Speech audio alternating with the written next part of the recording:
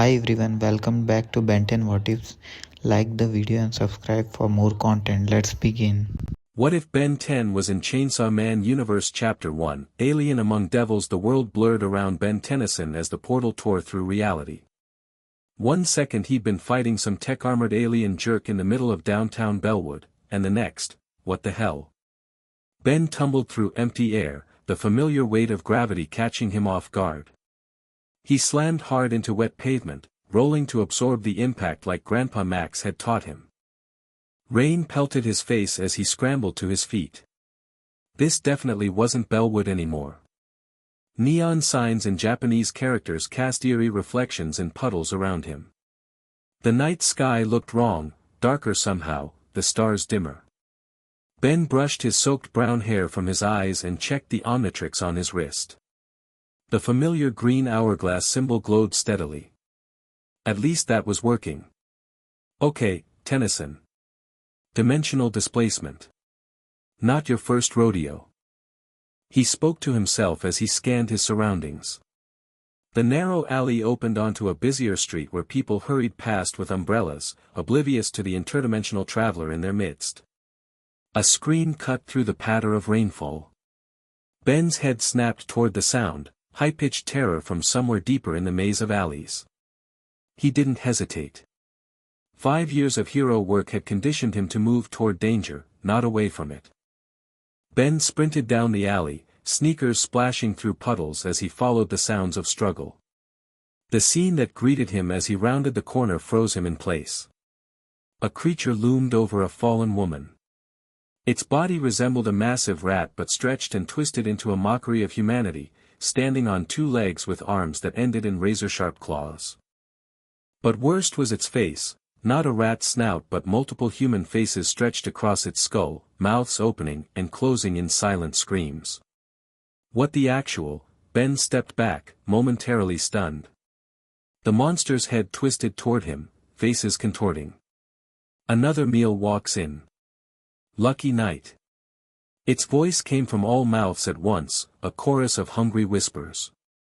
The fallen woman scrambled backward, blood running from a gash on her arm.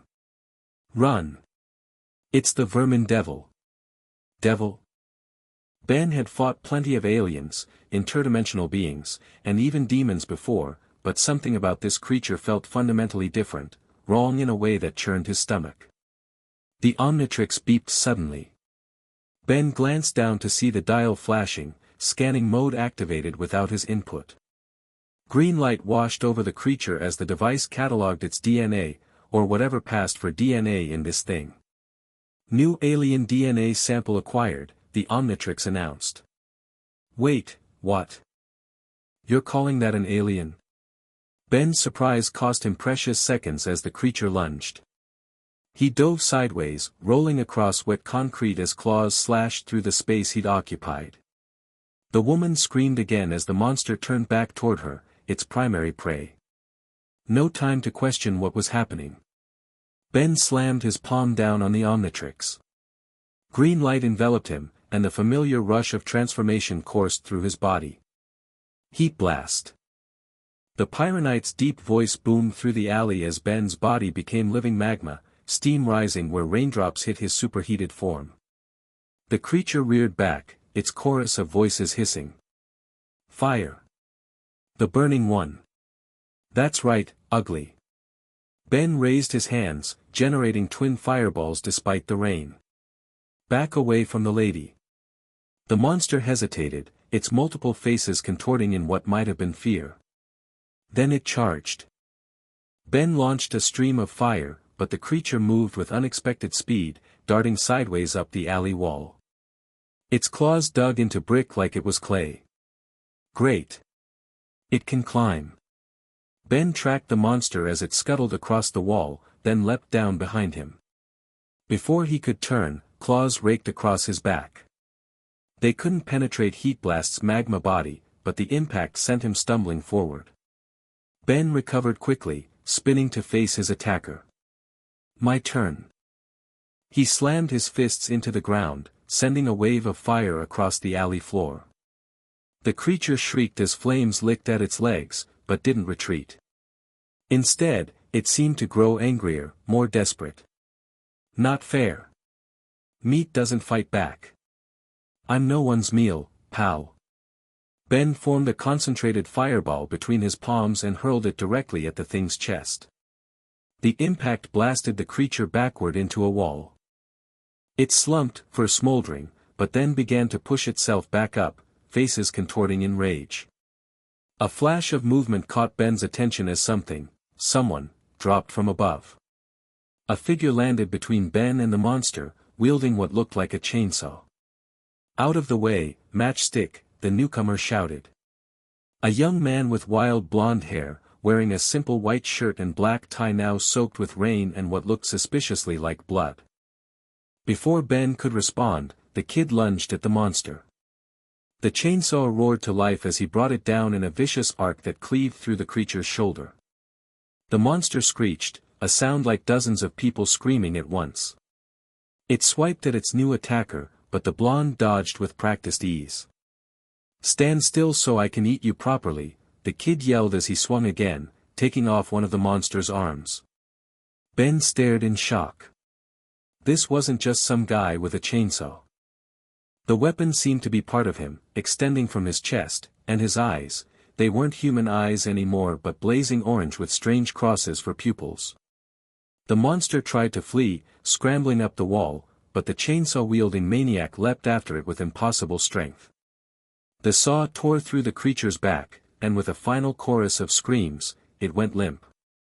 As the thing died, something strange happened. Its body didn't leave a corpse but dissolved into a dark substance that seemed to flow into the kid with the chainsaw. The blonde turned to face Ben, chainsaw still revving. What the hell are you supposed to be? Some kind of new devil? Ben raised his hands. Whoa, easy with the murder tool there. I'm not looking for trouble. Says the walking bonfire. The kid stepped closer, eyes narrowed. Never seen a fire devil look like you before. The woman the monster had attacked was still there, pressed against the wall, watching in terror. There's two of them now. Ben hit the Omnitrix symbol on his chest. Another flash of green light, and he was human again, standing in the rain in his soaked jeans and black t-shirt with the green stripe. The name's Ben. Ben Tennyson. And I'm definitely not whatever you think I am. The chainsaw-wielding kid looked even more confused. What the hell? You're human. The chainsaw retracted into his chest in a gruesome display that made Ben wince. Yeah. More or less. Ben gestured to the Omnitrix. This lets me transform. It's alien tech. Alien? The kid looked skeptical. Like, space aliens? That's bullshit. Says the guy who just pulled a chainsaw out of his chest. Ben shook his head. Look, I think I'm in the wrong dimension or something. Where am I exactly? Tokyo, the kid said, still eyeing Ben suspiciously. And I'm Denji. Public Safety Devil Hunter. He said it with a hint of pride, like it was a title he was still getting used to. Devil Hunter? Ben glanced back at where the monster had been. So that thing was a devil. Yeah. Denji wiped rain from his face. Vermin devil. Week 1. They manifest from human fears. That's what we hunt. Ben's mind raced, trying to process this information. A world where fears became physical monsters. And people hunted them. The woman had managed to get to her feet, clutching her wounded arm. Thank you both, she said, bowing slightly. I need to get to a hospital. Denji barely acknowledged her. Ambulance is probably already on the way. Someone usually calls. His attention remained fixed on Ben. You need to come with me. Why would I do that? Because if you don't, other devil hunters will find you, and they'll assume you're a devil too. They're not the asking questions type.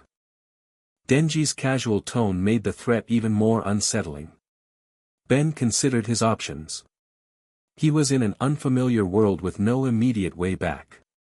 The Omnitrix couldn't transport him between dimensions, and he had no idea how he'd gotten here in the first place.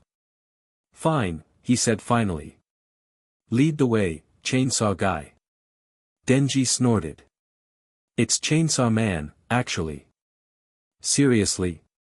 That's what you went with?" "Didn't pick it myself." "Come on." Denji turned and walked toward the street, not bothering to check if Ben followed. The rain continued to fall as Ben trailed after his strange new acquaintance, the Omnitrix periodically beeping as if trying to process what it had just scanned. The public safety building looked surprisingly normal, a nondescript office block that could have existed in any major city back home. Ben followed Denji through security checkpoints where guards gave him suspicious looks but let him pass on Denji's insistence. "So you hunt these devils for the government?" Ben asked as they rode an elevator upward. "Yeah." Denji leaned against the wall, looking bored. "Pays okay. Better than being broke. Plus I get to live indoors." "That's a pretty low bar for job satisfaction." Denji shrugged. "Better than being dead." The elevator doors opened to reveal an office floor. Several people in suits moved between desks, carrying folders or talking on phones. It looked mundane except for the large bloodstain on one wall that nobody seemed concerned about. "This way." Denji led Ben toward a meeting room. "Makima will want to talk to you." "Who's Makima?" "My boss. She runs Special Division." There was something in Denji's voice when he said the name, a mixture of reverence and something Ben couldn't quite place. The meeting room had a long table where several people were already seated. Most looked like ordinary office workers, but Ben noticed subtle differences, scars visible at collars and cuffs, eyes that watched him with predatory assessment rather than curiosity. At the head of the table sat a woman with bright red hair and amber eyes partially hidden behind round glasses. She smiled as they entered, but the expression didn't reach her eyes. "Denji. You've brought a guest." Her voice was soft yet carried effortlessly across the room. "Found him fighting the vermin devil. He can transform." Denji dropped into a chair, propping his feet on the table until a glare from a stern-faced man made him put them down. The woman, Makima, presumably, focused her attention on Ben. "Please, sit. I'm Makima, Special Division Director." Ben took the only empty chair, directly across from her. "Ben Tennyson." "Tennyson-san." She tilted her head slightly. "Denji says you can transform. Are you a hybrid like him?" "A hybrid? No." Ben held up his wrist, displaying the Omnitrix. "This device lets me transform into different alien species. I'm completely human otherwise." The stern man snorted. "Aliens don't exist, kid. Devils do. Aliens absolutely exist. I've fought hundreds of them." Ben looked around the table. "Look, I'm not from this dimension. I got pulled here during a fight. In my world, we don't have these devil things." Makima leaned forward slightly. "Interesting. May we see a demonstration of your device?" Ben hesitated. Every instinct told him to be cautious. These people hunted monsters for a living, and he'd be putting himself in a vulnerable position. But he also needed their help if he wanted to get home. "Fine. One demonstration." Ben stood and activated the Omnitrix, cycling through the available aliens. "I'll pick something non-threatening." He selected one of his oldest transformations and slammed down the dial. Green light flashed through the room. Gray matter. The tiny Galvan stood on the chair, barely a foot tall with gray skin and large eyes. "Satisfied?" The reaction was immediate. Several devil hunters jumped to their feet. One pulled a weapon, a sword that seemed to extend from their hand. "Stand down," Makima ordered, her voice cutting through the tension. She hadn't moved from her seat, still watching Ben with that same unreadable expression. "Fascinating." "It's not a devil," said a young woman with glasses who'd remained seated. "I don't sense any fear connection." It's something else entirely. Ben crossed his tiny arms. I told you. Alien. This form is a Galvan. Super intelligent, but not physically imposing. That's why I picked it. Denji leaned forward, poking Ben with one finger. You're so tiny. Can you transform into anything cool? Like, with claws or lasers or something? Denji, Makima chided gently. Give our guest some space. Ben hit the Omnitrix symbol again, reverting to human form in another flash of green light. I have forms with claws, lasers, and a whole lot more. Over 50 different alien transformations. And now you have devil transformations too, Denji said. The room went silent. What? Makima's voice remained soft, but her gaze intensified. Ben sighed. The Omnitrix scanned that vermin devil thing. It does that automatically with new species. According to the device, it registered as a new alien DNA sample. You can turn into devils. The stern man stood now. That's impossible. Devils aren't biological beings, they're manifestations of fear. I don't know the mechanics, Ben admitted. But the Omnitrix has scanned energy beings before. Anything with a consistent form and genetic or pseudogenetic structure can potentially be added to the database. Makima's smile widened slightly. Would you show us? Transform into the vermin devil. The request made Ben uneasy. I don't know if that's a good idea. I've never used a devil transformation before. Don't know how it might affect me.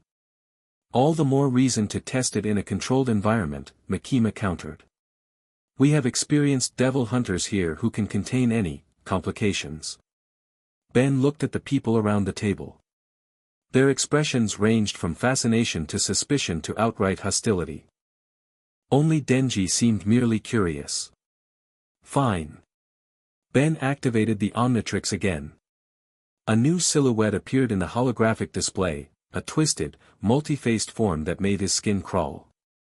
But be ready to stop me if something goes wrong.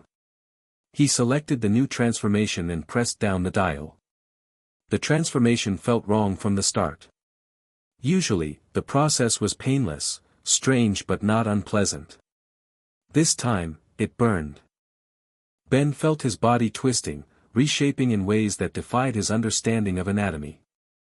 Worse than the physical sensation was the mental shift, a sudden influx of hunger, fear, and rage. When the green light faded, Ben stood in the form of the vermin devil, but not exactly as it had been. The creature's body remained, but with the Omnitrix symbol prominently displayed on its chest, and the eyes of the multiple faces glowed green rather than the empty black they'd been before. Whoa! Ben's voice came as a chorus, just like the original devils had. This feels wrong. Makima stood now, walking slowly around the table toward him. Extraordinary. You've maintained consciousness. Most hybrids struggle significantly with their devil instincts at first. Ben felt a powerful urge to attack, to feed. He gripped the edge of the table, claws digging into the wood. It's fighting me.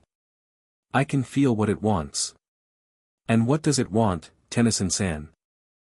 Makima was closer now, seemingly unafraid despite standing before a creature that towered over her. To feed. On fear. Ben struggled to maintain control. I need to change back. He reached for the Omnitrix symbol on his chest, but his clawed hand moved slowly, fighting his will. The hunger was overwhelming, a bottomless void demanding to be filled. Fascinating. Makima reached out, placing her hand on Ben's arm just above the claws. You're resisting its nature completely through willpower. Her touch sent a shock through Ben's system, not physical pain but a strange pressure, like someone pushing against his mind. The hunger receded slightly. He finally managed to slam his claw against the Omnitrix symbol. Green light washed over him again, and he collapsed back into the chair as himself, gasping. That was intense. Ben wiped sweat from his forehead. Devils are connected to emotions, to fear specifically. The transformation comes with psychological effects I wasn't prepared for. Denji had watched the whole process with wide eyes. That was awesome. Can you do more? Can you turn into the chainsaw devil like me? Denji, Makima said softly. Perhaps our guest needs a moment to recover. Ben nodded gratefully. Yeah, I do. And I don't have your devil in the database yet. The Omnitrix has to scan something directly. The stern man who'd been skeptical earlier leaned forward. Aki Hayakawa. Devil Hunter. If what you're saying is true, your power is unprecedented. Devils aren't something to experiment with casually. Trust me, I get that now. Ben rubbed his temples, trying to clear the lingering hunger from his mind. But I need to figure out how to get home. I don't belong in this dimension. Perhaps, Makima said, retaking her seat, we can help each other.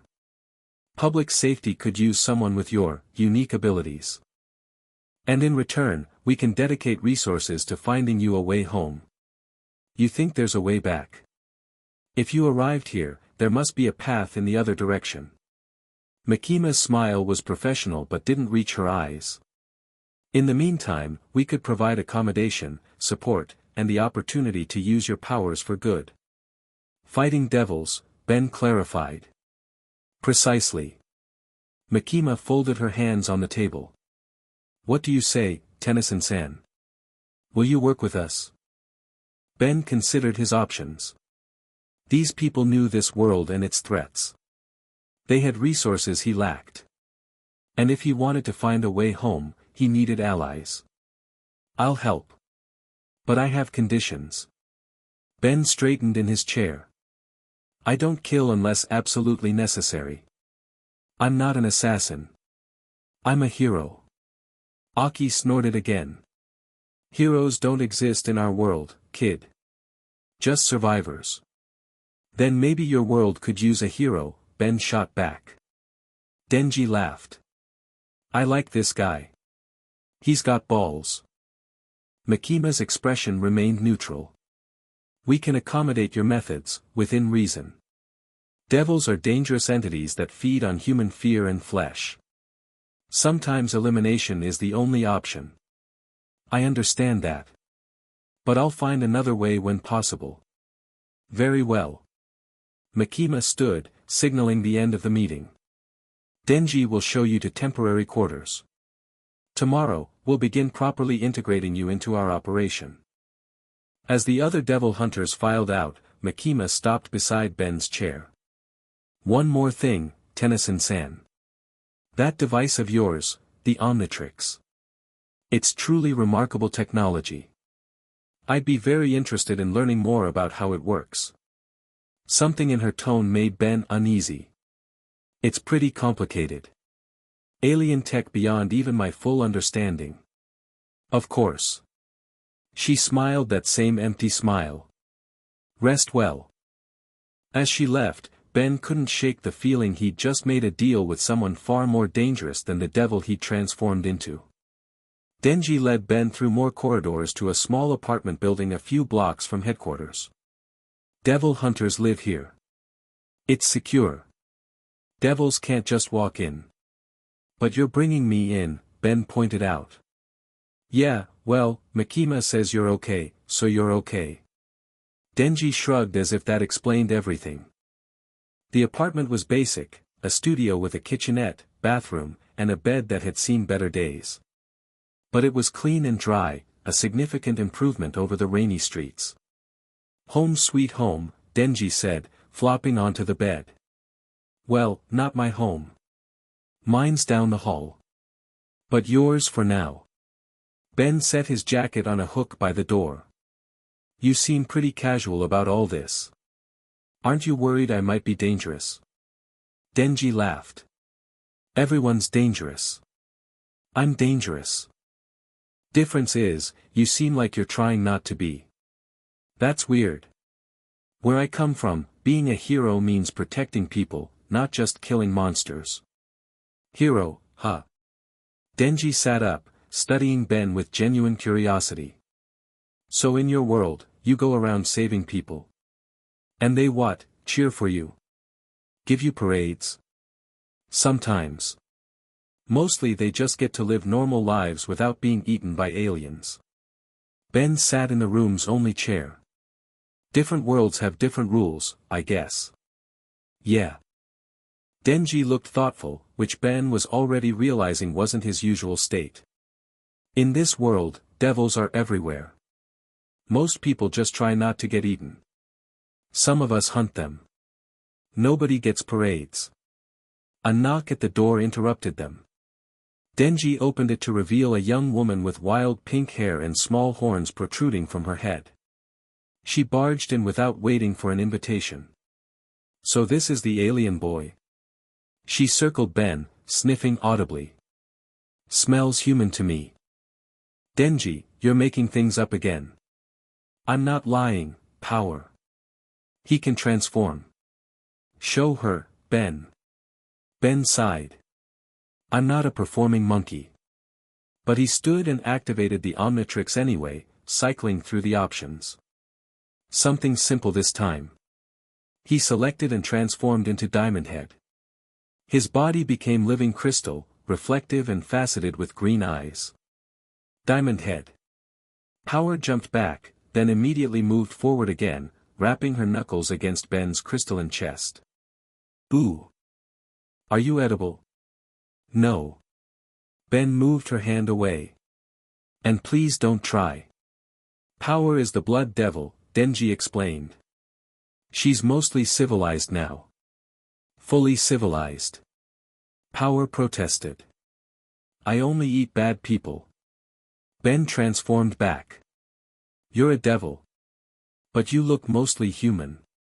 Fiend, Power corrected proudly. Devil in a human corpse. Best of both worlds.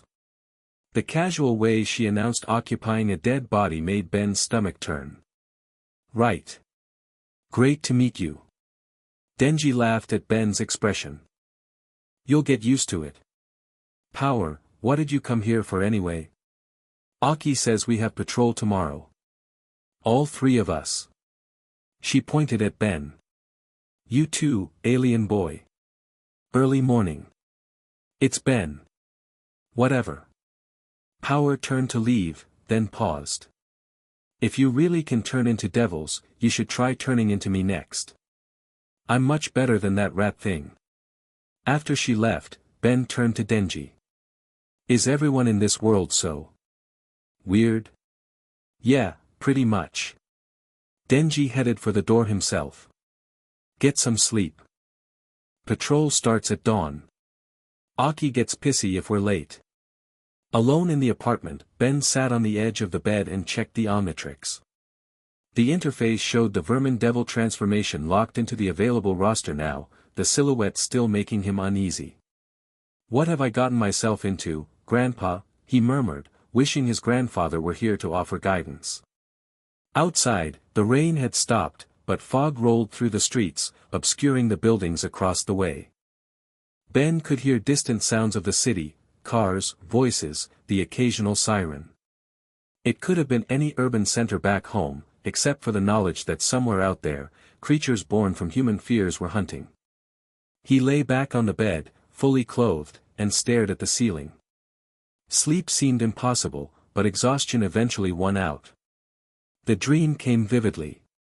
Ben found himself floating in a void of swirling darkness, neither falling nor rising, simply suspended. Tennyson. The voice came from everywhere and nowhere. Ben tried to activate the Omnitrix, but his arm wouldn't move. Who's there? The darkness coalesced, forming a vaguely humanoid shape with no distinct features except for a pair of glowing eyes. The one who brought you here. You pulled me into this dimension. Why? Because you have something I need. The figure drifted closer. The device. The power to become anything. The Omnitrix isn't up for grabs, Ben said. Now send me back home. The figure laughed, a sound like glass breaking in slow motion. You misunderstand. I didn't bring you here to take your device. I brought you here to complete it. Complete it? What are you talking about? Devils, Tennyson. The perfect predators. Fears given form. Imagine your collection enriched with every human nightmare. Ben struggled against the invisible force holding him in place. The Omnitrix isn't meant for that.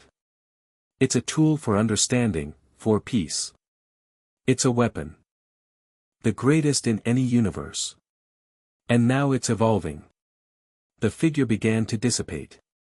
We'll meet soon, in the flesh. What I showed that lesser devil was merely a taste of what's coming. What lesser devil? Ben managed to free his arm, reaching for the shadowy form. What are you planning? The merging of worlds. The feast of fears. The figure dissolved completely, its voice fading.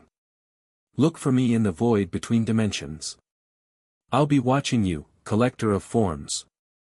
Ben woke with a start, sweat-soaked and breathing hard. The first light of dawn filtered through thin curtains. The Omnitrix on his wrist was pulsing with an unfamiliar pattern, the hourglass symbol fluctuating between green and black. That wasn't just a dream, he muttered, watching as the device stabilized, returning to its normal green glow. Something followed me here. A pounding on his door announced Denji's arrival. Hey alien boy. Time to hunt some devils. Ben took a deep breath, pushing the nightmare aside for now. Coming. He opened the door to find not just Denji but Power and Aki as well. Aki looked as stern as he had yesterday, dressed in a neat black suit. Power wore what appeared to be a public safety uniform, though she'd modified it significantly with tiers and pins. Denji wore the same white shirt and black tie as before, looking like he'd slept in them. Ready for your first patrol? Aki asked, clearly expecting the answer to be no. Ben activated the Omnitrix, cycling through his original aliens. More ready than you think. Power clapped her hands. Ooh, what will you be this time? The diamond thing again? Or something with tentacles? I like tentacles. Power, Aki warned. Ben selected an old favorite. Let's try something with a bit more mobility for patrol. He slammed down the dial. XLR-8. The Kinoceleran form was sleek, designed for speed with wheels on his feet and a visor that slid down over his face. Race you to headquarters. In a blur of motion, he was gone, leaving the three devil hunters staring at the empty space where he'd stood. Denji grinned. I definitely like this guy. As Ben raced through the morning streets of Tokyo, weaving between early commuters and delivery trucks, he pushed the nightmare to the back of his mind. Whatever had followed him here, whatever was coming, he would face it. He always did. But first, he had devils to hunt and a world to understand, a world darker and stranger than any he'd visited before. The patrol route took them through residential neighborhoods that gradually gave way to abandoned buildings and construction sites. Aki led, with Denji and Power following, and Ben bringing up the rear in human form, having switched back shortly after reaching their starting point. Devils are drawn to negative emotions, Aki explained as they walked. Fear, pain, desperation. They congregate in areas where these feelings are strongest. So we're basically walking through the worst parts of town on purpose, Ben observed. Exactly. Aki's hand rested on a sword hilt that hadn't been there a moment before. Stay alert. Your alien transformations may be powerful, but devils can be unpredictable. Denji yawned loudly. This is the boring part. Walking and walking until something tries to eat us. Only boring because you have no appreciation for strategy, Aki responded without looking back. Power skipped ahead, sniffing the air occasionally. I smell something up there. She pointed to a half-finished office building, its skeleton of steel beams rising into the morning haze. Aki tensed. Blood? No. Something else. Something. Power's eyes widened. Something not from here. Ben felt the Omnitrix warm against his wrist, a sensation he'd experienced when alien technology was nearby. She's right. There's something up there. And I don't think it's a devil. Finally, some action. Denji stretched his arms above his head. Chains emerged from his chest, and in a gruesome transformation that Ben still found disturbing, the chainsaws erupted from his head and arms. Where Denji had stood, Chainsaw Man now loomed, engines roaring to life. Wait, Ben called, but Denji was already charging toward the building, power hot on his heels. Aki sighed. They never listen. Transform if you're coming.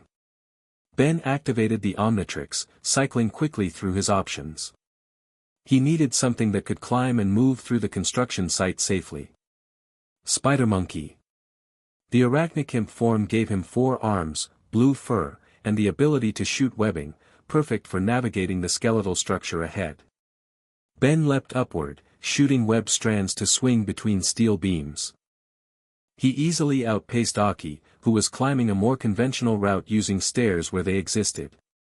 Up ahead, Denji was simply jumping from beam to beam, chainsaws whirring, while power bounded like some kind of predatory animal.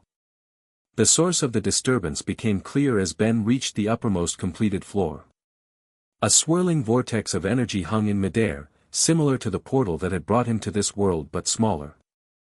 Around it, the air itself seemed distorted, waves of visible force rippling outward. What is that? Power had stopped, her usual bravado replaced by caution. Dimensional rift, Ben answered, landing beside her. Similar to what brought me here, but smaller. Unstable too. Denji arrived, chainsaw engines idling. Can we fight it? It's not a devil, Ben explained. It's a tear between dimensions. The question is what caused it and, before he could finish, something emerged from the portal. Not a creature, but a pulse of energy that expanded outward in a visible shockwave. It knocked all 3 of them backward, Ben tumbling over the edge of the floor before catching himself with a web strand. As he pulled himself back up, he saw the rift fluctuating wildly, expanding and contracting. And through it, just for a moment, he glimpsed what looked like Bellwood, his home. My world, he whispered. It's connected to my world. Aki finally reached them, breathing hard from the climb. What is that thing? A way home maybe, Ben answered. But something's wrong with it. It's unstable. The rift pulsed again, and this time what emerged wasn't energy but a tangible form, a creature that seemed made of living darkness, its body constantly shifting and flowing like smoke given weight. 2 glowing eyes opened in what passed for its face. Ben recognized it immediately from his dream. You. Tennyson. The creature's voice was the same glass-breaking sound he'd heard while sleeping. And the devil hunters. How convenient. Denji revved his chainsaws. Is this thing a devil? No, the creature said, solidifying slightly into a more humanoid form. Not yet. But soon. Very soon. Aki drew his sword, a blade that seemed to be made of the same dark substance as the creature, but under his control. What are you? I am becoming, the creature said. The Void Devil. The fear of nothingness, of emptiness, of the space between worlds. Ben felt cold realization settle in his stomach. It followed me from between dimensions. It's feeding on the connection between worlds. Clever boy. The creature, the Void Devil, extended a hand toward Ben. And you've brought exactly what I need. The Omnitrix. The collector of forms. Not happening. Ben shot a web directly at the creature's face, but it passed through as if through smoke. Denji didn't wait for further explanation. He charged, chainsaws roaring, and slashed through the creature's midsection. Or tried to, the blades passed through, leaving momentary gaps that immediately closed. Physical attacks won't work, Ben called. It's not fully materialized yet. Power leapt forward next, her hands transforming into crimson claws. Let's see if blood works then. She slashed at the creature, and this time there was an effect. The Void Devil hissed as her claws left burning trails through its smoky form. The blood devil, it said, sounding almost pleased. Yes. Fear made flesh. Exactly what I need. It moved with sudden speed, wrapping around Power like living shadow.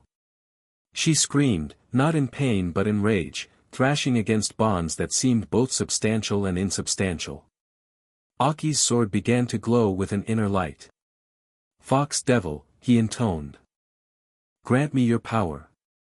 The sword transformed, extending into a massive spectral fox head that lunged at the void devil. This attack seemed to have an effect, forcing the creature to release power as it retreated. Ben realized what was happening. Devil powers hurt it. Regular physical attacks don't. He looked down at the Omnitrix. Time to fight fire with fire. He transformed back to human, then immediately activated the device again. The vermin devil transformation was still there, its silhouette making his skin crawl. But he selected it anyway, slamming down the dial. The transformation was as uncomfortable as before, his body twisting into the rat-like form with multiple faces. But this time he was prepared for the hunger, the overwhelming desire to feed on fear. He pushed it down, maintaining control. Let's see how you handle this. Ben's chorus of voices echoed across the construction site as he charged the void devil. His claws connected, tearing through the smoky substance and eliciting a shriek from the creature. Yes. Perfect, it cried, sounding more excited than injured. The void devil's form suddenly expanded, enveloping Ben entirely. Inside the living darkness, he heard its voice directly in his mind. The Omnitrix recognizes devils as aliens. It collects their essence. And through your device, I can access them all. Ben felt a pulling sensation, not physical but deeper, as if something was being extracted from him. The Omnitrix symbol on his chest flickered, cycling through colors. Outside the dark cocoon, Denji, Power, and Aki watched in horror as Ben's devil form began to change, the multiple faces multiplying, the body growing larger. What's happening to him? Power asked, backing away. The devil is trying to possess him, Aki said grimly. Or possess the device. Either way, we need to separate them. Denji revved his chainsaws again. On it. He charged forward, blades aimed at the dark mass surrounding Ben.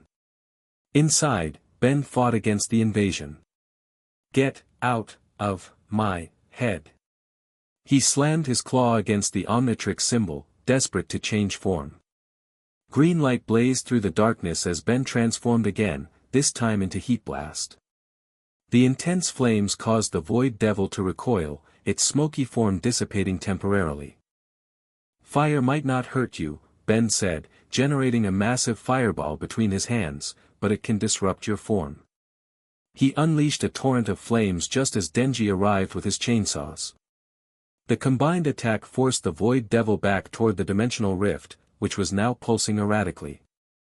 No, the creature shrieked. Not yet. I'm not complete. Send it back through. Ben shouted, maintaining the stream of fire. Aki joined the assault, his fox devil power manifesting as a massive spectral maw that snapped at the retreating entity. Power, recovered from the earlier attack, lashed out with blood whips that sliced through the creature's insubstantial form. The combined assault drove the void devil back into the rift, which contracted violently once the entity was through. With a final pulse of energy, the portal collapsed in on itself, leaving nothing but empty air. Ben reverted to human form, dropping to one knee in exhaustion. That was too easy. Easy. Denji's chainsaws retracted as he transformed back to human as well. We kicked its ass. No. Ben shook his head. It wasn't trying to win. It got what it wanted. Which was what? Aki approached, his sword returning to normal size. Ben looked down at the Omnitrix. The interface flickered momentarily before stabilizing. Information. About devils. About the Omnitrix. It's planning something bigger. Power sniffed the air. It smelled wrong. Not like a normal devil. Because it's not from this world originally. Ben stood, wincing at sore muscles. It's something that exists between dimensions, feeding on the barriers between worlds. And now it's taking form as a devil by absorbing the concept of fear from your world. Aki's expression darkened. A devil that can move between dimensions would be catastrophic.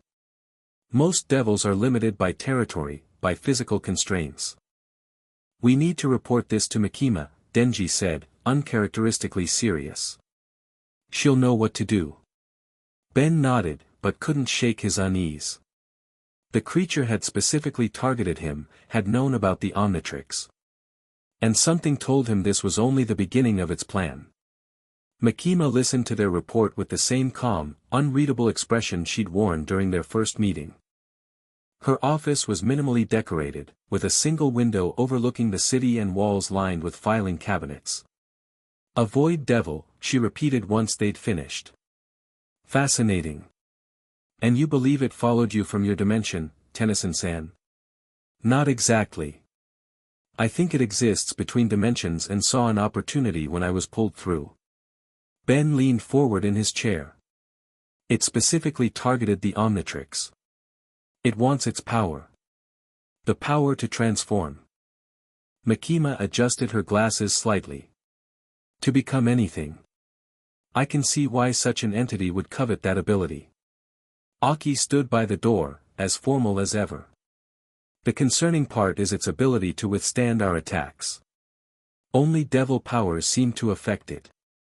And Tennyson-san's devil transformation, Makima added, her gaze shifting to Ben.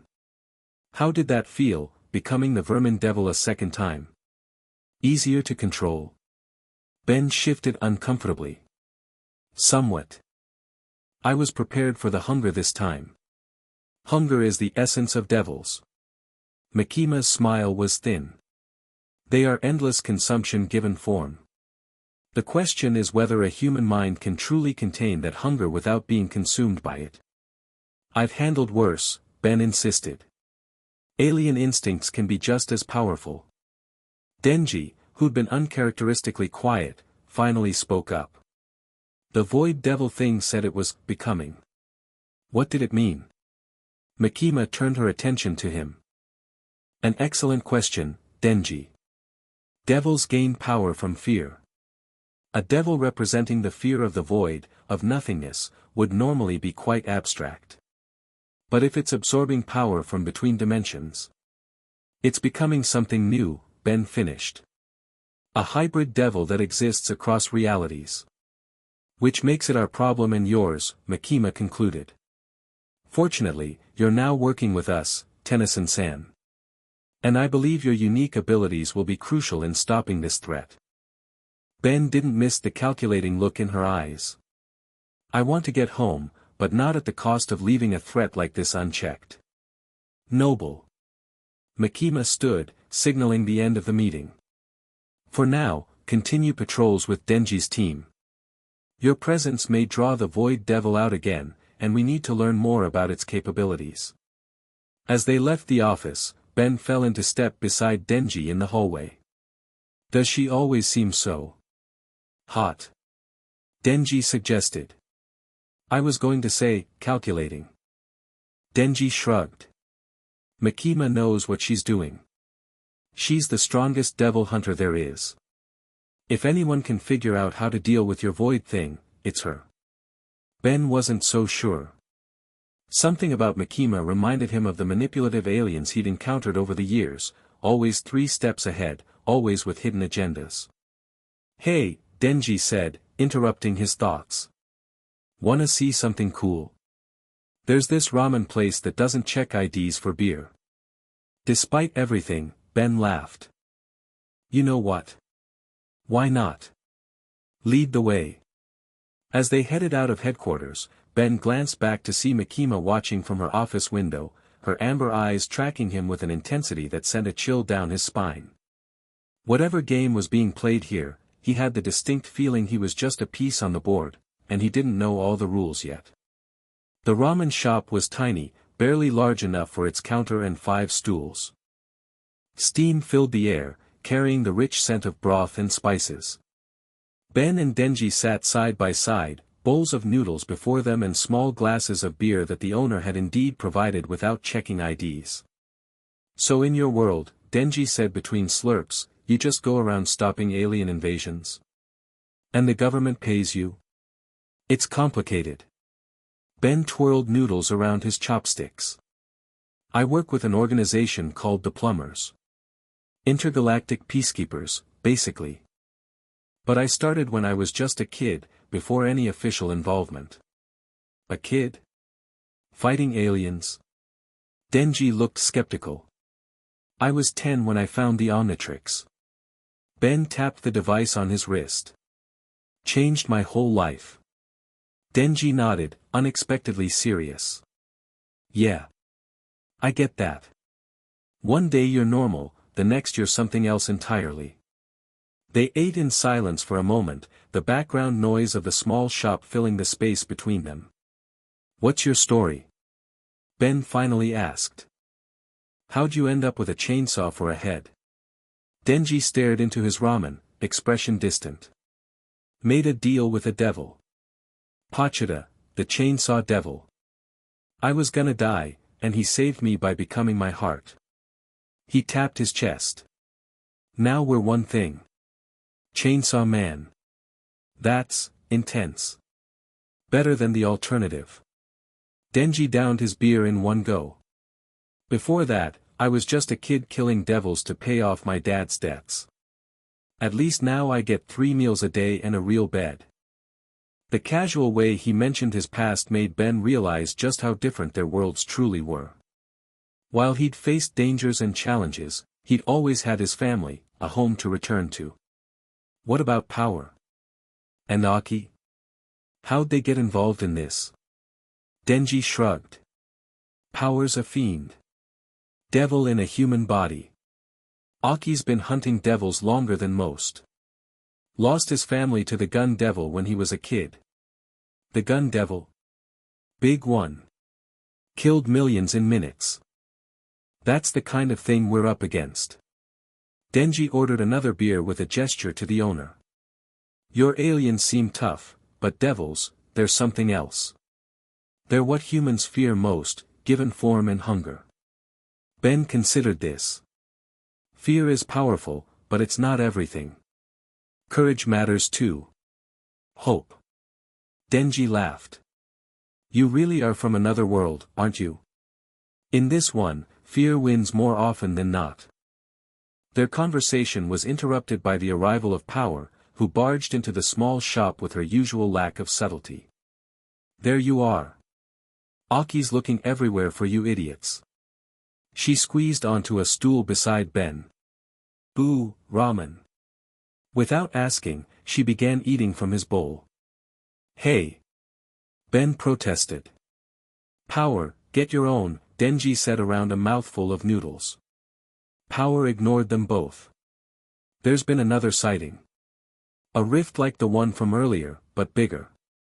In Shinjuku. Makima wants us there now." Ben set down his chopsticks, suddenly alert. "The Void Devil again?" "Don't know. But there's something coming through." Power stood, wiping her mouth on her sleeve. "Bring your alien stuff. Aki says it might get messy." Ben and Denji exchanged looks before hurriedly paying for their meal and following Power outside. The afternoon sun had disappeared behind heavy clouds, giving the city a gloomy cast that matched the growing tension. "Can you fly?" Power asked Ben as they hurried toward the train station. "Depends on which alien I transform into. Some can, some can't. Turn into one that can and carry us there." Power demanded. "It'll be faster than the train." Ben raised an eyebrow. "I'm not a taxi service." "But you could be," Denji pointed out. "That would be awesome." Ben sighed, but activated the Omnitrix anyway. "Fine. One-time offer."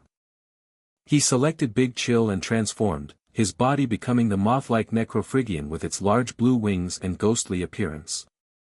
"Big Chill."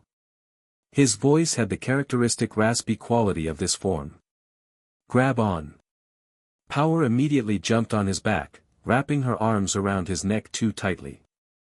Denji hesitated. Is it safe? Safer than riding with you driving, Ben answered, remembering Denji's earlier stories about motorcycle crashes. Denji shrugged and grabbed on as well.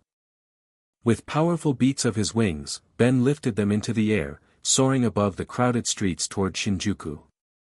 From above, Tokyo spread out like a vast mechanical organism, buildings of glass and steel reflecting the cloudy sky.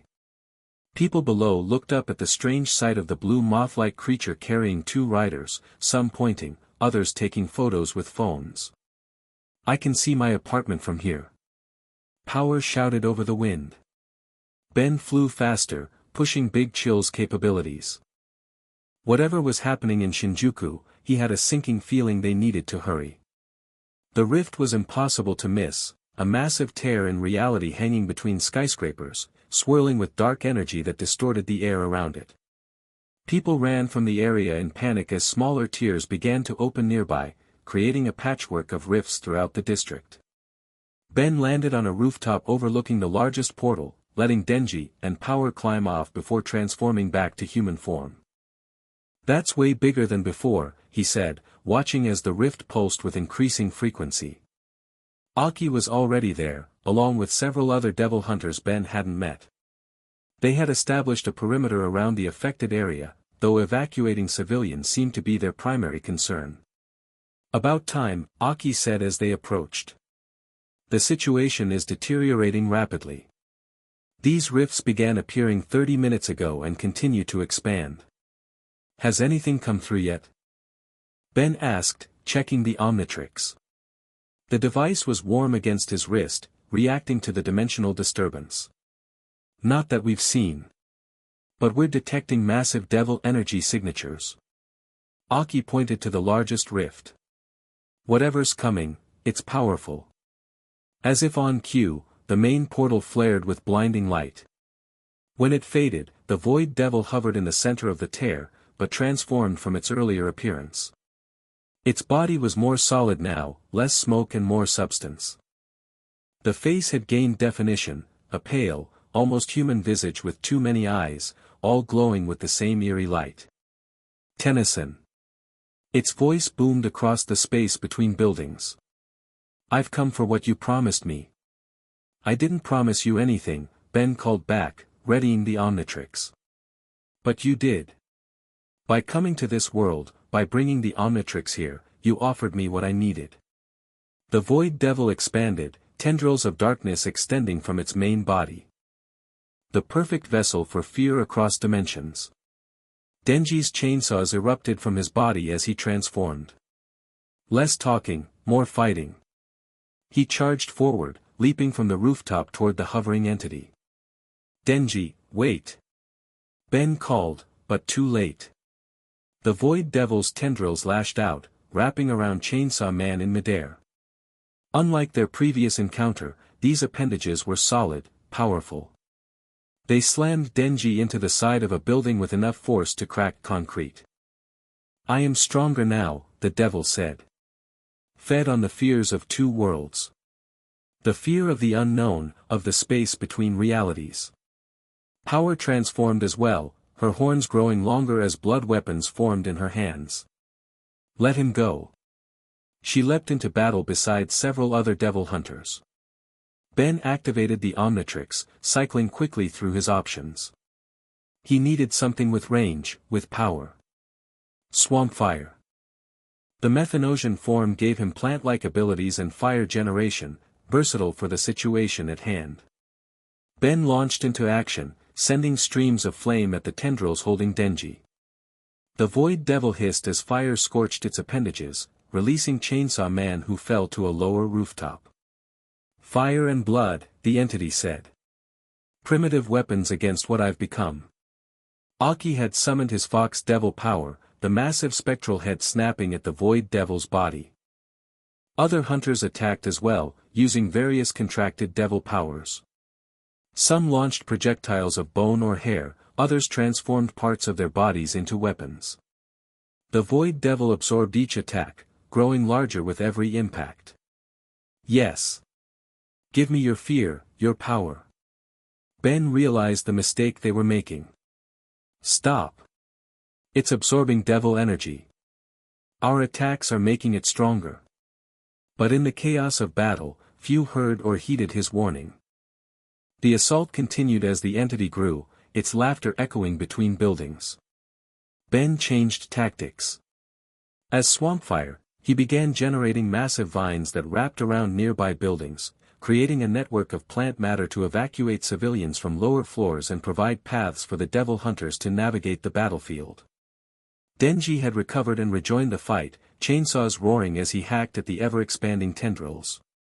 But for each one severed, two more appeared. This isn't working. Ben shouted to Aki, who had fallen back to the rooftop where Ben was coordinating evacuation efforts. We need a different approach. Agreed, Aki said grimly. But what? If devil powers only strengthen it? The Omnitrix symbol on Ben's chest beeped suddenly, a notification he recognized. It's scanning the Void Devil, he realized. Just like it did with the Vermin Devil. Can you transform into it? Aki asked. Maybe. But I don't know if I should. Something that powerful. Ben watched as the entity continued to grow, now towering between buildings. I might not be able to control it. A familiar voice cut through their deliberation. You won't need to control it, Tennyson-san. Simply contain it. Makima had arrived, standing calmly on the rooftop as if the chaos around them was of little concern. Several devil hunters flanked her, awaiting orders. Contain it how? Ben asked. The Omnitrix doesn't just transform you. It contains the genetic essence of the beings you become. Makima's amber eyes fixed on the device. A prison as much as a tool. Ben stared at her. How do you know that? Observation. Her smile was cryptic. You've shown that your transformations maintain your consciousness, your control. The Omnitrix must therefore have safeguards against the native instincts of the creatures you become. She wasn't wrong, but Ben felt uneasy at her insight into the device's workings. The scan is complete, he acknowledged as the Omnitrix beeped again. But transforming into the Void Devil is incredibly risky. Its consciousness is far more developed than the Vermin Devil was. A calculated risk, Makima countered. But one with potentially high rewards. If you can contain it, even temporarily, we can implement countermeasures. A massive crash interrupted them as one of the smaller buildings collapsed, brought down by the Void Devil's expanding form. Denji and Power were still fighting, joined by other hunters, but they were clearly losing ground. What countermeasures? Ben demanded. Instead of answering, Makima turned to Aki. Prepare the containment team. If Tennyson-san succeeds, we'll have minutes at most. Aki nodded and left immediately, speaking into a communication device. Ben made his decision. Fine. But everyone needs to fall back. If this goes wrong, you don't want to be nearby. Makima gave orders, and the devil hunters began a strategic retreat, pulling civilians with them. Only Denji and Power continued fighting, either unable or unwilling to hear the command. Ben reverted to human form, then activated the Omnitrix again. The holographic display showed a new silhouette, a swirling, many-eyed form that seemed to shift even as a projection. I really hope this works, he muttered, and slammed down the dial. The transformation felt different from anything he'd experienced before. Rather than his body changing to match the alien DNA, it felt like reality itself was changing around him. His consciousness expanded beyond physical limits, stretching into spaces between spaces. When the green light faded, what stood on the rooftop was neither fully Ben nor fully the Void Devil, but something in between. A humanoid figure composed of swirling darkness, green eyes glowing where the devil's had been purple, the Omnitrix symbol prominently displayed on its chest. Whoa! Ben's voice echoed as if coming from multiple places simultaneously. This is intense. He could feel the Void Devil's consciousness pushing against his own, a vast alien intelligence full of hunger and cunning. But the Omnitrix's safeguards held, keeping Ben in control. More than that, he could sense the dimensional rifts around him not as visual phenomena but as extensions of himself. He could feel them, manipulate them. Tennyson. The original Void Devil had stopped attacking, its attention fully on Ben now. "You dare wear my form?" "Not just wearing it," Ben responded, raising hands that trailed darkness like smoke. "Understanding it." With that understanding came knowledge. The Void Devil hadn't randomly found him. It had engineered the initial dimensional tear that brought Ben to this world, creating an opportunity to access the Omnitrix and the unique abilities it contained. "You planned this," Ben said, hovering upward to face the entity directly. "You wanted the Omnitrix to scan you." "Of course." The Devil's many eyes blinked in sequence. "A device that collects forms. That transforms its user into the essence of other beings. The perfect tool for my evolution. But you didn't count on me maintaining control." Ben extended his arms, and reality warped around them. The smaller rifts began to close as he exerted his will over them. The Void Devil roared in anger. "Stop! Those are my gateways. My feeding grounds. Not anymore." Ben pushed harder, forcing the tears in reality to seal. The entity lashed out with tendrils of darkness, but Ben countered with his own, the two void forms battling for dominance over the dimensional spaces. Below, Denji and Power watched in confusion. "Which one is Ben?" Power asked.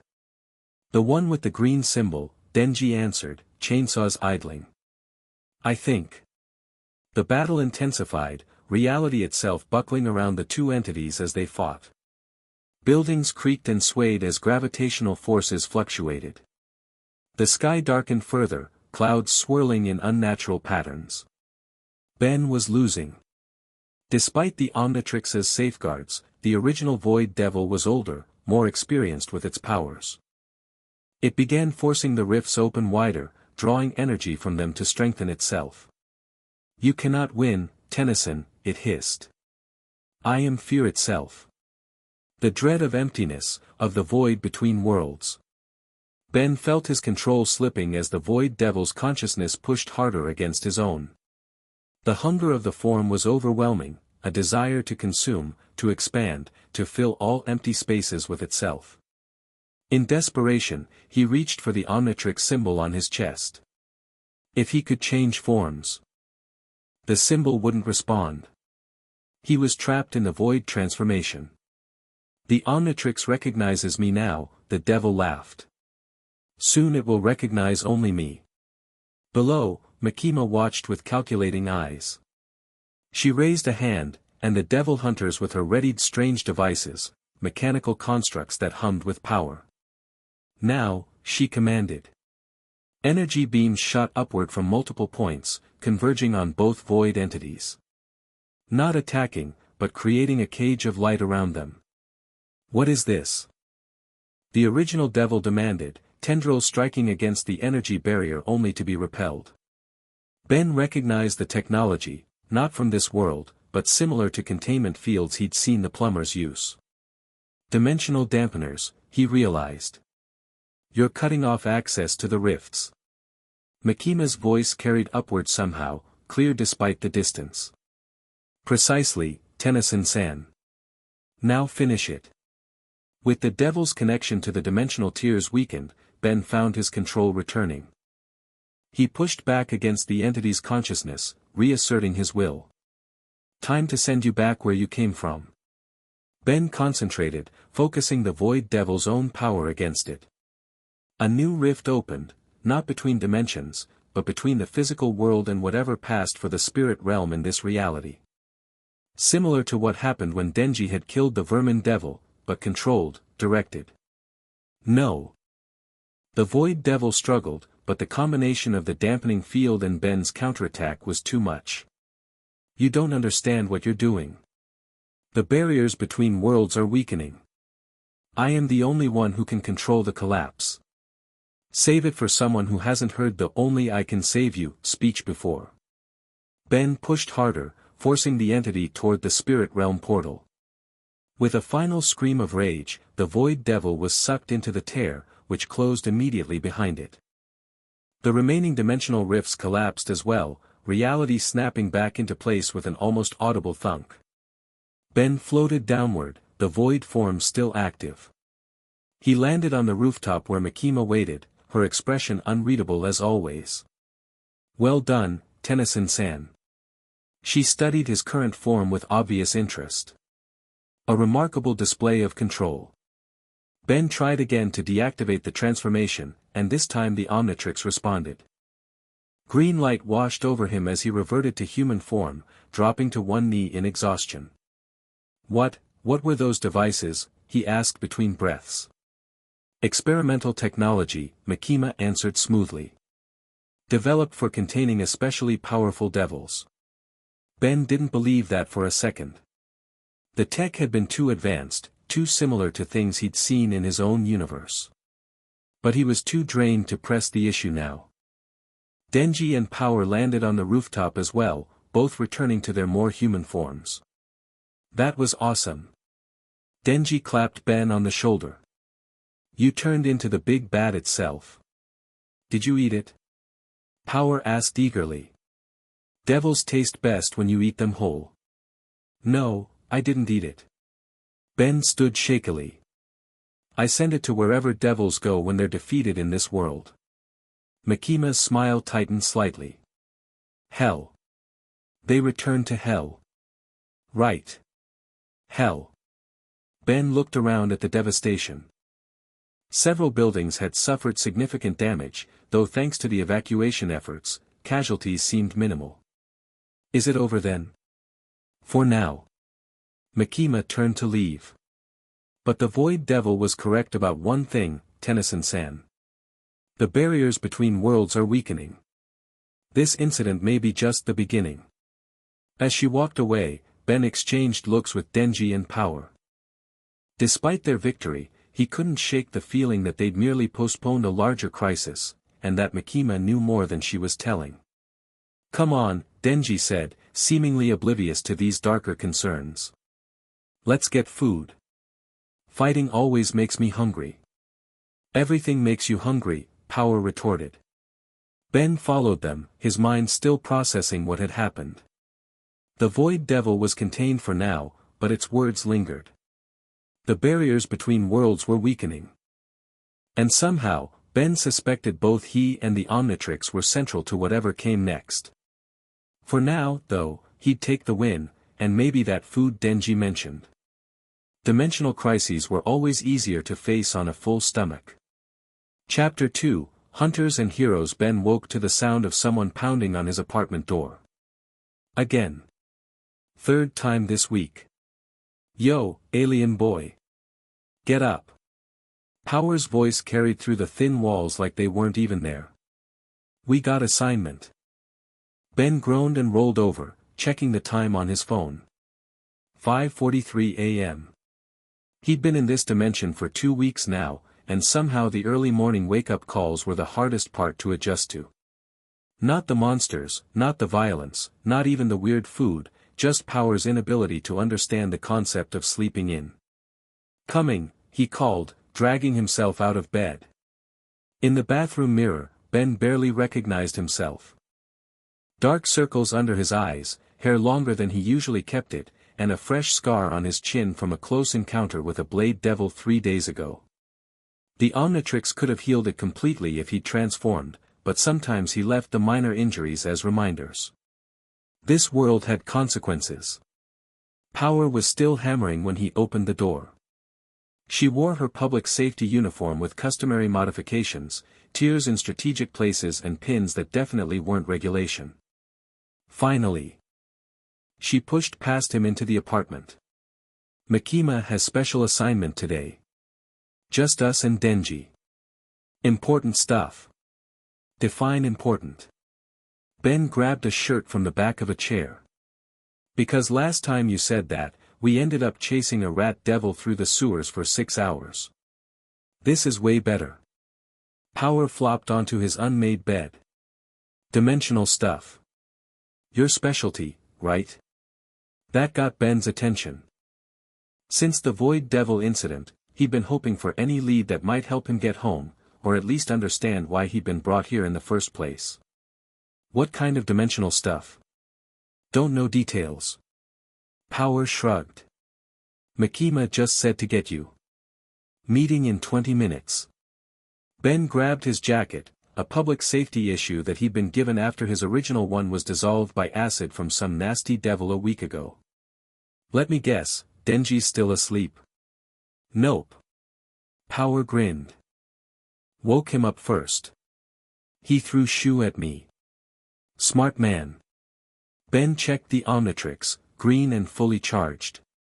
Let's go then. The streets of Tokyo were quiet in the early morning light, the city just beginning to stir. Ben had gotten somewhat used to navigating without being able to read most of the signs, though he'd picked up enough characters to identify basic things like exit and danger, both equally important in his line of work. Power skipped alongside him, humming something tuneless.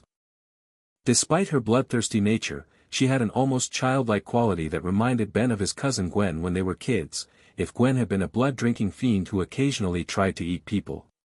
So, Ben ventured, any news on the dimensional rifts? Power shook her head. All quiet since you went void mode on that thing. Makima says you scared it good. Ben wasn't so sure. The Void Devil hadn't seemed scared, more like it was regrouping, rethinking its approach. And that worried him more than any direct attack. You miss your world? Power asked suddenly, displaying one of those rare moments of empathy that caught Ben off guard. Yeah, he admitted. Got family there. Friends. Responsibilities. Ha. Power seemed to consider this. Never had family. Except Denji, I guess. And Meowie. Your cat, right? Not my cat. Power protested. My servant. Very different. Ben smiled despite himself. 2 weeks in, and he was actually getting attached to these weirdos. They arrived at headquarters to find Denji slumped in a chair in the lobby, eyes closed and drooling slightly. His ever-present white shirt and black tie looked like he'd slept in them, which he probably had. Wake up, idiot. Power kicked his shin. Denji jolted upright. I wasn't sleeping. Just resting my eyes. His gaze landed on Ben. Oh, hey alien dude. Morning, chainsaw dude. Ben had fallen into an easy rhythm with Denji, their relationship built on a foundation of fighting back-to-back and Denji's endless curiosity about Ben's transformations. Makima wants us, Denji said, instantly more alert at the mention of her name. Ben had noticed that effect, how Denji perked up like a puppy whenever Makima was involved. It would have been funny if Ben didn't find Makima so unsettling. They took the elevator to the 5th floor, where the Special Operations Division had their offices. Unlike the General Devil Hunter floors with their bullpens and shared spaces, this level was all closed doors and whispered conversations. Makima's office was at the end of the hall, a space that somehow managed to feel both sparse and oppressive at the same time. She sat behind a desk with nothing on it except a single folder, her amber eyes watching them enter with that same unreadable expression. Good morning, she said, voice soft as always. Thank you for coming so promptly. Power said something about dimensional anomalies. Ben asked, cutting to the chase. Makima's smile tightened slightly. Directly to business. I appreciate that, Tennyson-san. She opened the folder and turned it toward them. 3 locations. 3 disturbances in the past 24 hours. Ben leaned forward to look at the photos. They showed what appeared to be ordinary places, a park, an abandoned building, and a subway station, but in each, there was a visible distortion in the air, like heat waves but more structured. Mini rifts, he said, recognizing the pattern. Like the ones before the Void Devil appeared, but smaller. Precisely. Makima traced one photo with her finger. Too small for anything to pass through, but growing. We believe they may be testing points. Testing points. Denji scratched his head. Like test runs? Like the Void Devil is checking for weak spots, Ben clarified, impressed by Denji's insight. Places where the barrier between dimensions is thinner. Makima nodded. Your experience with these phenomena makes you uniquely qualified to investigate. I want the three of you to check each location. Gather data, but do not engage if anything manifests. Just recon. Power sounded disappointed. For now. Makima handed Ben what looked like a modified smartphone. This device will measure energy fluctuations. We need to understand what we're facing. Ben accepted the device, turning it over in his hand. Again, the technology seemed more advanced than what he'd expect from this world. Where did you get this? Public safety has resources you haven't seen yet, Tennyson-san. Makima's smile revealed nothing. We've been monitoring dimensional anomalies since long before your arrival. That was news to Ben. You have. Devils exist in realms beyond our physical world. Understanding those boundaries is essential to our work. She closed the folder. The car waiting downstairs will take you to the first location. I expect hourly reports. They were clearly dismissed. As they turned to leave, Makima added, and Tennyson-san. Please avoid transforming into the Void Devil form unless absolutely necessary. We still don't understand the connection between you and the entity. Wasn't planning on it, Ben assured her. The memory of that transformation, the hunger, the sense of vastness, still disturbed him. Outside the office, Denji stretched his arms over his head. Finally, something cool. I was getting tired of regular devil hunting. Regular devil hunting includes chainsawing monsters in half, Ben pointed out. Most people wouldn't call that boring. You get used to it. Denji shrugged. But dimension stuff? That's new. That's exciting. Could be dangerous, Ben cautioned. Power laughed. Everything fun is dangerous. That's why it's fun. Ben couldn't argue with that logic, at least not with Power's version of logic. As they headed down to the waiting car, he checked the Omnitrix again, cycling through the available transformations. Along with his usual aliens, the display now showed 3 devil forms, the Vermin Devil, the Blade Devil they'd encountered last week, and the Void Devil. He lingered on that last one, feeling a chill at the memory of wearing that form. It had been powerful, maybe too powerful. And somewhere out there, the real Void Devil was watching, waiting, planning its next move. The first location was in Okashira Park, a popular spot that had been cordoned off under the pretense of maintenance work. The early hour meant few people were around to question why 3 young people in partial public safety uniforms were ducking under the barriers. Detector says the anomaly is near the pond, Ben said, checking the device Makima had given him. It displayed a map with a pulsing red dot about 200 meters ahead. I don't see why we can't just smash whatever's causing it, Power complained, kicking a rock as they walked. Because we need to understand what's happening first, Ben explained patiently. If these rifts are connected to the Void Devil, blindly attacking might make things worse. Or better, Denji suggested. Sometimes hitting stuff solves problems. Not dimensional problems, Ben countered. Trust me, I've dealt with this kind of thing before. Interdimensional physics doesn't respond well to chainsaws. They reached the pond, currently empty of the usual swan boats that tourists rented. The morning sun reflected off the water's surface, creating a peaceful scene that seemed at odds with their mission. According to this, we should be right on top of it. Ben frowned at the device, then looked up slowly. Oh. Above the center of the pond, about 10 feet over the water, the air shimmered and distorted. It wasn't large, maybe the size of a dinner plate, but it was definitely not natural. The edges pulsed with a faint purplish light. That it? Denji looked underwhelmed. Doesn't look like much. Size isn't everything with dimensional rifts. Ben activated another function on the detector, scanning the anomaly. It's what's on the other side that matters. The device beeped, displaying readings that made Ben's frown deepen. This is weird. According to this, the rift isn't connected to another dimension. It's folded in on itself somehow. What's that mean?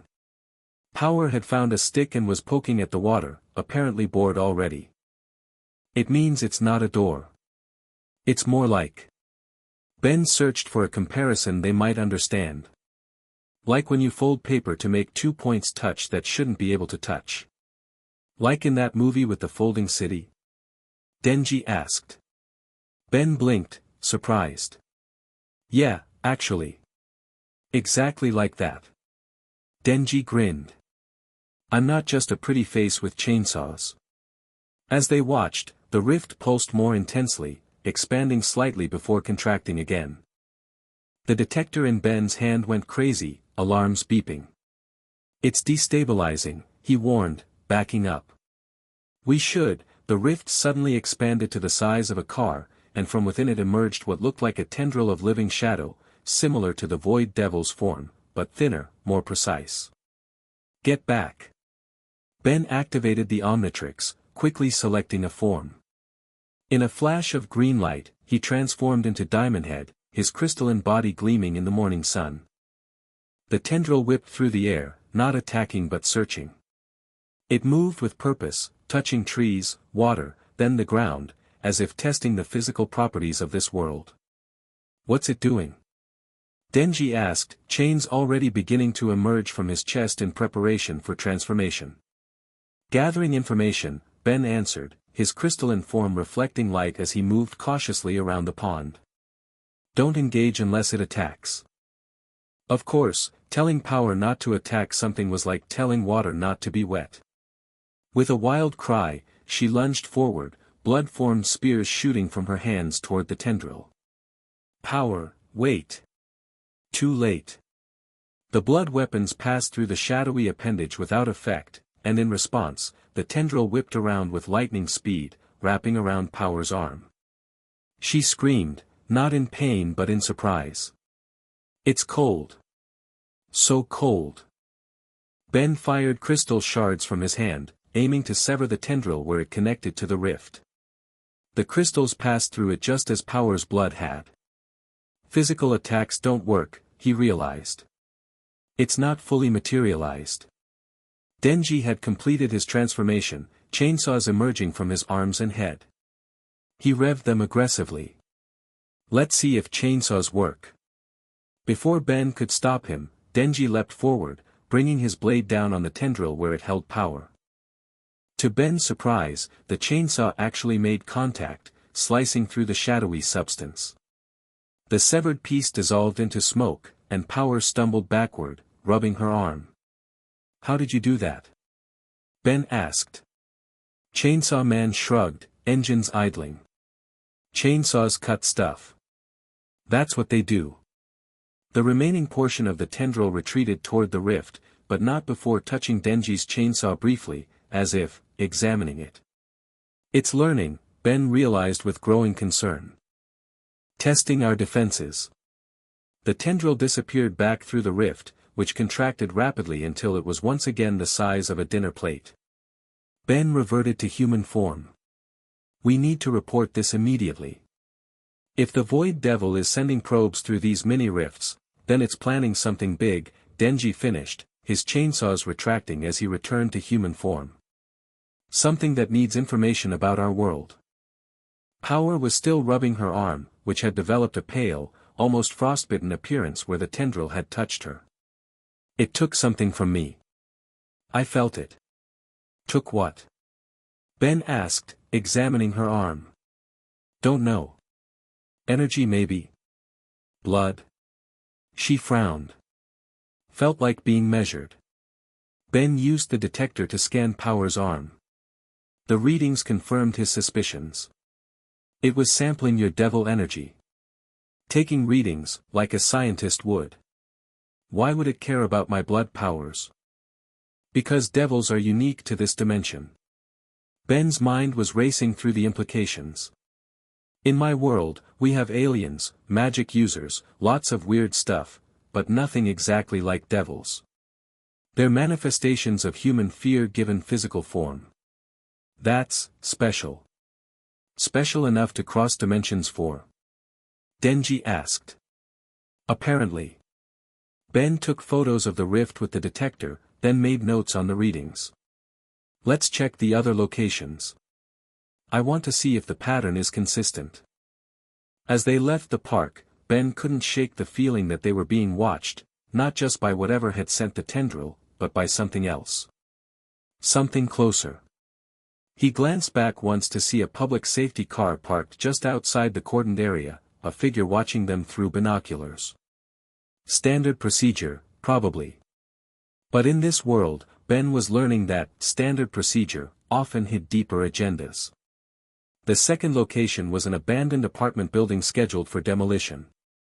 Unlike the park, this area was completely deserted, with chain-link fencing surrounding the property and warning signs in Japanese that Ben could only partially read.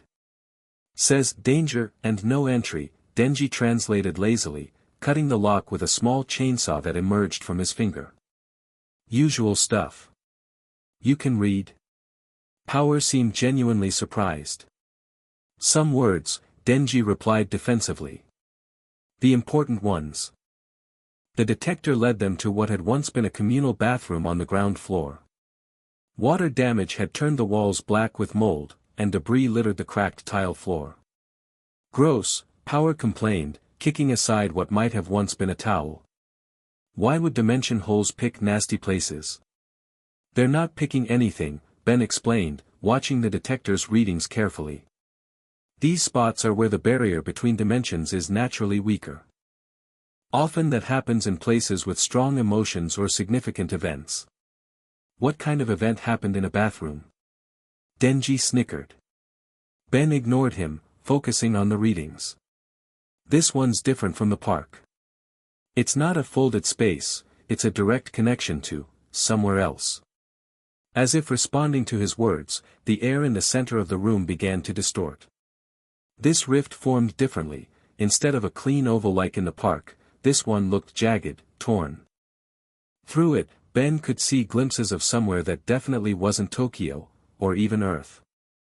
Whoa, Denji breathed. What is that place? Through the tear, they could see a landscape of twisted rock formations under a purple sky. No vegetation was visible, just endless stone spires and what looked like rivers of black liquid. That's not my world, Ben said definitively. I've been to a lot of alien planets, and that doesn't match any I've seen. Could it be hell? Power asked, leaning closer to the rift. Where devils come from? The possibility sent a chill down Ben's spine. Maybe. If so, we should definitely not let anything through. Too late again. As they watched, something began to emerge from the other side, not a tendril this time, but what looked like a hand. Bone white, with too many joints and fingers that ended in needle-like points. That's new, Denji remarked, already transforming. Chainsaws burst from his forearms as his eyes changed to their cross-shaped pupils. Ben selected Heat Blast this time, transforming in a flash of green light. The Pyronite's fiery body illuminated the dim room with flickering orange light. Everyone back, he warned. If this is connected to the devil realm, whatever comes through could be a pure devil, not the weakened versions you usually fight in this world. Pure devils are stronger? Power asked, her own transformation beginning as horns extended from her head. Based on what you've told me about how devils work, yeah. The ones that manifest here are limited by physical laws. In their own realm, they wouldn't have those constraints. The hand continued emerging, followed by an arm of the same bone-white material. It moved with unnatural smoothness, like stop-motion animation missing frames. I don't like this, Denji said, revving his arm saws. For once, Ben agreed with Denji's instinct to attack first. We need to close that rift before whatever it is gets all the way through. How? Power asked. Good question. Ben's fire powers wouldn't help seal a dimensional tear. He needed something else. "Cover me," he said, hitting the Omnitrix symbol on his chest. In another flash of green light, he transformed into Alien X, the Celestialsapian form that gave him near unlimited power, but at the cost of requiring consensus from the personalities that shared the form. Denji and Power stared at the new transformation, a humanoid shape like a starry void in the rough outline of a person, with horns and white hands. "That's new," Denji said, momentarily distracted from the emerging threat. Inside Alien X's consciousness, Ben faced Serena and Bellicus, the two personalities he shared the form with. "Motion to seal the dimensional rift," Ben said immediately. Seconded, Serena, the voice of love and compassion, agreed quickly. "The barrier between worlds should be maintained." Bellicus, the voice of rage and aggression, considered. "While I typically enjoy a good interdimensional catastrophe, the entity attempting to cross over appears hostile to all reality, not just yours." Motion carried. With that consensus, Alien X raised a hand toward the rift. Reality itself bent to his will as the tear began to close, forcing the bone-white arm back to its own dimension. The creature on the other side seemed to resist, the arm straining against the closing passage. For a moment, Ben thought it might actually overcome Alien X's power, something that should have been impossible. Then Denji leapt forward, chainsaws roaring, and sliced through the arm where it emerged from the rift. The severed limb fell to the tile floor with a clatter like dropping china, while the rift sealed completely under Alien X's power. Ben transformed back to human form immediately. He tried to limit his time as Alien X to absolute necessities. That, he said, breathing hard, was too close. Denji nudged the severed arm with his foot. It remained motionless but hadn't dissolved like devil parts typically did when separated from the main body. "Is it dead?" Power asked, poking it with a blood spear. "I don't think it was ever alive, at least not in the way we understand it." Ben used the detector to scan the limb. "This is weird. It's registering as both devil and not devil. Like it's made of devil energy but formatted differently." "What does that mean?" Denji's chainsaws had retracted, but he remained tense, watching the arm suspiciously. "It means the Void Devil is experimenting," Ben said grimly.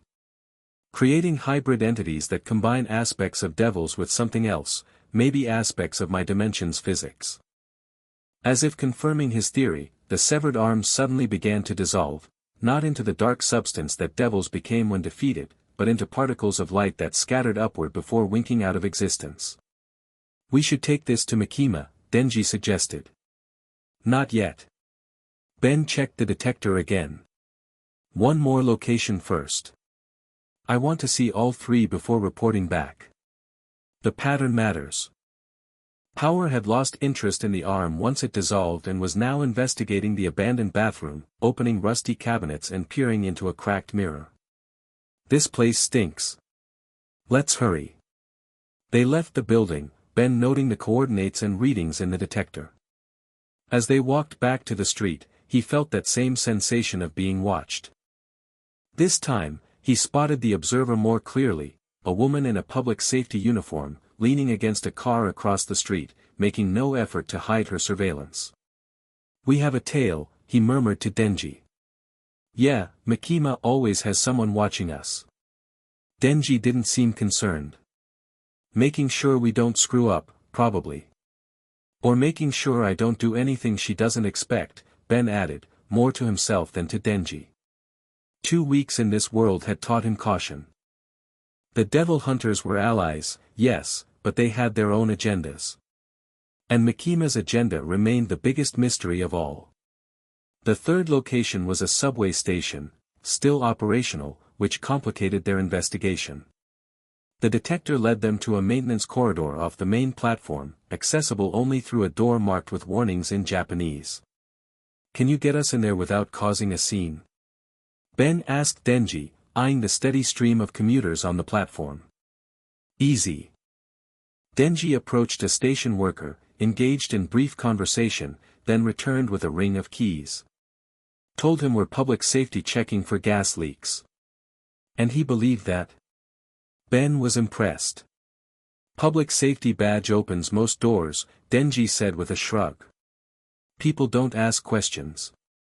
The maintenance corridor was narrow and poorly lit, with pipes running along the ceiling and electrical cables bundled against the walls. The detector led them about 50 meters in, to a junction where the corridor split in 3 directions. This is it, Ben said, checking the readings. But I don't see any visible rift. Maybe it's not open yet. Power suggested, sniffing the air. Smells weird though. Like metal and something burning. Ben adjusted the detector's settings, scanning more deeply. It's here, just dormant. Or maybe deeper in the dimensional frequency than the others. Denji leaned against the wall, already bored. So we wait for something to happen. No, Ben stopped as the Omnitrix suddenly began to pulse, the hourglass symbol fluctuating between green and black. That's not good. What's it doing? Power asked, leaning closer to look at the device. Reacting to something. Ben felt a familiar sensation, the same he'd experienced during his nightmare about the Void Devil. It's coming. The air at the junction point didn't so much tear as unfold. The rift appeared differently from the previous 2, a perfect circle that expanded like an opening iris, revealing not another location but what looked like a tunnel of swirling energy. And moving through that tunnel, approaching rapidly, was a humanoid figure. Get ready, Ben warned, activating the Omnitrix. Before he could select a transformation, something struck him from behind, a powerful force that sent him staggering forward, directly toward the rift. He caught himself against the wall, turning to see what had hit him. Power stood there, her expression blank, eyes glazed over. He comes, she said in a voice that wasn't entirely her own. Power? Denji looked confused. What the hell? She moved again with unnatural speed, grabbing Ben's arm, the one with the Omnitrix, and yanking him toward the rift. The collector must meet the collector. Ben transformed in desperation, selecting the first alien that came up. For arms. The Tetraman's massive strength allowed him to break Power's grip and push her back. She's being controlled. Ben shouted as Power crashed into Denji, knocking them both down. The figure in the rift was closer now, details becoming visible, a tall, thin entity with a familiar void-like appearance, but more defined than before. The Void Devil had evolved. Tennyson. Its voice echoed through the tunnel. You've been exploring my work. Your work nearly got us killed, Ben replied, backing away from the rift while keeping himself between it and his downed teammates. Merely tests. Preparations. The Void Devil was nearly at the threshold now. This world has such interesting dynamics. Fear given form. Imagine what I could create with access to both our realities' physics. Denji had disentangled himself from Power, who remained in her trance-like state. Chains erupted from his chest as he transformed into Chainsaw Man. Talk less, fight more, he growled, engines roaring to life. The Void Devil laughed, that same glass-breaking sound from Ben's dream. The Chainsaw Devil. Another collector of sorts. How fitting that we should all meet. Ben didn't understand the reference to Denji being a collector, but he had more immediate concerns. What did you do to Power? Blood is easily influenced. It remembers what it once was, even in its current form. The Void Devil had reached the threshold of the rift but paused there, not fully emerging.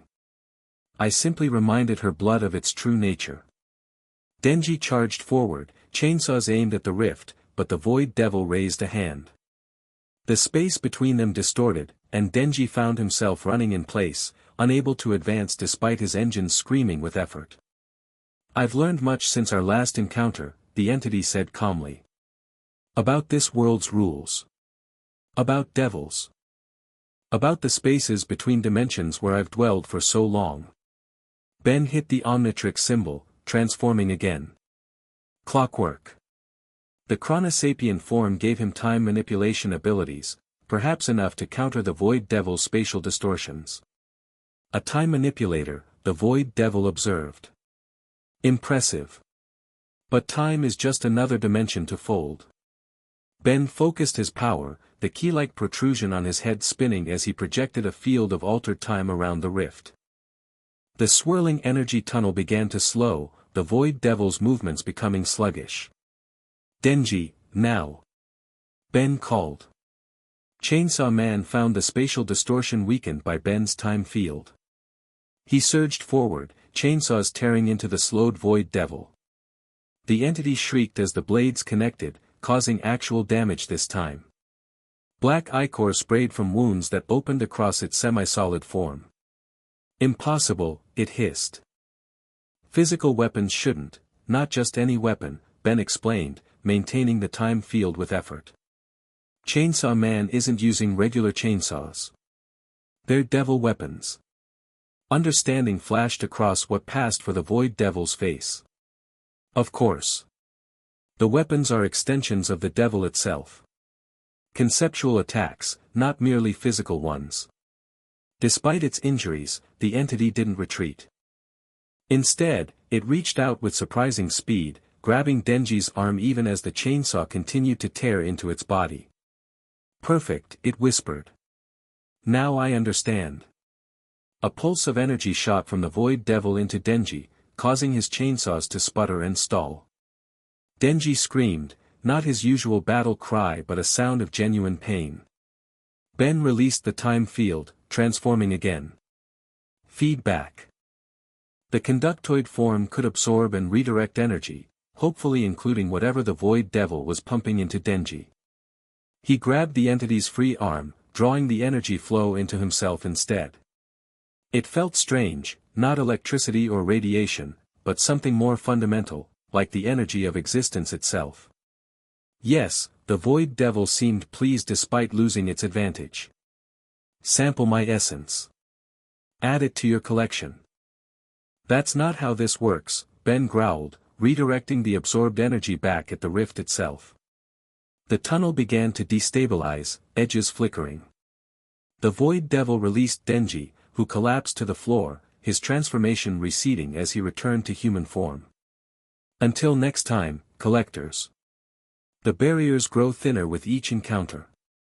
With that, it retreated back into the tunnel. The rift contracted rapidly, sealing with a sound like air being sucked from a vacuum chamber. Ben transformed back to human form and rushed to Denji's side. You okay? Denji sat up slowly, blood running from his nose and ears. Feel weird. Like it took something from me. It did the same to Power. Ben checked on her next. She was still unconscious, the trance having broken when the rift closed. The detector, which had fallen to the floor during the confrontation, was displaying warnings and data scrolling too fast to read. Ben picked it up, trying to make sense of the readings. It's getting stronger, he realized. Each rift, each interaction, it's learning, adapting. Learning what? Denji asked, wiping blood from his face with his sleeve. How to fully cross over. How devils work. How our powers work. Ben helped Power sit up as she began to regain consciousness. And I think it's building something, using what it learns to create a more permanent connection between dimensions. Power blinked, looking confused. What happened? Why am I on the floor? You got mind-controlled by Void Guy, Denji explained simply. Tried to throw Ben into a dimension hole. I did. She seemed genuinely surprised. Don't remember that. Ben checked her eyes, which had returned to normal. The Void Devil said it influenced your blood, reminded it of its true nature, whatever that means. Blood devil stuff, Power said dismissively, though she looked disturbed. Sometimes the devil part remembers it's a devil. The implications were troubling. If the Void Devil could control Power through her blood devil nature, what else could it influence? What about Denji's chainsaw devil aspect? We need to report back, Ben said, helping both of them to their feet. Makima needs to know what happened. As they made their way back through the maintenance corridor, Ben noticed Denji was unusually quiet, staring at his hands with a troubled expression. "You sure you're okay?" Ben asked. "Yeah, just." Denji flexed his fingers. "When that thing touched me, I saw stuff. Like memories, but not mine. The Chainsaw Devil's memories." "What kind of memories?" Denji shook his head. "Don't know. Eating things. Devils, but not just any devils. Important ones. Names I never heard before." That matched something the Void Devil had said, calling Denji a collector like Ben. But what did the Chainsaw Devil collect? Before Ben could ask more questions, they emerged onto the platform to find a public safety team waiting for them, led by Aki. "There you are," he said, looking genuinely concerned. "Headquarters lost your signal 20 minutes ago. Makima sent us to investigate. We encountered the Void Devil again," Ben explained. "It's evolving, getting stronger. And it's targeting me and Denji specifically." Aki's expression darkened. "Get in the car. Makima will want to hear this directly." As they left the station, Ben couldn't shake the feeling that they were missing something important. The Void Devil wasn't just trying to cross dimensions, it was interested in Ben and Denji specifically, in their abilities to collect other forms. And that couldn't be a coincidence. Makima listened to their report with her usual calm demeanor, but Ben noticed a subtle tension in her posture that hadn't been there before. "So the entity referred to both you and Denji as collectors," she said when they finished. "Interesting terminology." "I don't collect anything," Denji protested. "Except maybe lunch money." Makima's gaze shifted to him. "The Chainsaw Devil is known as the Devil of Devils, Denji. When it consumes certain devils, they are erased from existence, their names, their concepts, everything about them disappears from human consciousness." Ben and Denji exchanged surprised looks. This was clearly news to Denji as well. "Wait, Pochita can do that?" Denji put a hand over his chest, where the Chainsaw Devil resided. "Erase devils completely? Only the ones that represent concepts rather than physical fears," Makima explained. "Abstract devils. The Nazi devil, for instance. Consumed and erased by the Chainsaw Devil during World War II." "The what devil?" Ben asked. "Exactly." Makima's smile was thin. "You don't know what that word means because the concept was eaten. It exists only in classified records kept by certain organizations." Ben's mind raced with the implications. So Chainsaw Man can erase concepts from reality by eating devils. And the Omnitrix lets me transform into any species I encounter, including devils now. Two collection systems, Makima agreed. One that removes, one that adds. Perfect tools for an entity that wants to reshape reality. Power, who had been uncharacteristically quiet, raised her hand like a student. "So why did Void Guy control my blood but not Denji's chainsaws?" "Denji's connection to the Chainsaw Devil is unique," Makima said. "A true hybrid where man and devil have become a single entity.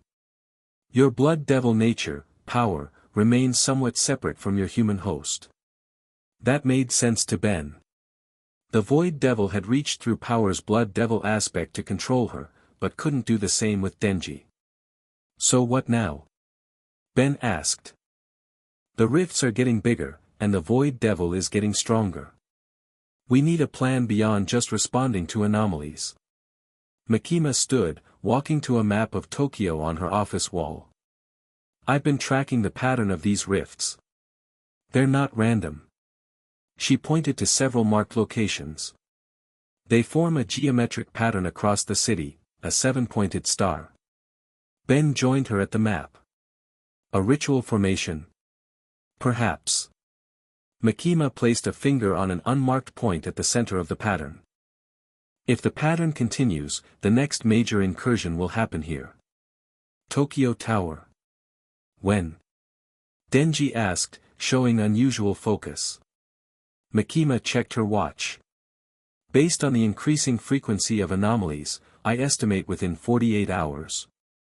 So we set a trap, Ben suggested. Get there first, prepare countermeasures. Precisely what I was thinking. Makima returned to her desk. I'll assign a full team to develop a strategy. In the meantime, you three should rest. Especially you, Denji. The Void Devil's contact with your Chainsaw Devil aspect may have unpredictable consequences. As they left the office, Ben pulled Denji aside. Did you know about the Chainsaw Devil erasing concepts? Denji shook his head. Pochita never told me that stuff. We don't exactly have heart-to-hearts. I mean, he is my heart, but you know what I mean. What else don't you know about your own powers? Ben wondered aloud. Probably lots. Does it matter? I cut things with chainsaws. That's the important part.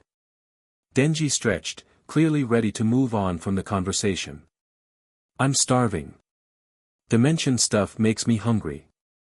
Power, who had been examining her hands as if expecting to see some trace of the Void Devil's influence, looked up. Food. Yes. I want hamburgers. Ben couldn't help smiling despite the gravity of the situation. These two faced apocalyptic threats with the same enthusiasm they showed for lunch plans. Sure, hamburgers it is. He checked the Omnitrix again, a habit he'd developed whenever something strange happened. The device seemed normal now, the hourglass symbol a steady green. But after that, I want to run some tests with the Omnitrix. If the Void Devil is targeting collectors, I need to understand exactly what it wants from us. Boring. Power declared, already heading for the elevator. Food first, nerd stuff never. Denji laughed, following her. She's got a point, alien boy. Can't fight devils on an empty stomach. Ben joined them, his concerns temporarily set aside. In the 2 weeks he'd been in this world, he'd learned that moments of normalcy were precious, especially when the multiverse itself seemed to be unraveling around them. The hamburger place was a small American-style diner tucked between towering office buildings. The contrast was stark, neon signs and checkered floors against the sleek glass and steel of modern Tokyo. For Ben, it felt almost like home. These are so good, Denji mumbled around a mouthful of his third burger. Why don't we eat here every day? Because Aki says we need balanced nutrition or whatever, Power answered, making air quotes with fingers stained with ketchup. Ben watched them with amusement, sipping his milkshake. It was easy to forget sometimes that despite their powers and violent lifestyles, Denji and Power were essentially teenagers experiencing normal things for the first time. Burgers, milkshakes, friendship, all novelties to them. So, Ben said, setting down his drink, about what happened today. Power, do you remember anything from when the Void Devil was controlling you? She frowned, dunking a fry in her milkshake, a habit she'd picked up from Denji. Kinda. Like watching through foggy glass. Felt like, going back to before. Before what? Before being Power. She shrugged as if this explained everything. When I was just Blood Devil. No name, just hunger and flowing. Ben tried to imagine what that existence must be like, being fear itself, without identity or personality. And the Void Devil could access those memories. That state of being. I guess. Power seemed uncomfortable with the conversation, fidgeting with her straw. Can we talk about something else? Like how I'm going to kick Void Guy's ass next time. Ben let it drop, turning instead to Denji. What about you? You said you saw the Chainsaw Devil's memories when the Void Devil touched you. Denji nodded, his expression unusually serious. Yeah. Weird stuff. Eating other devils. Big ones. Important ones.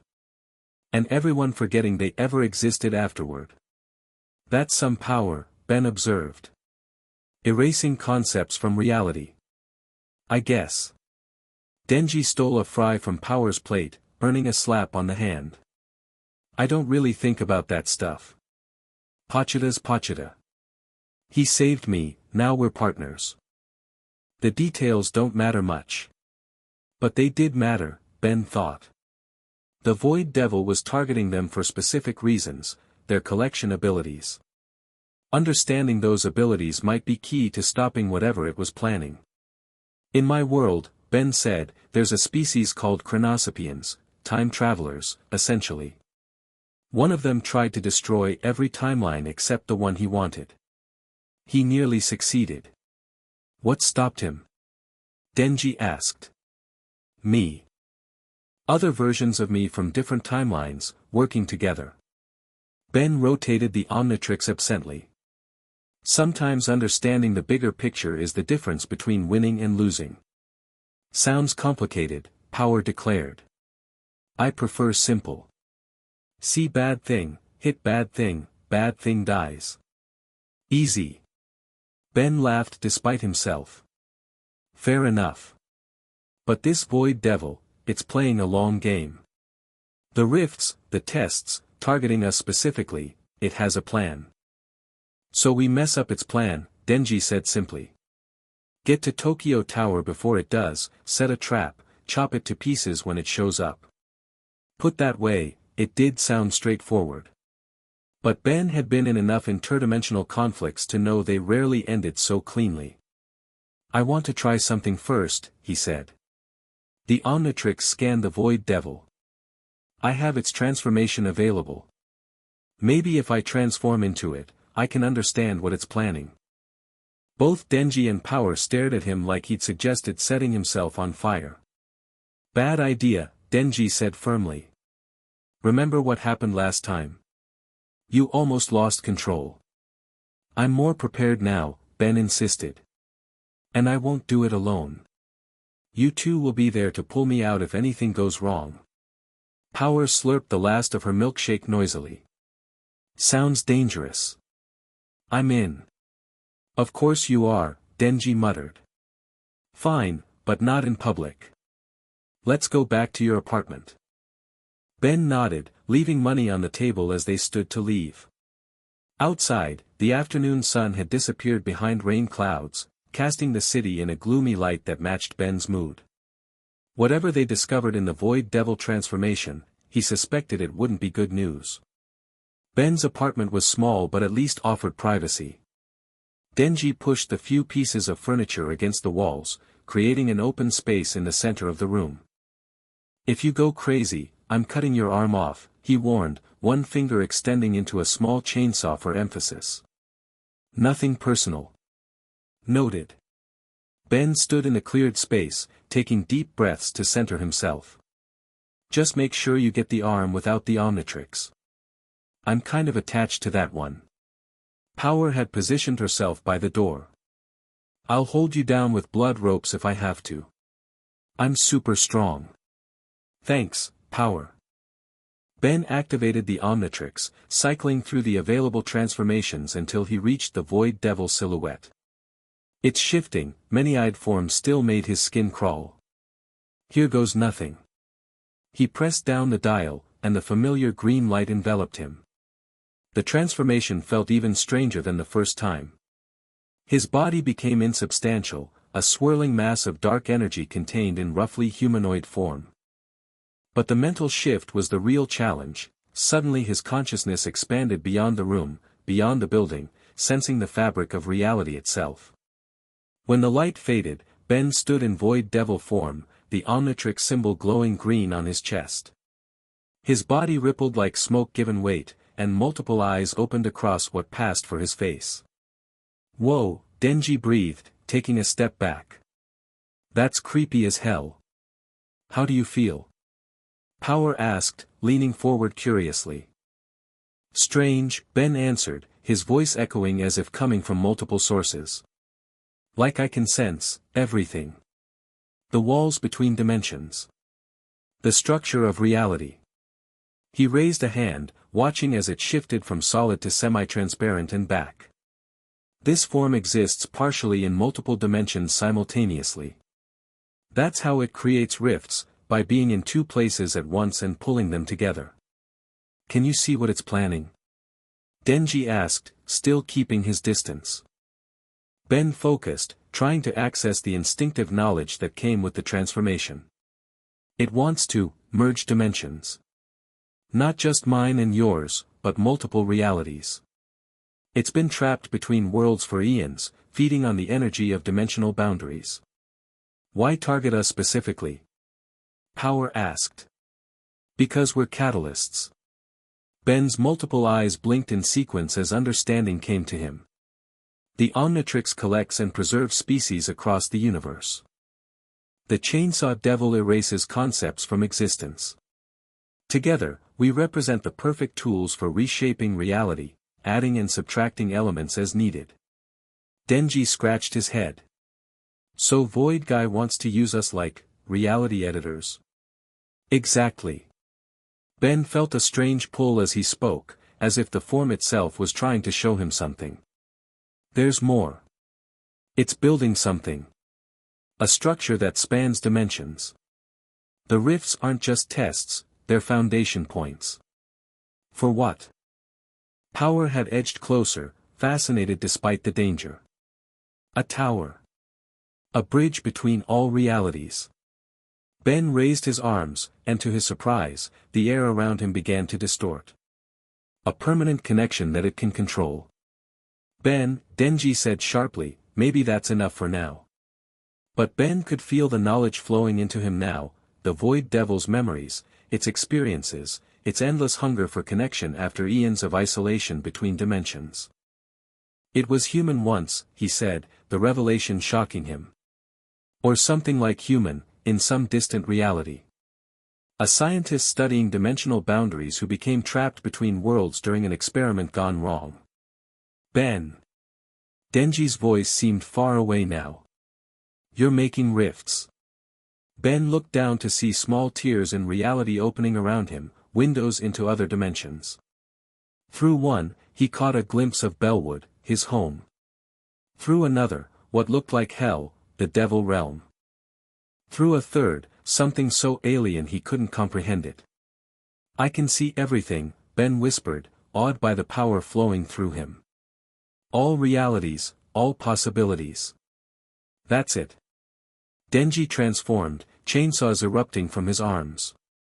Snap out of it, Ben. The revving engines cut through Ben's trance-like state. He realized with horror that he was losing himself to the Void Devil's consciousness, just as Power had earlier. Help, he managed to say, fighting for control. Can't. Maintain. Power moved with surprising speed, blood-formed restraints shooting from her hands to wrap around Ben's shifting form. They sizzled where they made contact but held firm. Hit the symbol, she shouted to Denji. That changes him back, right? Denji lunged forward, avoiding the small rift still opening around Ben, and slammed his human hand against the Omnitrix symbol on Ben's chest. Green light flashed through the room, and Ben collapsed back into human form, gasping for breath. The mini-rifts closed immediately, reality snapping back into place.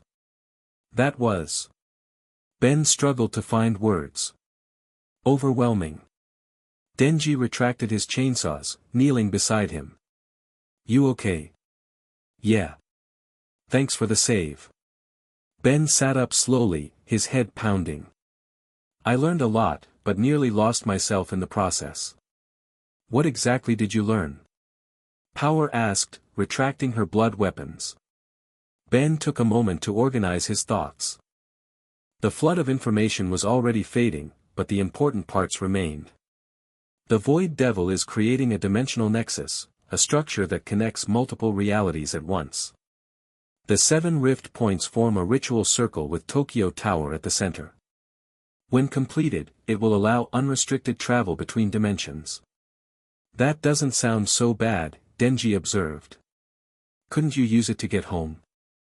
It would be a disaster, Ben explained. Dimensional barriers exist for a reason. They keep incompatible physics systems separate. If the barriers come down completely, the resulting chaos would destroy most worlds involved. Including this one. Power asked. Especially this one, Ben confirmed. The devil realm would bleed directly into the human world. Imagine every devil existing at full strength, all at once, everywhere. Denji whistled. That would be bad. Understatement of the century. Ben checked the Omnitrix, which seemed to be functioning normally despite the strain of the transformation. We need to tell Makima everything I learned. The Tokyo Tower operation isn't just about stopping one incursion, it's about preventing the collapse of multiple realities. As he reached for his phone, it rang in his hand. Aki's number appeared on the screen. Aki. We were just about to call, get to headquarters now. Aki's voice was tense. New development. The timeline has accelerated. What do you mean? The Tokyo Tower. It's happening tonight. Headquarters was in full emergency mode when they arrived. Devil hunters rushed through corridors, arming themselves and receiving briefings. Support staff distributed equipment and coordinated communications. It reminded Ben of plumber operations during major alien incursions back home. Makima waited in the operations center, a large room dominated by screens showing various views of Tokyo Tower and surrounding areas. Aki stood beside her, grim-faced. Tennyson-san, Makima greeted them. I understand you've been experimenting with your Void Devil transformation. Of course she knew. Ben wasn't even surprised anymore. Yes. I learned what the Void Devil is planning. It's creating a dimensional nexus centered on Tokyo Tower. I've reached the same conclusion, Makima said, gesturing to the screens. Unfortunately, the process has accelerated. The central screen showed Tokyo Tower illuminated against the night sky, but something was wrong. The air around the tower shimmered with unnatural distortion, and what looked like lightning in impossible colors flashed between the structure's beams. When did this start? Ben asked. Approximately 1 hour ago, Aki answered. First reports described it as unusual weather. Now we've evacuated a 5-block radius. It's using the tower's metal structure as a conductor, Ben realized, watching the energy patterns. Channeling dimensional energy through the framework to create a stable nexus point. Can you stop it? Makima asked directly. Ben considered the question carefully. Maybe. The transformation gave me insight into how the process works. If I can get close enough, I might be able to disrupt the energy flow. Using the same transformation that nearly overwhelmed you earlier. Denji interjected. Bad idea. We don't have many good options, Ben countered. This nexus is forming faster than expected. Once it stabilizes, stopping it becomes exponentially more difficult. Makima studied him with those unnerving amber eyes. You believe you can control the transformation long enough to disrupt the nexus? I think so. Especially with help. Ben nodded toward Denji and Power. They pulled me back before. They can do it again if necessary. Very well. Makima turned to the room at large. Prepare the containment team. We move out in 15 minutes. As the devil hunters mobilized, Aki pulled Ben aside. I've known Makima for years, and I've never seen her this concerned. Whatever this Void Devil is planning, it has her rattled. That was unsettling. In the short time Ben had known Makima, she'd faced horrific threats with nothing but cool calculation. If she was worried. This goes beyond devils, Ben explained. It's a threat to reality itself. Devils, humans, everything, all at risk if these dimensional barriers collapse. Aki nodded grimly. Then we stop it. Whatever it takes. The intensity in his voice reminded Ben that for all his formality, Aki had dedicated his life to fighting devils after losing his family. He understood stakes and sacrifice better than most. We will, Ben promised. Together. Tokyo Tower loomed against the night sky, its usually elegant frame now crackling with otherworldly energy. The evacuation had left the surrounding area eerily empty, the normal bustle of the city replaced by the low hum of dimensional energy and the distant wail of emergency sirens. Public safety had established a perimeter 2 blocks out, with devil hunters stationed at strategic points. Ben, Denji, and Power stood with Makima and Aki at the command post, watching as the distortions around the tower intensified. The Nexus is approaching critical mass, Ben observed, the Omnitrix reacting with pulses of green light. Maybe 20 minutes until it stabilizes. Then we move now, Makima decided. Tennyson-san, you and Denji will approach from the ground.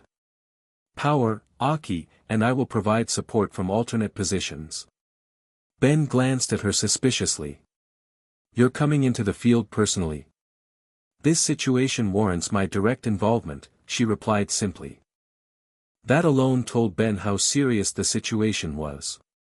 From what he'd gathered, Makima rarely engaged in direct combat. Let's go, Denji said, already beginning his transformation. Chains erupted from his chest, and within seconds, Chainsaw Man stood ready, engines idling. Ben activated the Omnitrix, cycling past the Void Devil transformation. Using that form was a last resort. I'll start with something durable. Humongosaur.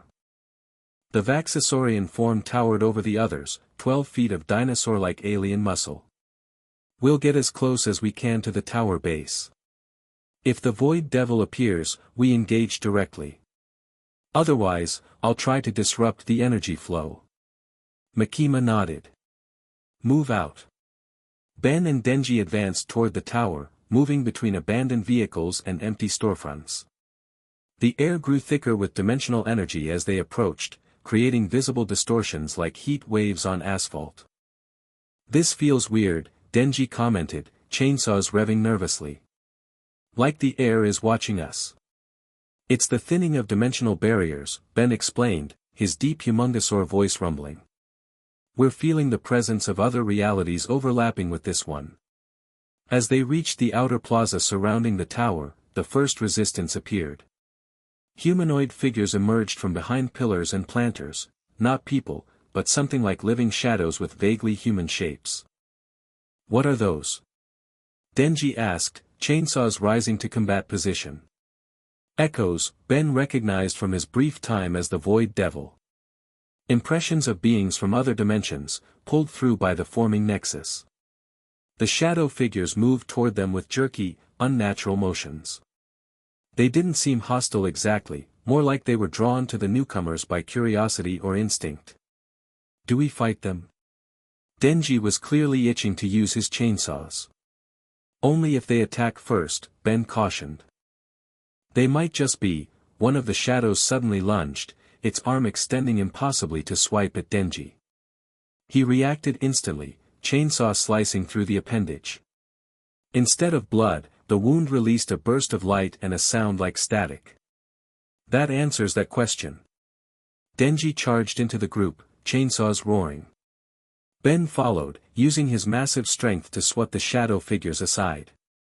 They weren't particularly durable, dispersing into particles of light when struck with sufficient force, but there were many of them, emerging from the dimensional distortions all around the plaza. We need to keep moving. Ben called, batting away 3 shadows at once. The tower is the priority. They fought their way to the base of Tokyo Tower, where the dimensional disturbance was strongest. Up close, Ben could see energy coursing through the metal framework, gathering at the top in a swirling vortex of light. Now what? Denji asked, finishing off the last of the shadow figures. Ben hit the Omnitrix symbol, transforming again. Feedback. The conductoid form would allow him to absorb and redirect energy, hopefully including dimensional energy. I'll try to drain the power from the tower structure, Ben explained, extending his antenna-like connectors toward the metal framework. Cover me. On it. Denji positioned himself between Ben and the plaza, chainsaws at ready. Ben connected to the tower and immediately felt the surge of dimensional energy, raw, unfiltered power flooding into his conductoid form. It was like nothing he'd experienced before, a torrent of energy that contained echoes of countless realities. There's so much, he gasped, struggling to process the influx. Too much to drain completely. As he worked to redirect the energy safely into the ground, a familiar distortion appeared in the air before them, a perfect circular rift that opened like an iris. "He's here," Ben warned, maintaining his connection to the tower. The Void Devil emerged from the rift, more solid and defined than ever before. It had taken on an almost fully humanoid appearance, though still composed of swirling darkness with multiple eyes across its face. It wore what looked like a twisted parody of scientific equipment, gauges and devices embedded in its void-like substance. "Tennyson. Chainsaw Man." Its voice was stronger, more focused. "Right on schedule." Denji revved his engines aggressively. "Schedule this." He charged forward, chainsaws aimed at the entity's midsection. The Void Devil didn't dodge. Instead, it raised a hand, and reality seemed to bend around Denji. His charge slowed to a crawl, then stopped entirely, leaving him frozen in mid-lunge. "I've evolved beyond such crude physical conflicts," the entity said calmly. "The Nexus has provided me with sufficient energy to manipulate local spacetime." Ben continued draining energy from the tower, but it was like emptying an ocean with a cup. For every bit he redirected, more flowed in from the forming dimensional connections. "This won't work, Void," Ben called. "Even if you complete the Nexus, the resulting reality collapse will destroy you too. You misunderstand my intentions." The Void Devil approached, leaving Denji frozen in place. "I don't seek destruction. I seek transcendence. A new multiversal order where dimensions exist in harmony rather than isolation." "Forced harmony isn't harmony at all," Ben retorted. "It's tyranny. Philosophy from a child who transforms into monsters." The entity sounded amused. "Your perspective is limited by your experience, Tennyson. I have existed between realities for millennia. I have seen the truth of the multiverse, that separation is the true enemy." Ben redirected some of the absorbed energy, firing a blast at the Void Devil. The entity simply shifted, the attack passing through a temporary hole in its substance. "I need your help, not your opposition," it continued. "The Omnitrix's collection capabilities are essential to stabilizing the Nexus. Just as the Chainsaw Devil's erasure power will be needed to remove incompatible elements." "Not gonna happen," Ben said, disconnecting from the tower and facing the entity directly. "We're here to shut you down, not help you." The Void Devil sighed, an oddly human gesture from such an alien being. "I expected resistance. That's why I prepared contingencies." It raised both arms, and the air around them filled with rifts, dozens of small tears in reality that began to emit shadow figures like the ones they'd fought earlier, but larger, more defined. "Echoes from across the multiverse," the Void Devil explained. "Fragments of beings whose realities brushed against the Nexus. Not fully conscious, but sufficient for my needs."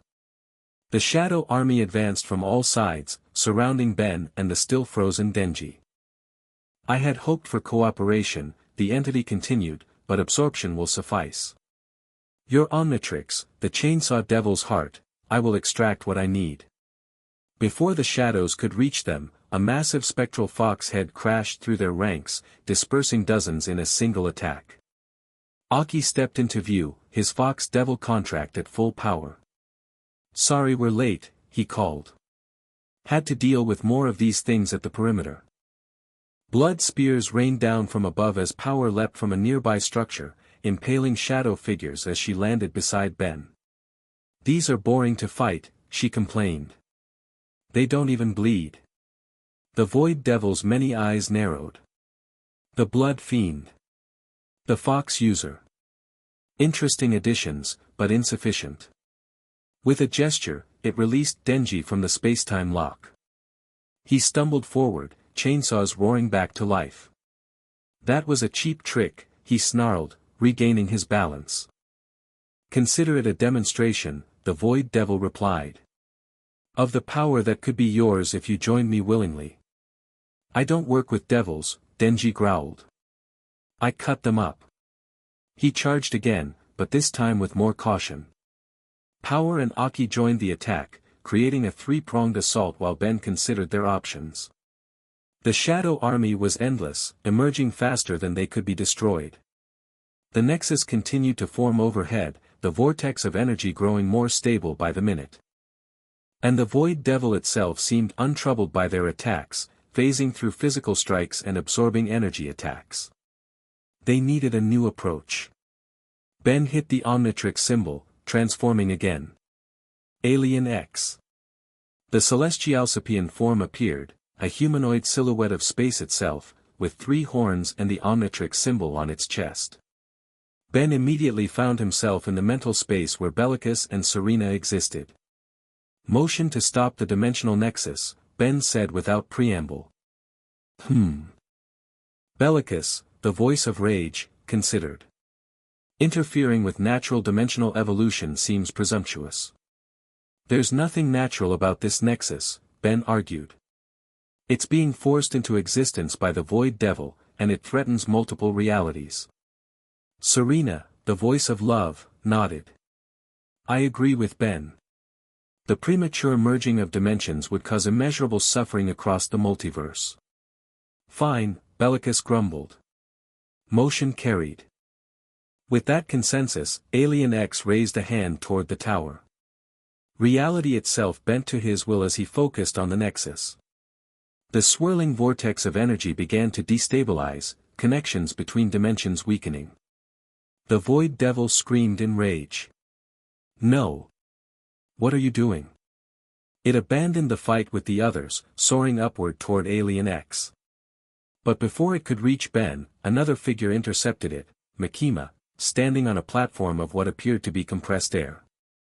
Your experiment ends here, she said calmly, raising a hand toward the entity. What happened next shocked even Ben.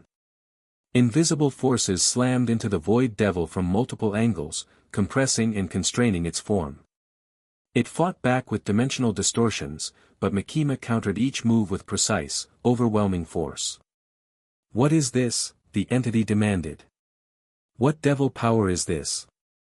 Makima didn't answer, continuing her assault with methodical precision.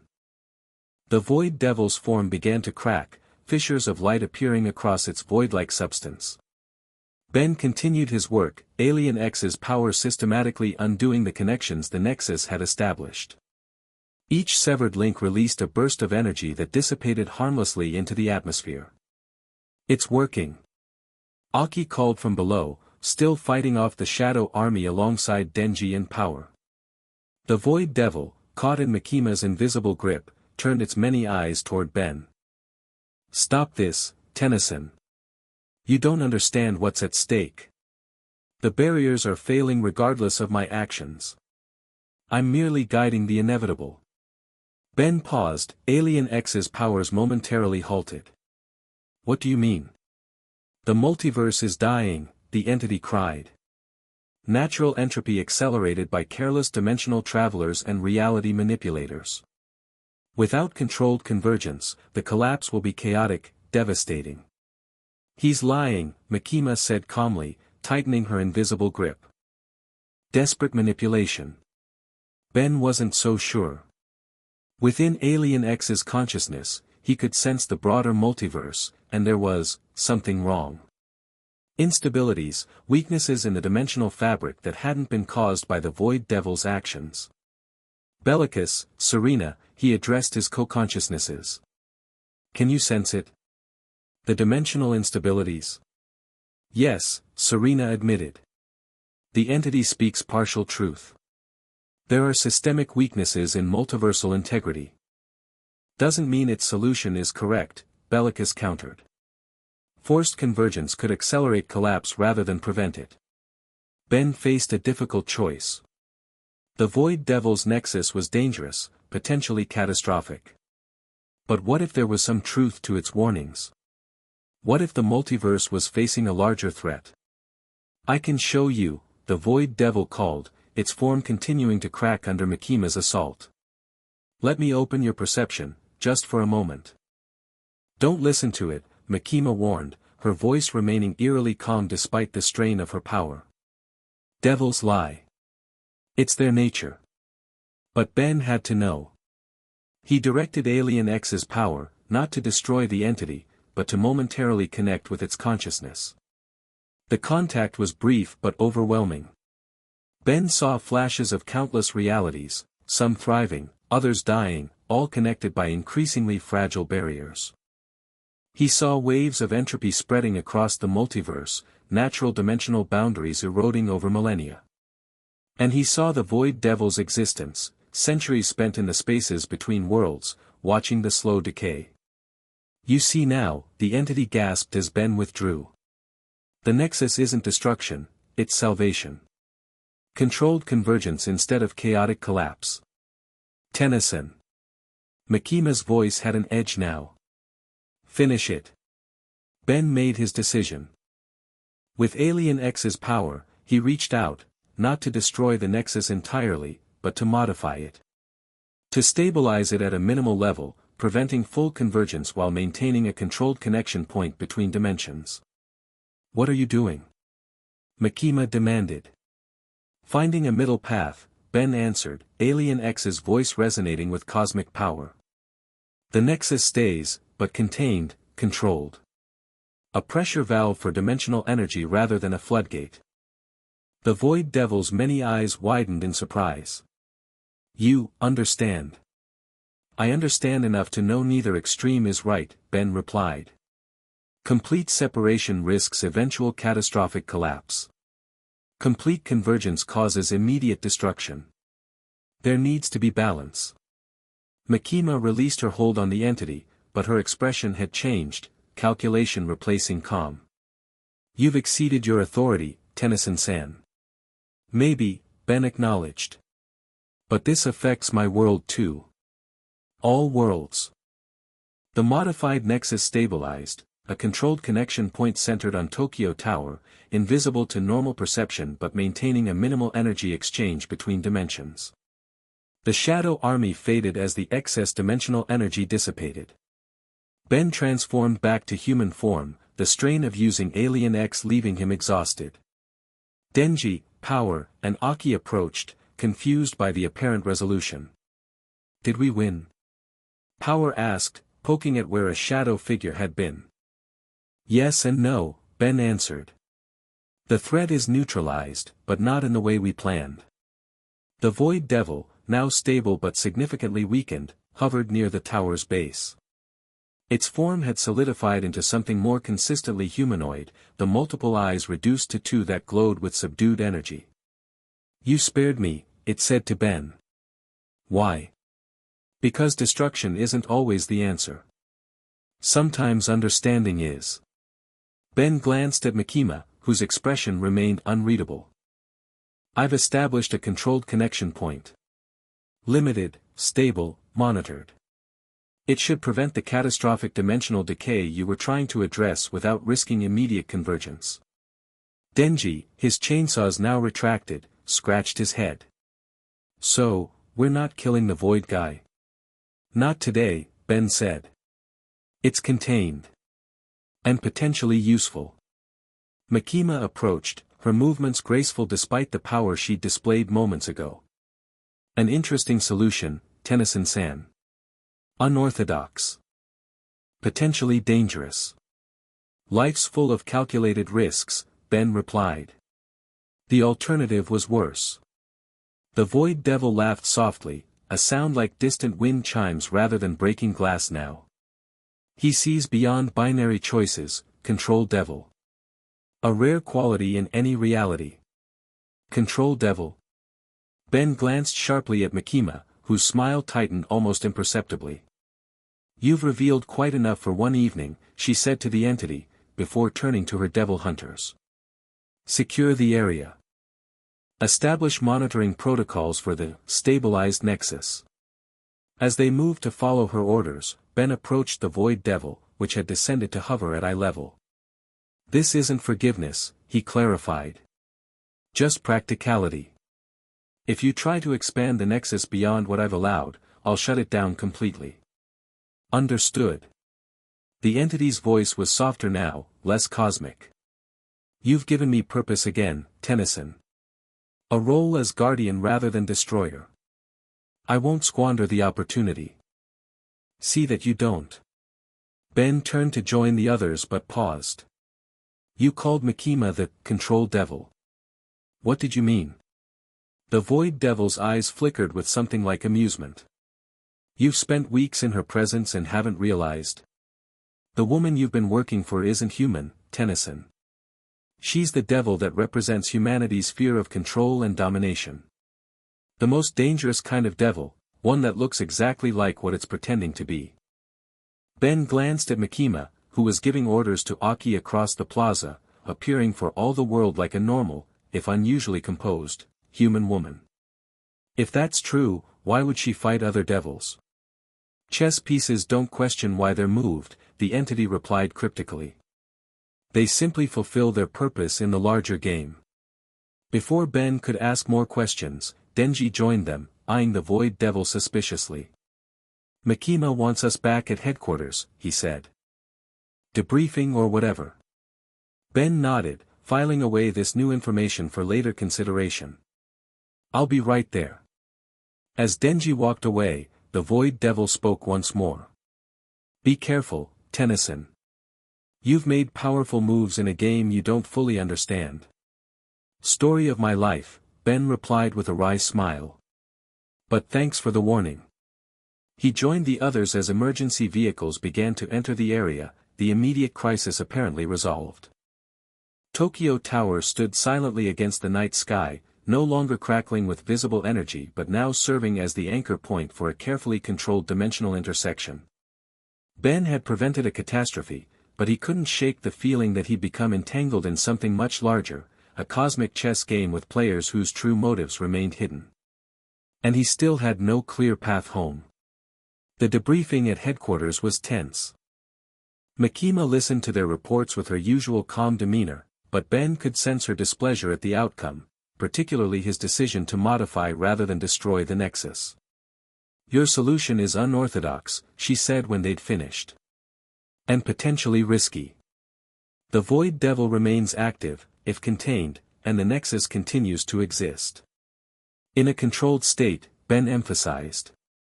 And with benefits. The stabilized connection might actually help prevent more dangerous rifts from forming elsewhere. Perhaps. Makima adjusted her glasses slightly. But it also provides a potential conduit for threats from other dimensions. Which we'll monitor, Ben countered. The Void Devil's warnings about multiversal instability weren't entirely false. I confirmed that with Alien X. Makima's amber eyes studied him with renewed interest. This Alien X form of yours. It can perceive multiversal structures. To an extent. Ben was becoming increasingly cautious about revealing the full extent of his capabilities to Makima, especially after the Void Devil's revelation. It's a powerful transformation I use sparingly. I see. Makima stood, signaling the end of the debriefing. We'll establish permanent monitoring of Tokyo Tower. In the meantime, all of you should rest. It's been an eventful day.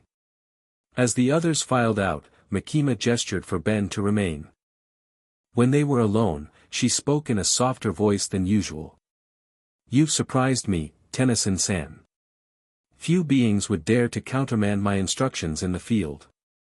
I made a judgment call, Ben said simply. Based on information you didn't have. Information provided by a devil, she pointed out. Verified by my own observations. Ben met her gaze directly. The Void Devil called you something interesting. The Control Devil. Any comment on that? Makima's smile never faltered. Devils say many things when cornered. Most are lies. But not all, Ben pressed. No, not all. She moved to the window, looking out at the city lights. You've been in our world for only a few weeks, Tennyson-san. There are aspects of devils and their relationship with humanity that would take years to fully explain. Try me. I'm a quick study.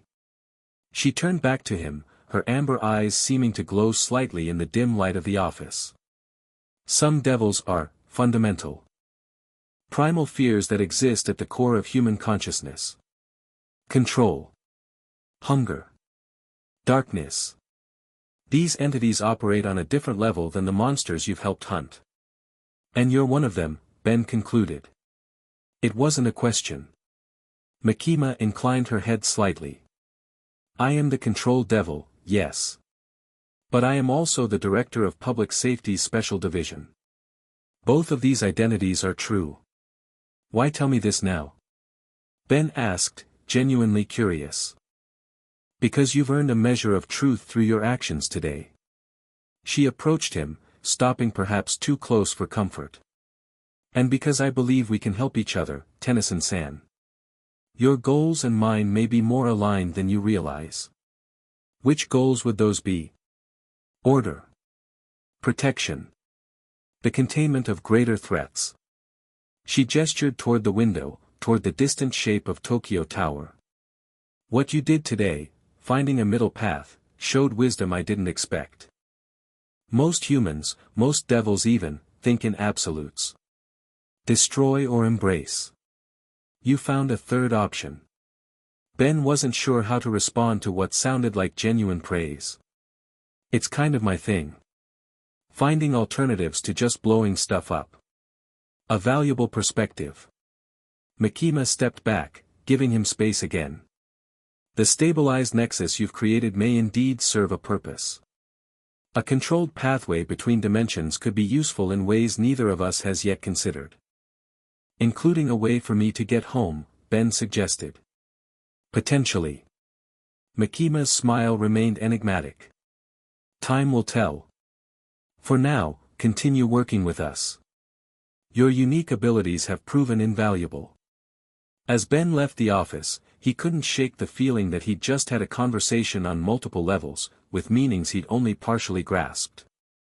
Makima was the control devil, a being representing one of humanity's most fundamental fears. And yet she ran an organization dedicated to protecting humans. The contradiction bothered him less than it probably should have. After all, he'd spent years transforming into aliens that would terrify most humans, using those forms to protect Earth. Perhaps Makima was doing something similar in her own way. Or perhaps, as the Void Devil had warned, he was just another chess piece in a game whose rules he didn't fully understand. Ben found Denji and Power waiting for him in the lobby, both looking exhausted but wired with post-battle energy. What did Makima want? Denji asked immediately. Just to discuss the Nexus situation, Ben replied, deciding not to share Makima's revelation just yet. He needed time to process it himself. I'm starving, Power declared, changing the subject with her usual lack of subtlety. Fighting shadow things makes me hungry. Everything makes you hungry, Denji retorted, but without heat. But yeah, food sounds good. They ended up at a small ramen shop that was open late, huddled around a tiny table while steam from their bowls fogged the windows. For a while, they ate in companionable silence, the events of the day settling around them like dust after an explosion. So, Denji finally said between slurps, that Void guy is just, hanging around the tower now. Being good? More or less, Ben answered. The Nexus is stable but limited. It allows minimal energy exchange between dimensions without risking full convergence. And the Void Devil seems to have accepted its new role as guardian of that exchange. You trust it? Power looked skeptical, which was rich coming from someone who occasionally tried to drink human blood when she thought no one was looking. Trust is a strong word, Ben said carefully. Let's say I'm giving it a chance to prove itself useful rather than destructive. Sometimes that's all anyone needs. Denji nodded thoughtfully. Like me and Power. Makima gave us a chance instead of just killing us. Exactly. Ben ate a piece of pork from his ramen, considering how much to share. Speaking of Makima, what do you guys know about her, really? Power shrugged. She's the boss. She's smart. Denji wants to touch her boobs. Power. Denji spluttered, choking on his noodles. What? You said so yourself. Ben laughed despite himself. These two were simultaneously some of the most dangerous beings he'd ever met and the most awkwardly teenage in their behavior. I meant more about her abilities, he clarified. She's powerful. I saw what she did to the Void Devil. Denji's expression grew more serious. Yeah. Mikima's different. Even from other devil hunters. She doesn't have contracts like Aki. She just does stuff. Scary stuff, Power added. But cool scary. Like, when she looks at you and you feel like she can see everything you ever did wrong. That aligned with what Ben now knew. The controlled devil would naturally inspire that kind of reaction, the feeling of being completely known, completely under someone else's authority. Have you ever wondered why she does what she does? Ben asked carefully. Running public safety, hunting devils. Denji looked confused by the question. To protect people, right? That's the job. Right, Ben said, not wanting to shatter Denji's apparently simplistic view. Just curious. They finished their meal, the conversation turning to lighter topics, Power's cat, or servant, as she insisted, Denji's continued fascination with Ben's transformations, and speculation about what movies might exist in Ben's dimension that didn't in theirs. As they walked back toward the Devil Hunter apartments, the night air cool and clear after the day's chaos, Ben found himself almost content. He was still stranded in a dimension not his own, surrounded by dangers he was only beginning to understand, but he'd found allies, friends, even. Hey, Denji said suddenly, stopping under a streetlight. That Nexus thing. Could it really help you get home?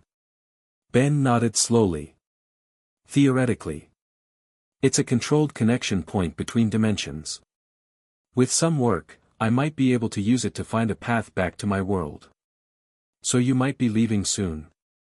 Power asked, her usual bombastic energy subdued. Maybe.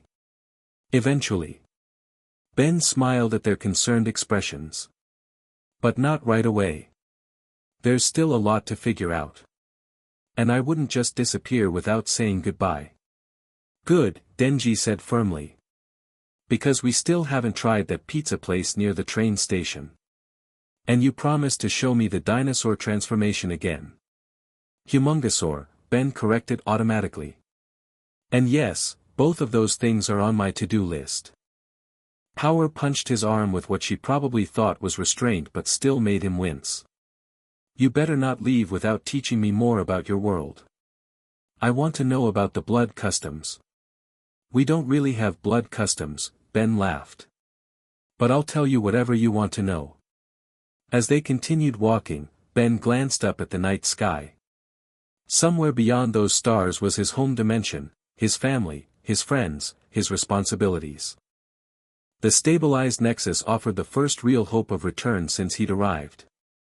But looking at Denji and Power bickering good-naturedly beside him, he realized he wasn't in any rush to leave. This strange, dangerous world had become something like a second home in the short time he'd been here. And there were still mysteries to solve, about the Void Devil's warnings, about Mikima's true agenda, about the nature of devils themselves. For now, at least, Ben Tennyson had found his place as a hero in yet another reality that needed one. Chapter 3, Devils. Within 3 weeks had passed since the Tokyo Tower incident. 3 weeks of relative calm, at least by this world's standards. Ben sat on the roof of the Devil Hunter apartment building, watching the sunset paint Tokyo's skyline in shades of orange and purple. In the distance, Tokyo Tower stood as a silent reminder of what they'd prevented, and what they'd created. The Omnitrix beeped softly as it completed its daily self-diagnostic. Ben had started running these checks after noticing subtle changes in how the device processed devil DNA. Nothing concerning yet, but different enough to warrant monitoring. Thought I'd find you up here. Ben turned to see Denji emerging from the roof access door, carrying 2 cans of soda. He tossed one to Ben, who caught it one-handed. Thanks. Ben cracked open the drink. Just thinking. Dangerous habit. Denji flopped down beside him, legs dangling over the edge. Aki's looking for you. Something about reports you didn't file. Ben groaned. The paperwork in this dimension is worse than the devil's. They sat in comfortable silence for a moment, watching as the last sliver of sun disappeared behind distant buildings. In the 3 weeks since establishing the controlled nexus, Ben had settled into something resembling routine, hunting devils with the team, monitoring dimensional fluctuations, and trying to understand the strange world he'd landed in. You check on it every day, don't you? Denji nodded toward Tokyo Tower. The nexus thing. Yeah. Ben didn't bother denying it. Twice daily. Morning and evening. You don't trust Void Guy? Trust isn't binary, Ben said, rotating the Omnitrix absently. The Void Devil has kept its word so far, maintaining the nexus at the levels we established. But I still need to verify.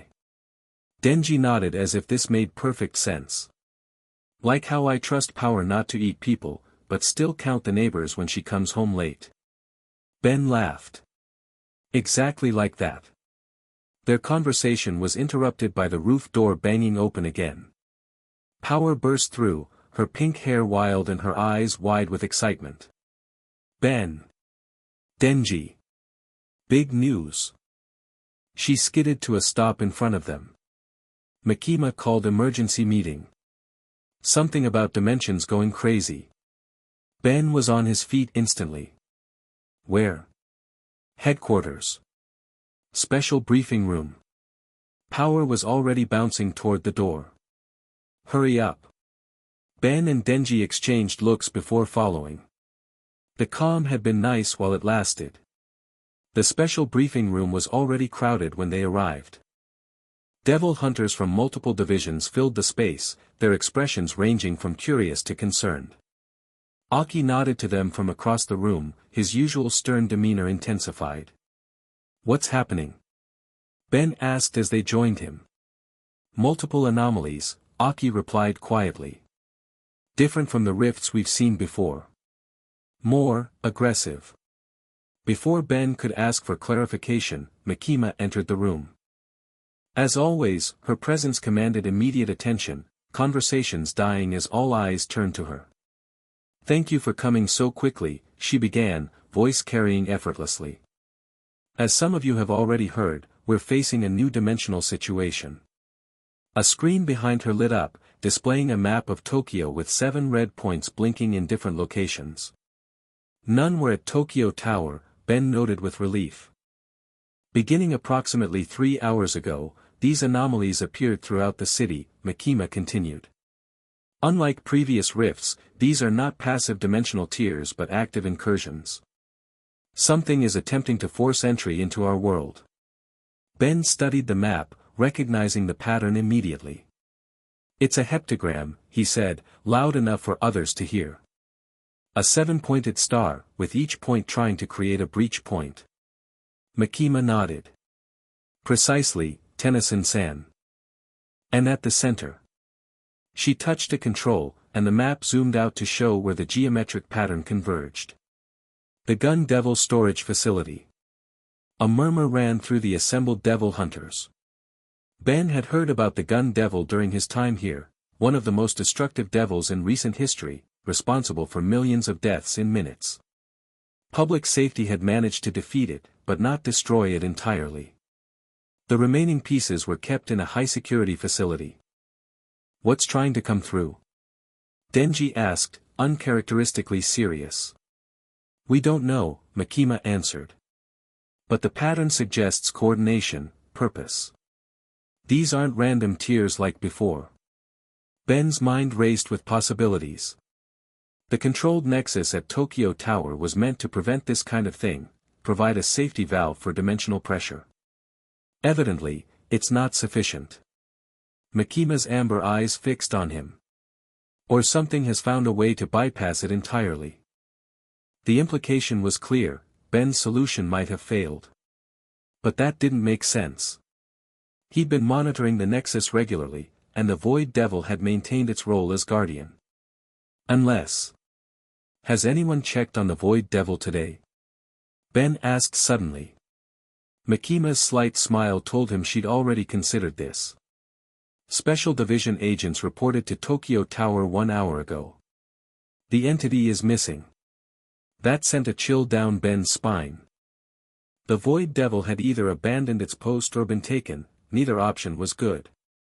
We don't have time for speculation, Makima continued briskly. These incursions are accelerating.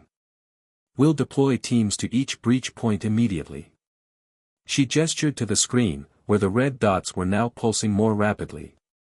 Each team will include at least one Devil Hunter with a combat-ready contract. Her gaze swept the room before landing on Ben.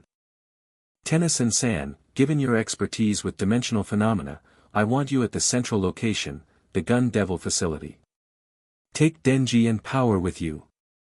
Ben nodded, already cycling through mental strategies. If something was targeting the Gun Devil remains, it had to have a specific purpose. Nothing good came from messing with pieces of the most destructive devil they had on record. The rest of you, check the board for your assignments, Makima concluded. Move out immediately. Communication protocols are in effect, report any changes in the anomalies instantly.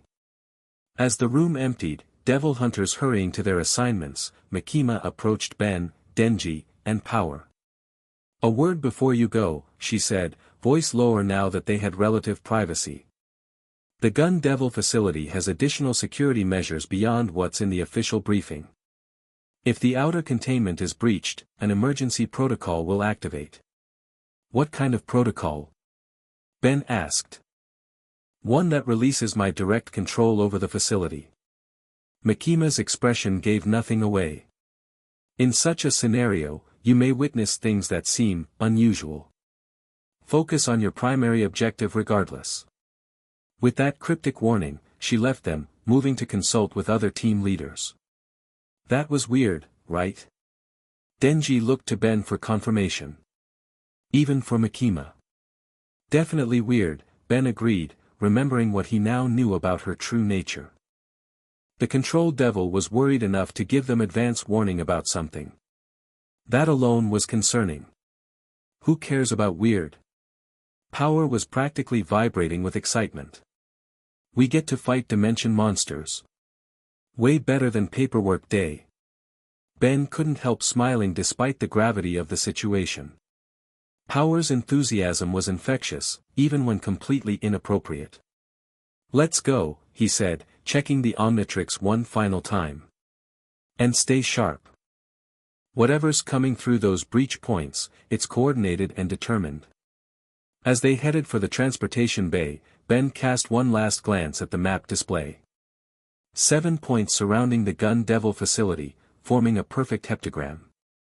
Someone or something was applying textbook dimensional invasion tactics, and they'd chosen their target with disturbing precision. The Gun Devil storage facility didn't look like much from outside, a nondescript concrete building surrounded by high walls and discreet security measures. Only the unusual number of guards and the complete absence of identifying signage hinted at its importance. Their public safety credentials got them through the outer checkpoints with minimal delay. Inside, the building revealed its true nature, a fortress designed specifically to contain something dangerous. Multiple security doors, each requiring different verification methods, led deeper into the complex. I've never been inside before, Denji remarked as they passed through yet another scanner. Always wondered what it looked like. It's boring, Power complained, eyeing the sterile white corridors with disappointment. I expected more guns on the walls or something.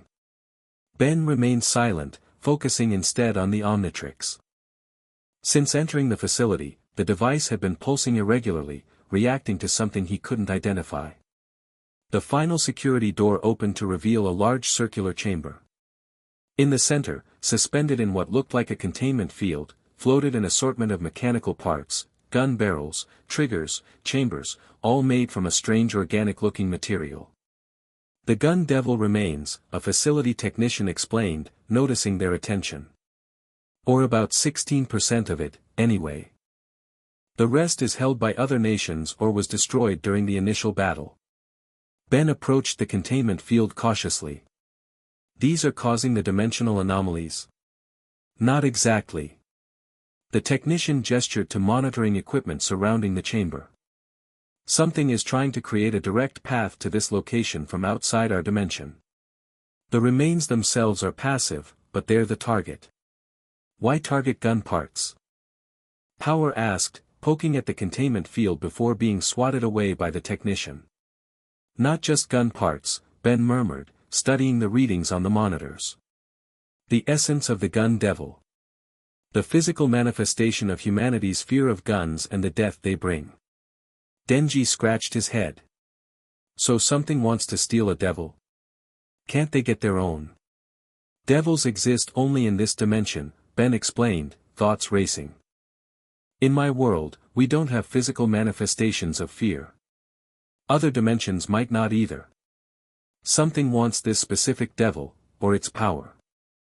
As if responding to his words, alarms suddenly blared throughout the facility.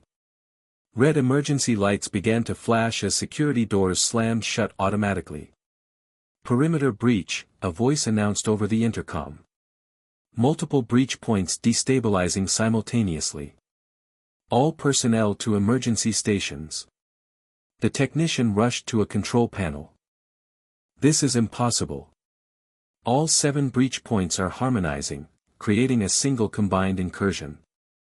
Ben checked the Omnitrix, which was now pulsing rapidly. Everyone, get ready. Whatever's coming, it's coming now. Denji didn't need to be told twice. Chains erupted from his chest as he transformed into Chainsaw Man, engines roaring to life. Power's horns extended as blood weapons formed around her arms. The air in the center of the chamber, directly above the gun devil remains, began to distort. Unlike previous rifts with their clean edges, this distortion was violent, reality itself seeming to tear apart with visible strain. Through the widening breach, Ben caught glimpses of something vast and chaotic, a dimension that seemed to be composed of constantly shifting shapes and colors, with no fixed physical laws. That's not the dimension I came from, he called over the alarms. And it's not the devil realm either. Then what is it? Denji asked, chainsaws idling aggressively. Before Ben could answer, something began to emerge from the breach, or rather, multiple somethings. Tendrils of energy in impossible colors snaked through, wrapping around the containment field holding the gun devil remains. It's trying to extract them, the technician shouted, frantically working controls. Containment field at 60% and falling. Ben activated the Omnitrix. Time to fight energy with energy. Chroma Stone. The crystalline Crystalcipian form appeared, capable of absorbing and redirecting energy. Ben immediately fired energy beams at the tendrils, attempting to sever their connection to the breach. The beams struck true, but the tendrils simply split and reformed, continuing their assault on the containment field. Physical attacks, he called to Denji. Target the tendrils where they emerge from the rift. Chainsaw Man leapt into action, chainsaws tearing through the energy appendages with surprising effectiveness. Each severed piece dissolved into particles that scattered across the floor. Power joined the assault, her blood weapons forming into lances that she hurled with deadly accuracy. Dimension tentacles. For a moment, it seemed they might repel the incursion. Then the breach expanded suddenly, doubling in size, and a wave of force knocked all 3 of them backward. Something massive began to push through, a form so alien that Ben's mind struggled to process it. It resembled a constantly shifting collection of geometric shapes, rearranging themselves in patterns that hurt to look at directly. At its center, something like a face formed briefly before dissolving into new configurations. What the hell is that? Denji shouted over the roar of the breach.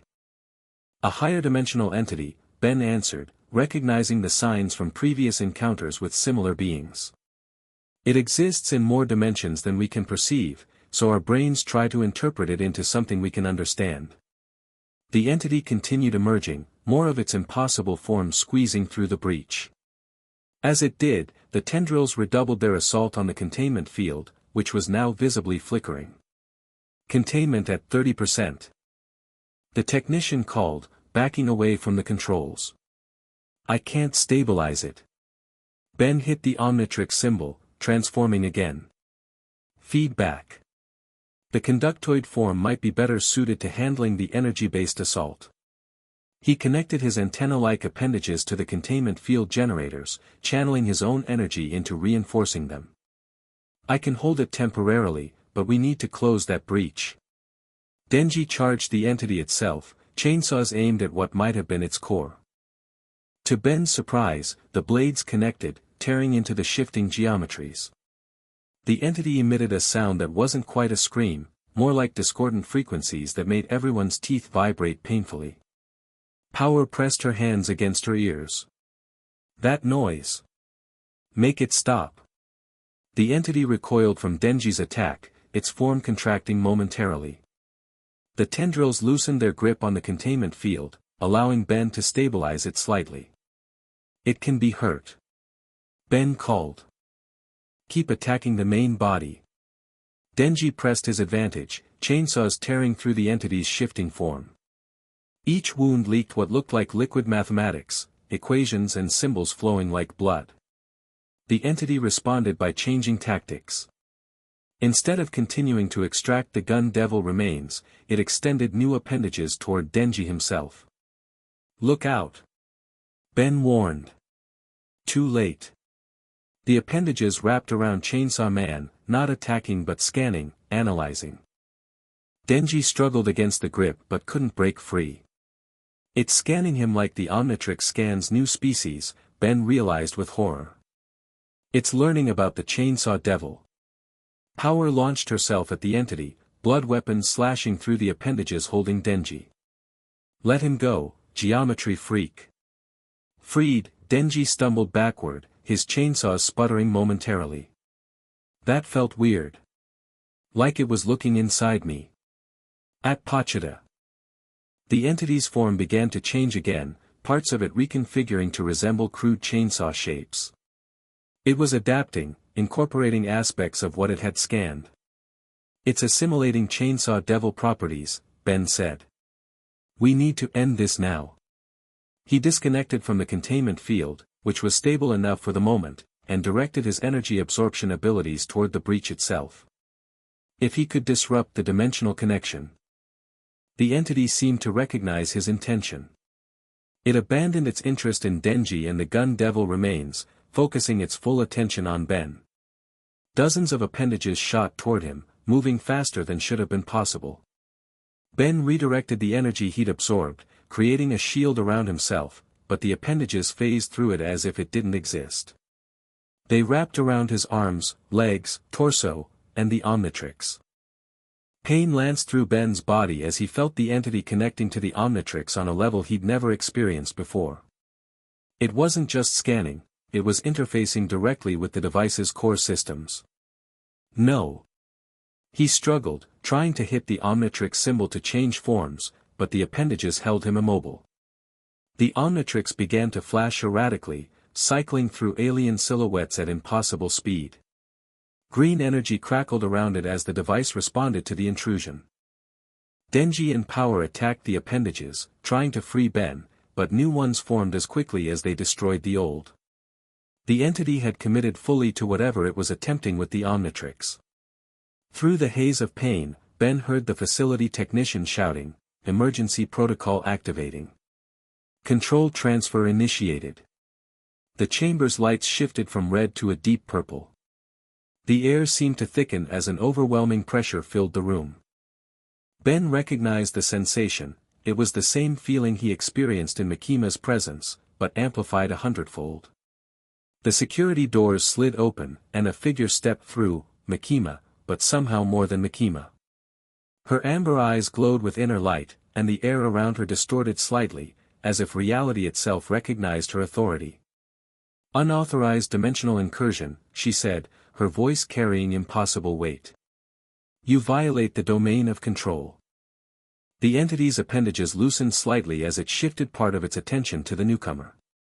That momentary distraction was all Ben needed. He slammed his hand against the Omnitrix symbol. Alien X. The transformation into the Celestialcipian was instant. The entity's appendages shattered as Ben's form changed to the humanoid silhouette of space itself. Within the shared mindscape of Alien X, Ben addressed his co-consciousnesses immediately. Bellicus, Serena, emergency situation. Motion to expel the interdimensional entity and seal the breach. Seconded, Serena replied instantly. This being threatens multiple dimensional planes. Bellicus considered for what felt like an eternity but was likely only milliseconds.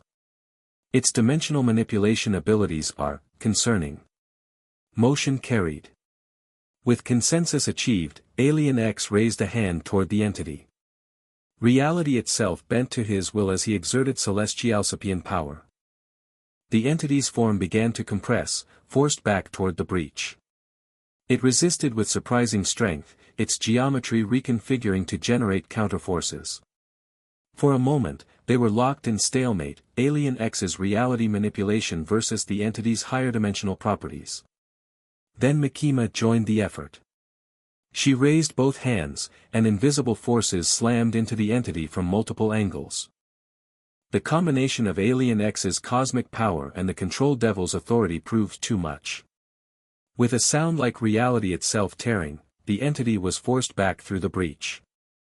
Ben sealed it immediately, celestialsapian power mending the dimensional tear with absolute precision.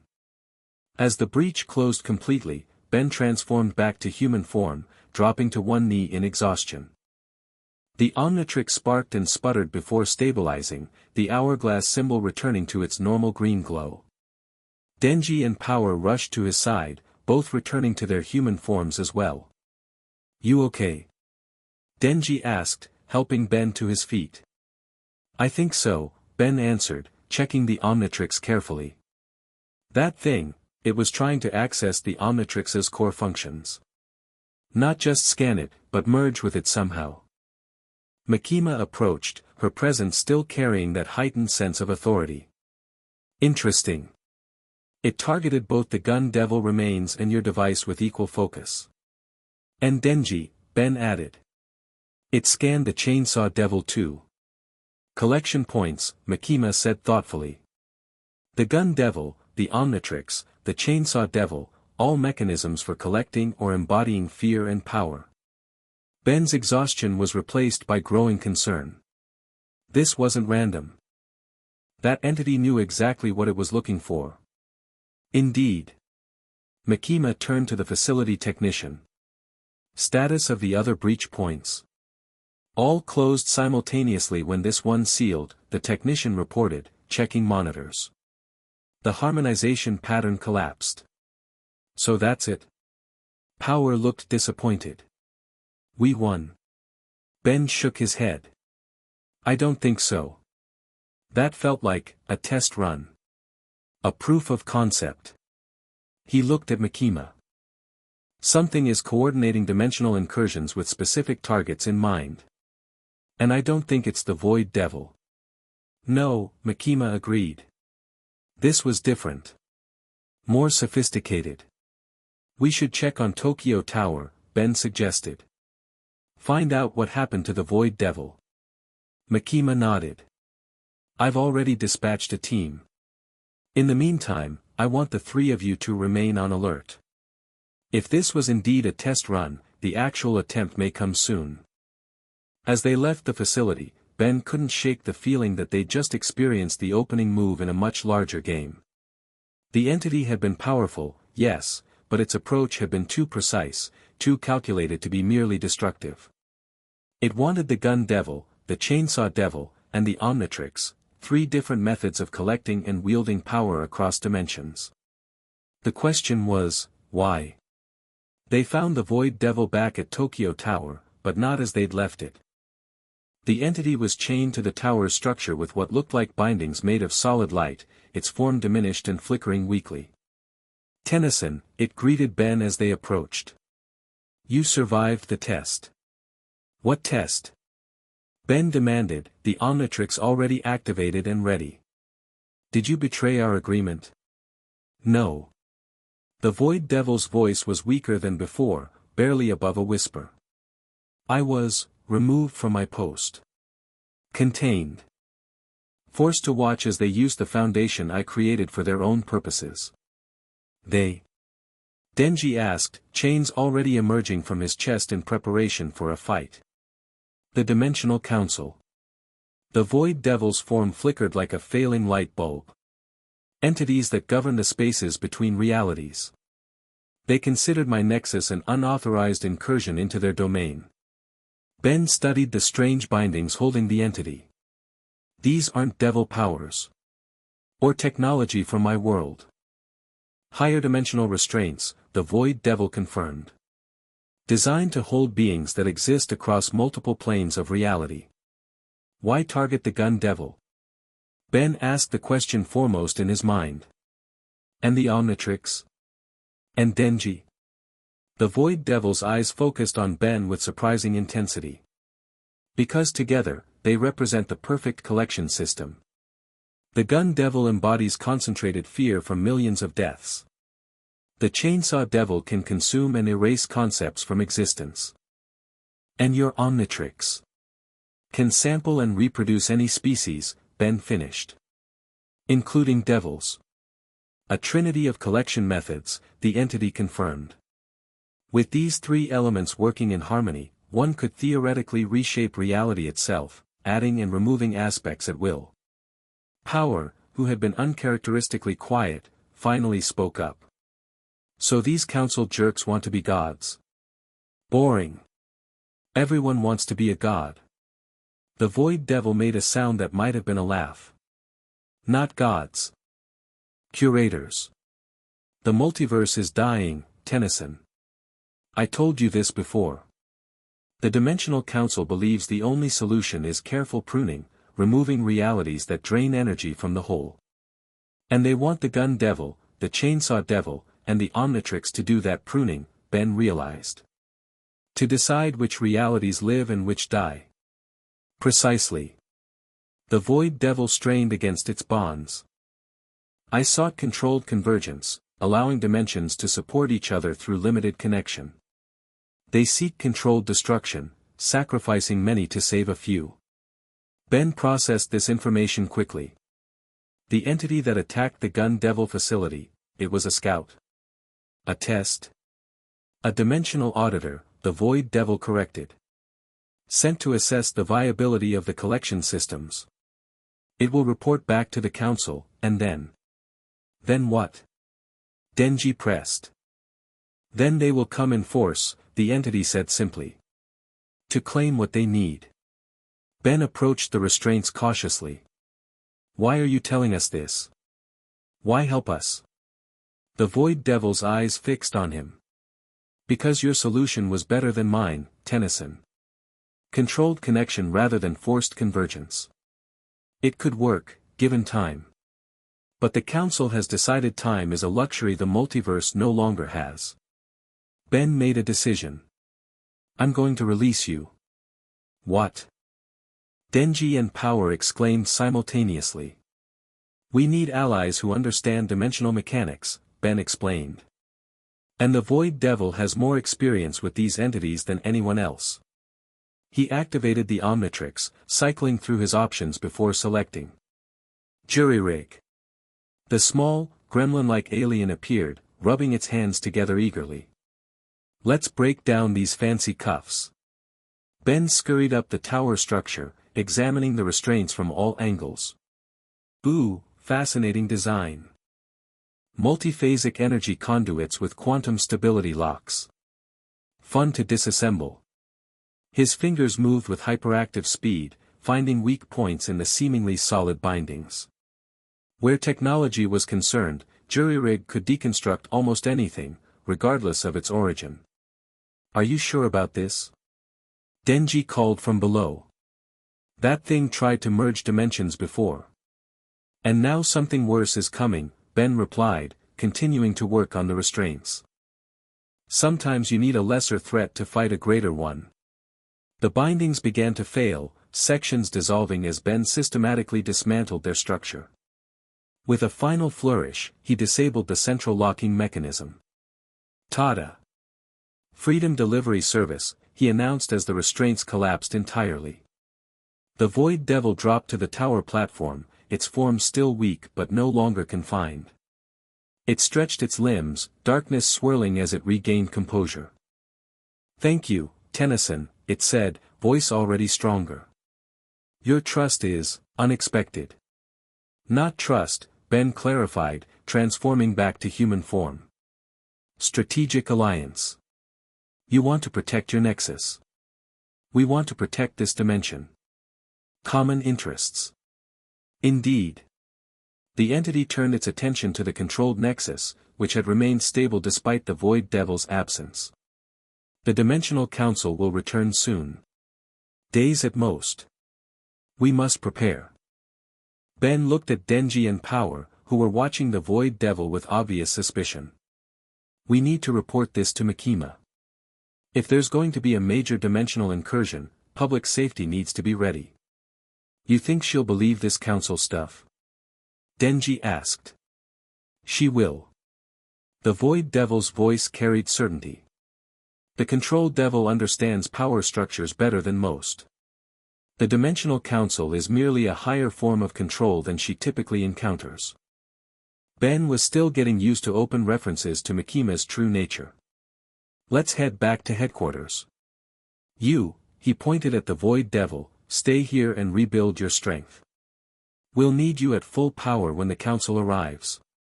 The entity nodded. "I will maintain the nexus as agreed." "And Tennyson? When the council comes, they will offer you something difficult to refuse." "What's that?" "A way home." The Void Devil's eyes held something like sympathy. "With guaranteed safe passage. A tempting proposal for someone stranded in a foreign dimension." Ben felt Denji and Power watching him, gauging his reaction. "I'll cross that bridge when I come to it," he said finally. "Right now, we focus on defense." As they left Tokyo Tower, the Void Devil returned to its post at the nexus point, its dark form merging partially with the energy flows. Ben couldn't help wondering if he'd made the right call in freeing it, but the coming threat left little room for perfect choices. "Will you go?" Denji asked suddenly as they walked toward the train station. "If these Dimension guys offer you a ride home?" The question caught Ben off guard with its directness. "I don't know," he admitted. "I have responsibilities back home. People who are probably worried about me." "But you have responsibilities here too now," Power pointed out with unusual seriousness. "Like helping us kick these council butts." Ben smiled despite the gravity of the situation. "One crisis at a time, Power. First we stop the Dimensional Council from harvesting devils and the Omnitrix. Then I'll worry about getting home." But as they boarded the train back to headquarters, the question lingered in his mind. If offered a guaranteed path home, could he really turn it down? After nearly 7 weeks in this dimension, the pull of home was strong, but so were the connections he'd formed here. Whatever the Dimensional Council was planning, it had inadvertently forced Ben to confront a question he'd been avoiding: where did he truly belong now? Makima listened to their report in her office, her expression revealing nothing as Ben explained what they'd learned from the Void Devil. "A Dimensional Council," she repeated when he finished. "Entities that govern the spaces between realities. And they view our dimension as a resource to be harvested. More specifically, they want the Gun Devil, the Chainsaw Devil, and the Omnitrix," Ben clarified. 3 collection systems they can use to reshape reality according to their plan. And you released the Void Devil to help us fight them." It wasn't a question but an observation, delivered without obvious judgment. "We need allies who understand dimensional mechanics," Ben said, echoing his earlier explanation to Denji and Power. "The Void Devil has experience with these entities." Makima stood, moving to the window as she often did when considering complex situations. "The threat assessment seems credible. The coordinated nature of the incursions, the specific targeting of collection mechanisms, it fits a pattern of methodical resource acquisition." "So you believe us?" Denji seemed surprised by her ready acceptance. "Why wouldn't I?" Makima turned back to face them. "Dimensional invaders are hardly the strangest threat we've encountered." Ben suspected there was more to her acceptance than she was revealing. As the control devil, she likely had knowledge of cosmic hierarchies beyond what she shared with her subordinates. How do we prepare? Ben asked. If the Dimensional Council returns in force, we'll need more than just devil hunters and my transformations. Agreed. Makima returned to her desk, pressing a button on her phone. Aki, implement Protocol Dimensional Shield. Full activation, all divisions. Protocol Dimensional Shield. Ben questioned after she ended the call. Contingency planning, Tennyson-san. Makima's smile was thin. Public safety has preparations for various extinction-level scenarios. Dimensional invasion is Scenario 7. You have a plan already? Denji looked impressed. Of course. Makima's confidence was either reassuring or terrifying, depending on how you looked at it. Japan has experienced more devil-related disasters than any other nation. We plan for everything. She turned to a wall safe, unlocking it with a combination Ben couldn't follow. From within, she removed a small device that resembled a metallic cube etched with complex patterns. This is a dimensional anchor, she explained, placing it on her desk. Developed after the Gun Devil incident, when we realized how fragile reality could be during massive fear events. Ben leaned closer, examining the device without touching it. This technology, it's not from this world. No, Makima admitted. It was recovered from a previous dimensional incursion, approximately 30 years ago. We've reverse-engineered aspects of it, enough to create a network of anchors throughout Tokyo. What do they do? Power asked, reaching for the cube before Makima gently moved it away from her curious fingers. They stabilize local spacetime against force-dimensional manipulation, Makima explained. Not enough to prevent incursions entirely, but sufficient to ensure our reality remains dominant within the anchored zone. Ben was impressed despite his lingering suspicions about Makima's ultimate agenda. Home field advantage, essentially. Precisely. Makima returned the cube to its safe. We'll activate the network immediately. In the meantime, I want the three of you to continue your regular patrols but remain on high alert for any dimensional anomalies. As they turned to leave, Makima added, Tennyson-san, a moment longer, if you please. Denji and Power exchanged glances before departing, leaving Ben alone with Makima. The Void Devil mentioned something to you, she said once the door closed. Something about going home. Ben wasn't surprised she'd picked up on this detail. It said the Dimensional Council might offer me safe passage back to my dimension. And would you accept such an offer? Her amber eyes studied him with unnerving intensity. I don't know, Ben answered honestly. I have responsibilities there. People who depend on me. Just as you have here, Makima observed.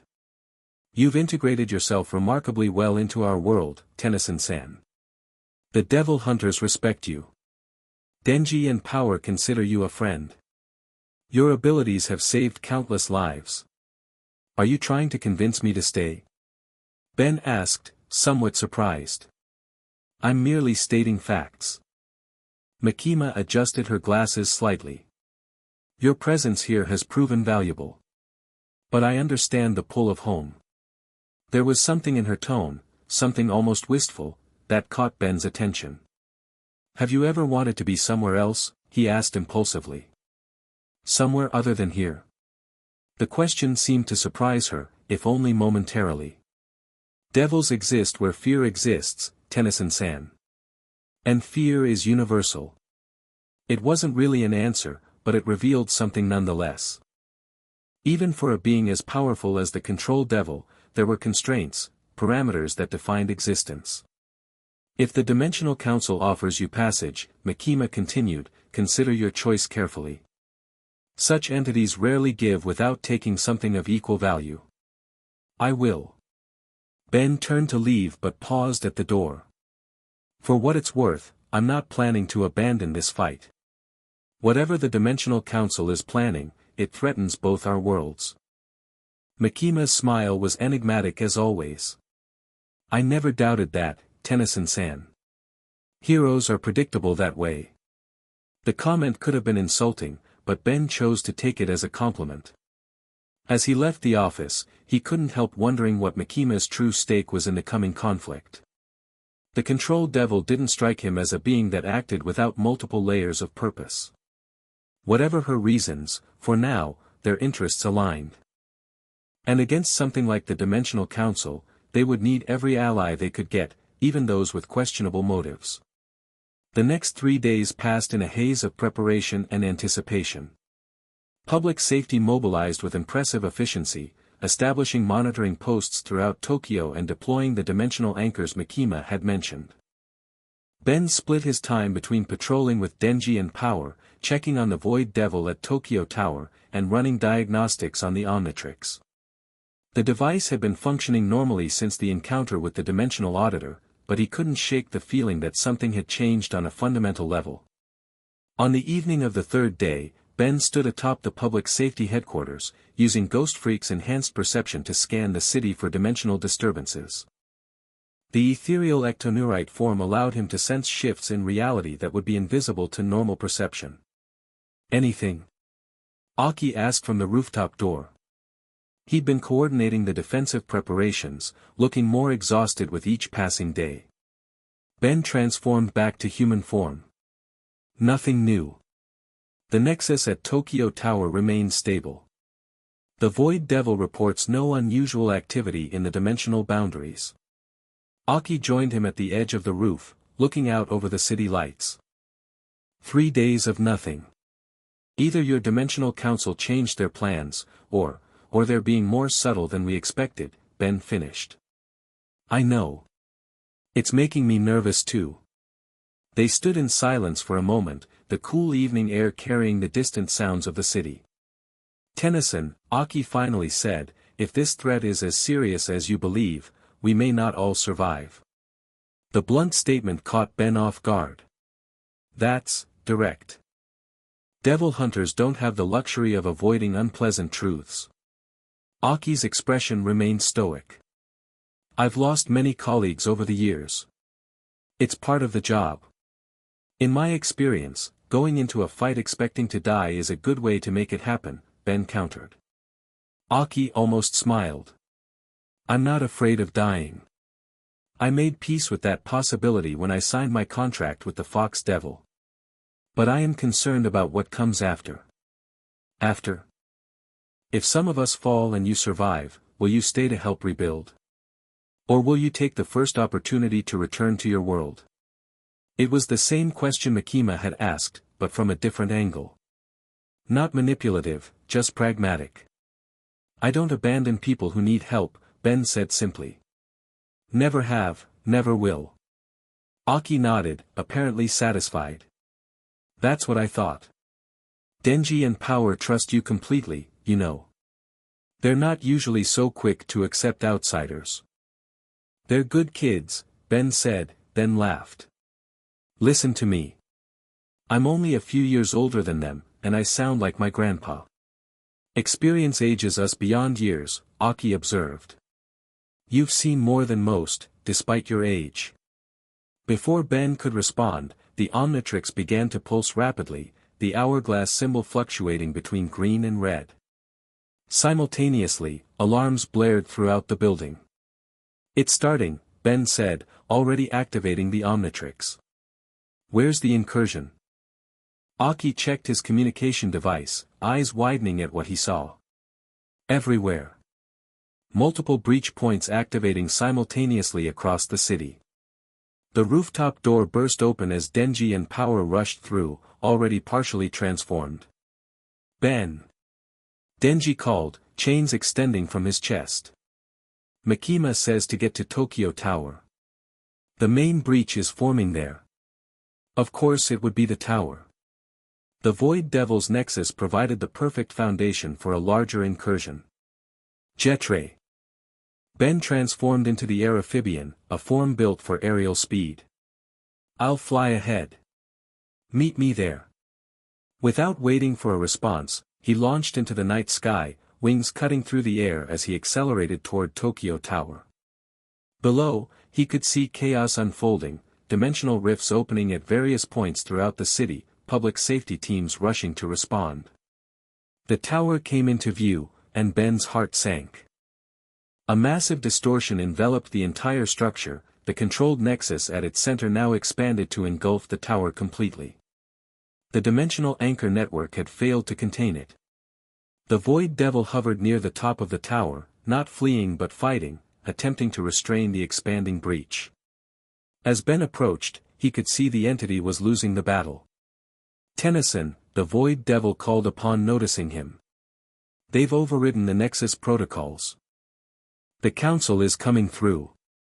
Ben circled the tower once before landing on an observation deck. How? The anchors should have prevented this level of incursion. They found the frequency resonance, the Void Devil explained, its form stretched thin as it fought to contain the breach.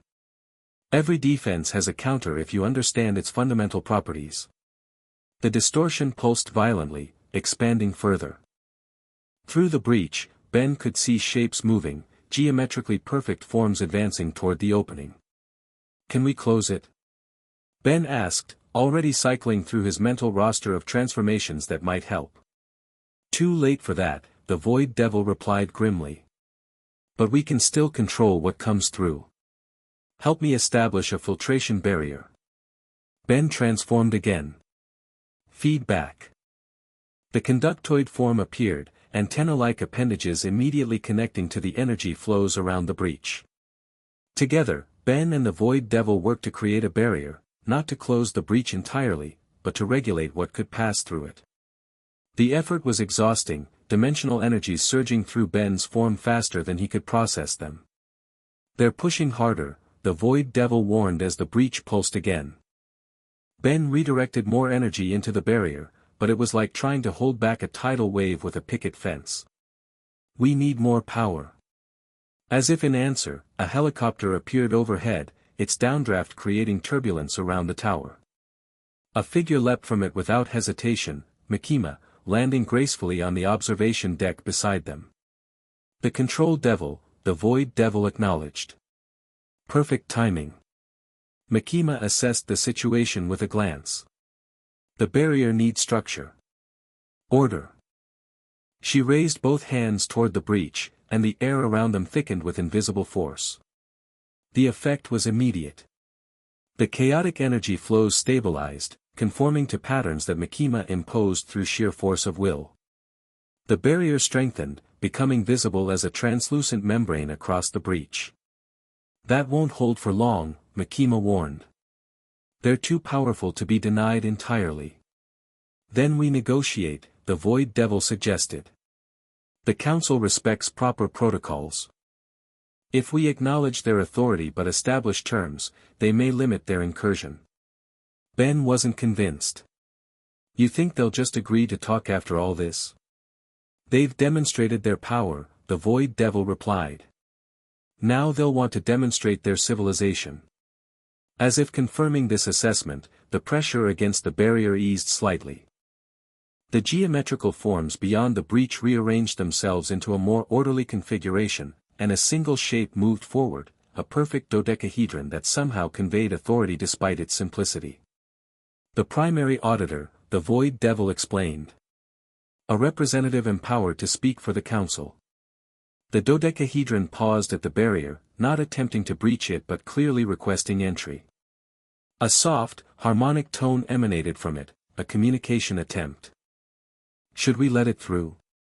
Ben asked, looking between Makima and the Void Devil. Makima's expression revealed nothing of her thoughts. A limited manifestation may be acceptable.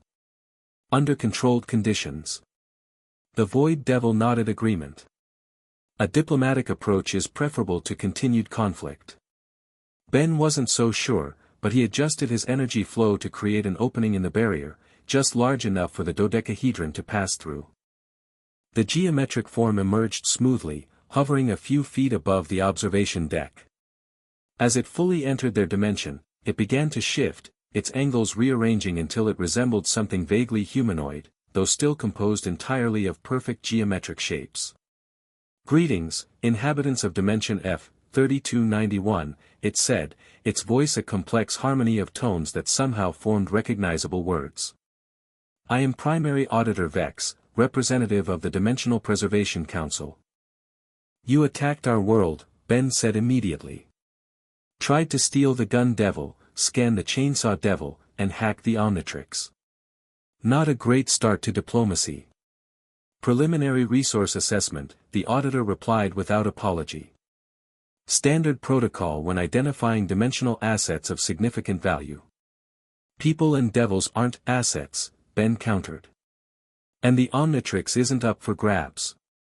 The geometric being shifted slightly, facets rotating to focus on Ben. Benjamin Kirby Tennyson. Wielder of the Omnitrix. Interdimensional anomaly in this reality plane. Your presence here was unexpected but fortuitous. How do you know my full name? Ben demanded. The Council maintains records on all significant interdimensional travelers, the auditor explained. Your arrival in this dimension registered in our systems immediately. Makima stepped forward, her presence somehow matching the auditor's otherworldly authority. State your purpose here clearly, Representative. What does the Dimensional Council want from our world? The geometric being rotated again, focusing on Makima. Control Devil. Primary fear manifestation of this dimension. Your existence is fascinating to us. Answer the question, Makima insisted, her voice carrying that subtle weight of command that Ben had come to recognize. Very well. The auditor's form expanded slightly. The multiverse faces a critical entropy threshold. Dimensional barriers weaken. Reality planes collide with increasing frequency. The result, cascading failures across multiple systems. The Void Devil mentioned this, Ben acknowledged. But that doesn't explain why you're targeting specific aspects of this dimension. The solution requires controlled dimensional pruning, the auditor continued. Selective removal of realities that drain excessive energy from the whole. For this, we require precise tools. The Gun Devil, the Chainsaw Devil, and the Omnitrix, the Void Devil concluded. Correct. The auditor shifted again, its geometric components realigning. The Gun Devil contains concentrated fear energy from millions of simultaneous deaths, a power source of exceptional density. The Chainsaw Devil possesses the ability to consume concepts and remove them from existence, essential for clean excision of problem realities. The Omnitrix provides adaptive interface capabilities across biological systems, necessary for navigation and integration.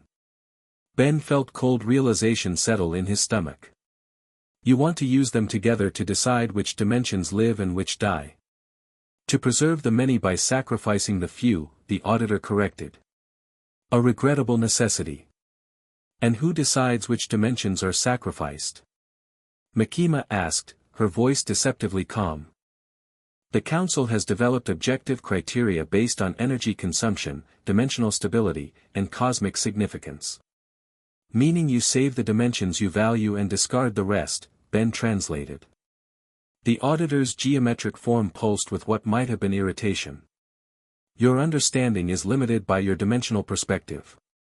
The Council exists beyond such biases. I've heard that line before, Ben said, remembering countless aliens who had claimed similar objectivity. Usually from someone about to make a terrible decision for the greater good. Makima placed a restraining hand on Ben's arm. What are your terms, Auditor Vex? Surely you didn't breach our dimension merely to explain your plans. The geometric being seemed to appreciate her direct approach. Indeed. We propose an exchange. We require the Gun Devil remains, access to the Chainsaw Devil's conceptual erasure capabilities, and temporary use of the Omnitrix's interface systems. And in return? The Void Devil prompted. In return, your dimension will be categorized as essential to multiversal stability. Preservation Priority Alpha. Additionally, the auditor turned its attention fully to Ben. We offer you, Benjamin Tennyson, guaranteed safe return to your home dimension, with no deterioration of timeline integrity. There it was, exactly as the Void Devil had predicted. A way home, offered as a sweetener to an otherwise unpalatable deal. And if we refuse? Makima asked before Ben could respond. Then we will acquire the necessary resources through less diplomatic means, the auditor stated simply.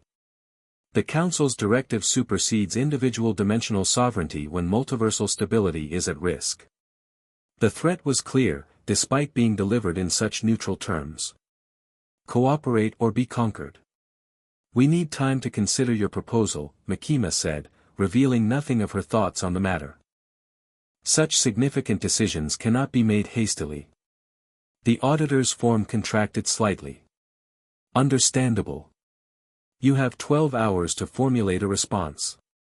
The Council will maintain this breach point as a communication channel. With that, the geometric being reversed its transformation, returning to a perfect dodecahedron before retreating back through the barrier into the breach. Once it was gone, Ben released his feedback form, transforming back to human with an exhausted sigh. Well, that went, actually better than I expected. They're overconfident, the Void Devil observed. They believe their technological and dimensional superiority guarantees compliance. Does it? Ben looked at Makima. Do we even have a choice here? Makima's amber eyes revealed nothing of her thoughts. There are always choices, Tennyson-san. The question is whether we can create options beyond those they've presented. The sound of engines announced the arrival of Denji, Power, and Aki, who had finally made it to the tower. They landed on the observation deck, taking in the still active breach and the barrier containing it. Did we miss the fight? Power looked disappointed. You missed the threats delivered in bureaucratic language, Ben explained. The actual fight is still coming, I think. Quickly, he summarized the auditor's visit and the ultimatum they'd been given. Denji's expression darkened as he understood the implications. They want to use Pachita.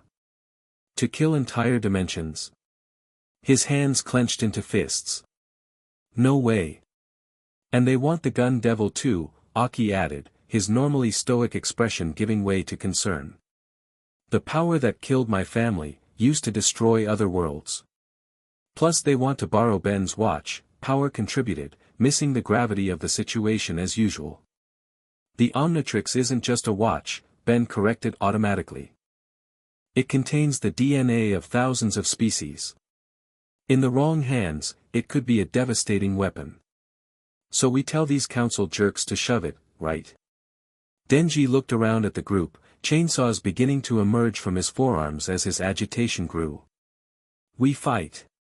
It's not that simple, the Void Devil cautioned. The Dimensional Council controls access to countless reality planes. They can bring forces beyond your comprehension. We have 12 hours to decide, Makima reminded them. Let's use that time wisely. Return to headquarters. I'll convene an emergency session to discuss our options. As they prepared to leave, the Void Devil held Ben back momentarily. The offer to send you home, it said quietly. That was specifically for you. I noticed, Ben replied. They're trying to split our response. More than that. They're offering you what you want most, return to your proper place in the multiverse. A tempting proposal for someone who never chose to come here. Ben glanced at Denji, Power, and Aki, who were waiting for him by the tower elevator. Maybe. But I don't abandon friends in a crisis. Never have, never will. The Void Devil's eyes studied him with something like respect. Then you are rarer than I initially thought, Tennyson. Few beings maintain such principles when offered what they truly desire. As Ben joined the others in the elevator, he couldn't help wondering if his decision would remain so clear-cut when the final moment came. The pull of home was strong, but so were the bonds he'd formed here. 12 hours to decide the fate of multiple dimensions, including his own path forward. No pressure. The emergency session at Public Safety Headquarters was unlike any meeting Ben had attended before. Representatives from various government agencies crowded around the conference table, along with senior devil hunters and support staff. Makima presided with her usual calm efficiency, summarizing the situation for those who hadn't been present at Tokyo Tower. In essence, she concluded, we face a choice between surrendering valuable assets to this dimensional council or risking open conflict with entities of unknown power. Why is this even a discussion? A government official demanded. We cannot surrender Japanese assets to foreign entities, dimensional or otherwise. The gun devil remains aren't just assets, Aki pointed out sharply. And the chainsaw devil isn't government property. These are beings of immense power with their own complexities. Denji, sitting uncomfortably in his rumpled suit, nodded agreement. Pochita isn't going to help kill entire dimensions. That's not what we do. And the Omnitrix stays with me, Ben added firmly. It's not a tool to be borrowed. The official looked frustrated. You three control the very things these invaders want, yet you speak as if your personal preferences outweigh national security. With respect, Ben countered, this goes beyond national security. We're talking about multiversal stability. If what the Council says is true, and that's a big if, then countless dimensions are at risk, including this one.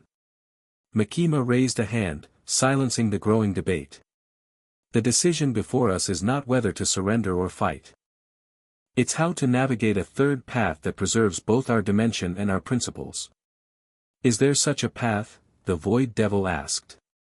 It had been permitted to attend as a consultant, though several attendees clearly found its presence disturbing. Perhaps. Makima turned to Ben. Tennyson-san, you've faced interdimensional threats before. What alternatives might we pursue? Ben considered carefully before answering. In my experience, entities that present binary choices usually have vulnerabilities they're trying to hide. The Dimensional Council is powerful, yes, but they're approaching this through diplomacy first. That suggests they're not confident in a purely military solution. Or they're simply civilized, someone suggested. Civilized conquerors are still conquerors, Ben replied. But their approach gives us an opening. If we can demonstrate an alternative solution to the multiversal entropy problem they've described, we might change the terms of the discussion. Do we have such an alternative? Aki asked. Ben looked to the Void Devil. You originally came here to establish a controlled convergence system, dimensional bridges that would allow energy exchange without full merging. Could that approach be expanded? The entity's eyes widened slightly. Theoretically, yes. A network of stabilized nexus points across key dimensions could provide pressure release for the entropy buildup. But it would require significant power and precise calibration. The Omnitrix could help with that, Ben suggested. Not by being surrendered to the Council, but by providing interface capabilities across different dimensional biologies. And the Chainsaw Devil? Makima prompted. Denji looked uncomfortable as all eyes turned to him. What? I just cut things. The Chainsaw Devil's ability to erase concepts could be applied selectively, the Void Devil explained. Not to erase entire dimensions, but to remove specific elements that cause dimensional instability. Like cosmic tumors rather than amputating whole limbs, Ben translated. Makima nodded slowly. And the Gun Devil remains. Power source, the Void Devil suggested. Fear energy is one of the most concentrated forms of dimensional power. It could fuel the Nexus network without requiring the sacrifice of entire realities. The pieces were coming together, a potential alternative that utilized the same resources the Council wanted, but for preservation rather than pruning. Can we develop this plan in detail within 12 hours? Makima asked.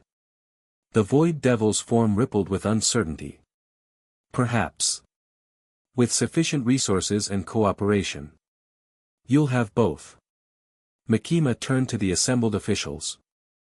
I require full access to the Gun Devil storage facility, all dimensional research from the past 30 years, and a direct line to the Prime Minister.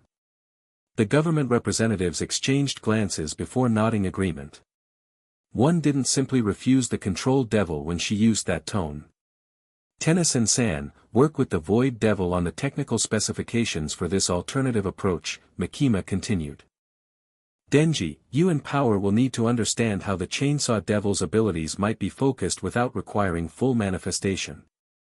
Ben nodded, already mentally cataloging which of his transformations might be most useful for the task ahead. What about the breach at Tokyo Tower? We can't leave it unmonitored. Aki will coordinate a rotation of devil hunters to maintain the barrier, Makima decided. The council won't violate the 12-hour window. Entities that value protocol rarely break their own rules. As the meeting dispersed, people rushing to their assigned tasks, Ben found himself walking alongside the Void Devil toward a makeshift laboratory that had been set up for their use.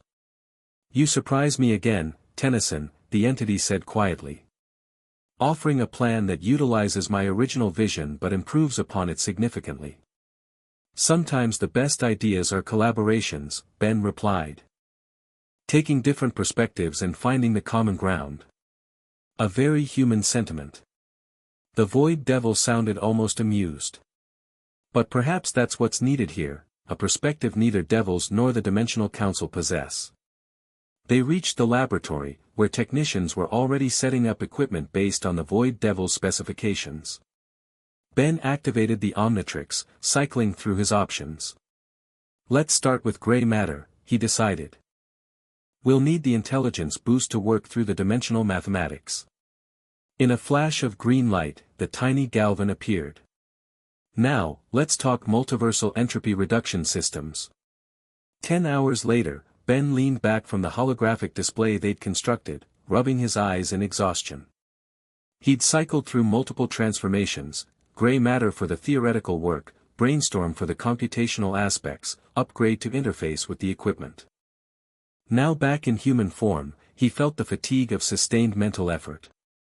I think we've got it, he said, looking at the simulation running before them. A network of stabilized nexus points, using the Gun Devil's fear energy as a power source, with the Chainsaw Devil selectively removing entropic elements rather than entire dimensions. The Void Devil studied the model with its multiple eyes. The mathematics are sound. The energy requirements are significant but manageable with the resources available. And the Omnitrix can provide the necessary biological interfaces without being removed from my wrist, Ben added. Which is non-negotiable. Of course. The entity's form shifted thoughtfully.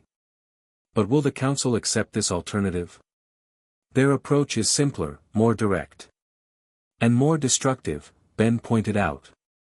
This plan preserves all dimensions while addressing the underlying problem. If they're truly concerned with multiversal stability rather than just asserting control, they should at least consider it. The laboratory door opened to admit Makima, who looked as composed as ever despite the crisis. Progress report. Ben gestured to the holographic display. We have a viable alternative. It's complex but implementable with the resources we have. The question is whether the council will listen. Makima studied the display, her amber eyes taking in the intricate model of interconnected dimensions. Impressive work. The Prime Minister has authorized me to negotiate on behalf of the government. We'll present this plan when we meet with the auditor. How's Denji doing? Ben asked. The question had been nagging at him throughout their work. Struggling, Makima admitted. The Chainsaw Devil's power is more instinctual than analytical. Directing it with such precision will be challenging. I should talk to him, Ben decided. Maybe there's a way the Omnitrix can help interface with the Chainsaw Devil too, create a more controlled connection. Makima considered this a reasonable approach. He's in training room 3 with Power. Ben found Denji sitting cross-legged on the training room floor, shirtless and sweating, chains partially emerged from his chest but not fully transformed. Power watched from the sidelines, looking uncharacteristically concerned. It's not working, Denji said without looking up as Ben entered. I can feel Pochita, but I can't get him to understand what we need. Ben sat down across from him. The Chainsaw Devil isn't used to surgical precision. It's more of a, broad strokes kind of power. Yeah, Denji agreed, wincing as the chains retracted slightly. Pochita cuts things. Big things. All the way through. This selective erasing stuff, it's like asking a chainsaw to do brain surgery. Maybe we're approaching this wrong, Ben suggested. Instead of trying to change how the chainsaw devil works, we should adapt our plan to work with its natural abilities. Denji looked up, interest flickering in his tired eyes. What do you mean? The chainsaw devil erases devils completely when it eats them, right? Removes the concept from existence. Yeah. That's why no one remembers the devils Pochita ate before. Ben nodded, an idea forming. So what if, instead of asking it to partially erase elements of dimensions, we identify specific conceptual devils that represent the entropic forces we're trying to remove? Denji's eyes widened in understanding. So Pochita would just be eating devils, like normal. But the devils would be, entropy devils or whatever. Exactly. Ben grinned, excited by the breakthrough. The Void Devil mentioned that most fundamental forces have devil equivalents in this dimension. There must be devils that embody the concepts causing multiversal instability. Power, who had been listening with surprising attention, jumped up. Like the Decay Devil. Or the Disorder Devil. Precisely, Ben agreed. We find those devils, or manifestations of them, and the Chainsaw Devil does what it does best, eats them and erases their concepts from existence. Denji's chains began to extend again, but this time more smoothly, as if responding to his renewed confidence. Pochita likes that plan way better. Eating devils is our thing. Ben activated the Omnitrix, selecting a communication form. Echo Echo. The Sonorosian's sonic abilities would allow him to create multiple bodies to spread the news quickly. I'll let Makima and the Void Devil know about the modification to the plan. He split into 3 identical copies, each heading in different directions, one to the laboratory, one to Makima's office, and one remaining with Denji and Power. This might actually work, the remaining Ben said, his mechanical voice hopeful. We just need the council to give us a chance to implement it. And if they don't? Denji asked, standing up as his chains retracted fully. Then we do what we always do, Power declared, punching her fist into her palm. We fight until they do. Ben couldn't argue with that logic. Sometimes, the direct approach was the only one that certain entities understood. He just hoped it wouldn't come to that. A conflict with the Dimensional Council would make the Void Devil incident look like a minor skirmish in comparison. The 12-hour deadline arrived too quickly. Ben stood with Makima, Denji, the Void Devil, and a small contingent of senior devil hunters at Tokyo Tower, facing the dimensional breach that still hung suspended above the structure. The barrier they'd established remained intact, containing the rift without sealing it completely. Everyone clear on the plan? Ben asked, checking the Omnitrix one final time. It was fully charged, all transformations available. Present the alternative, Makima recited calmly. Request a grace period for implementation. Demonstrate proof of concept if necessary. And if they refuse? Denji asked, chains already shifting restlessly beneath his skin. Then we move to contingency options, Makima replied, which wasn't really an answer. The barrier rippled as something approached from the other side. The perfect dodecahedron of Auditor Vex emerged, once again transforming into its pseudo-humanoid geometric configuration as it fully entered their dimension. Representatives of Dimension F-3291, it greeted them. The allotted consideration period has concluded. What is your response to the Dimensional Council's proposal? Makima stepped forward, her presence somehow matching the otherworldly authority of the Auditor. We acknowledge the multiversal entropy crisis the Council has identified. However, we propose an alternative solution that achieves the same goals without requiring the sacrifice of entire dimensions. The Auditor's geometric form shifted slightly, facets rotating in what might have been interest. Elaborate. Ben activated the Omnitrix, transforming into Brainstorm. The cerebrocrustaceans' enhanced intelligence and electrical powers would help illustrate their proposal. With the greatest of respect, esteemed auditor, Ben began, his British-accented voice formal, we have developed a system of interconnected dimensional nexus points that would regulate multiversal energy flow without requiring the excision of entire reality planes. Using his electrical powers, Ben created a three-dimensional projection in the air between them, a simplified version of the model they developed in the laboratory. Rather than pruning dimensions deemed excessive energy consumers, he continued, this network would redistribute energy across the multiverse, creating a self-sustaining equilibrium. The auditor studied the projection, its geometric components realigning as it processed the information. The concept has theoretical merit. However, implementation would require precisely the resources we seek from your dimension. Yes, Makima acknowledged, but employed differently. The Gun Devil's fear energy would power the Nexus network. The Chainsaw Devil would remove specific entropic concepts rather than entire dimensions. The Omnitrix would provide necessary biological interfaces across dimensional boundaries. And most importantly, Ben added, all three would remain under our control, used cooperatively rather than surrendered. The auditor was silent for a long moment, its geometric form pulsing slightly as if in communication with entities beyond the breach. Finally, it responded. Your proposal represents a significant deviation from established council protocols. The predicted success rate is lower than our current approach. But the ethical implications are vastly improved, Ben countered. No dimensions sacrificed. No civilizations erased. Ethics are subjective, the auditor replied dismissively. Multiversal stability is not. Makima's expression remained unchanged, but Ben sensed a subtle shift in her demeanor, a hardening of resolve.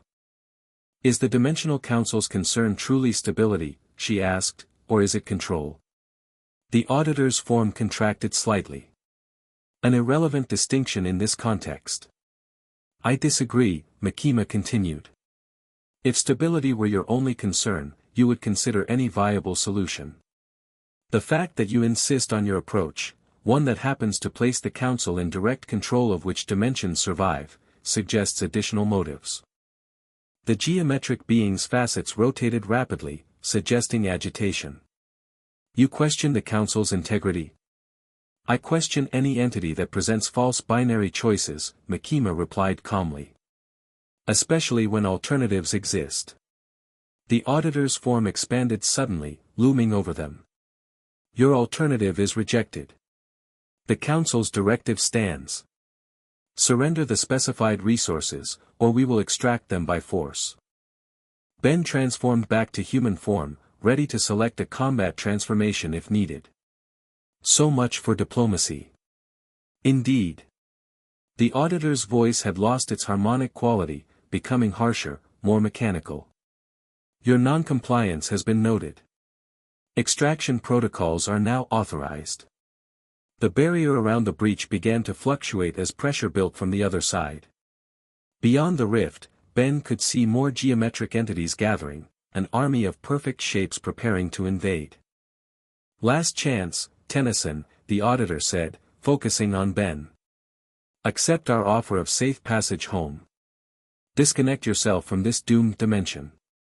Ben didn't hesitate. Not happening. I don't abandon friends. Unfortunate but predictable. The auditor began to transform again, its geometric components reconfiguring into something more weapon-like. The Council had hoped to acquire the Omnitrix with your cooperation.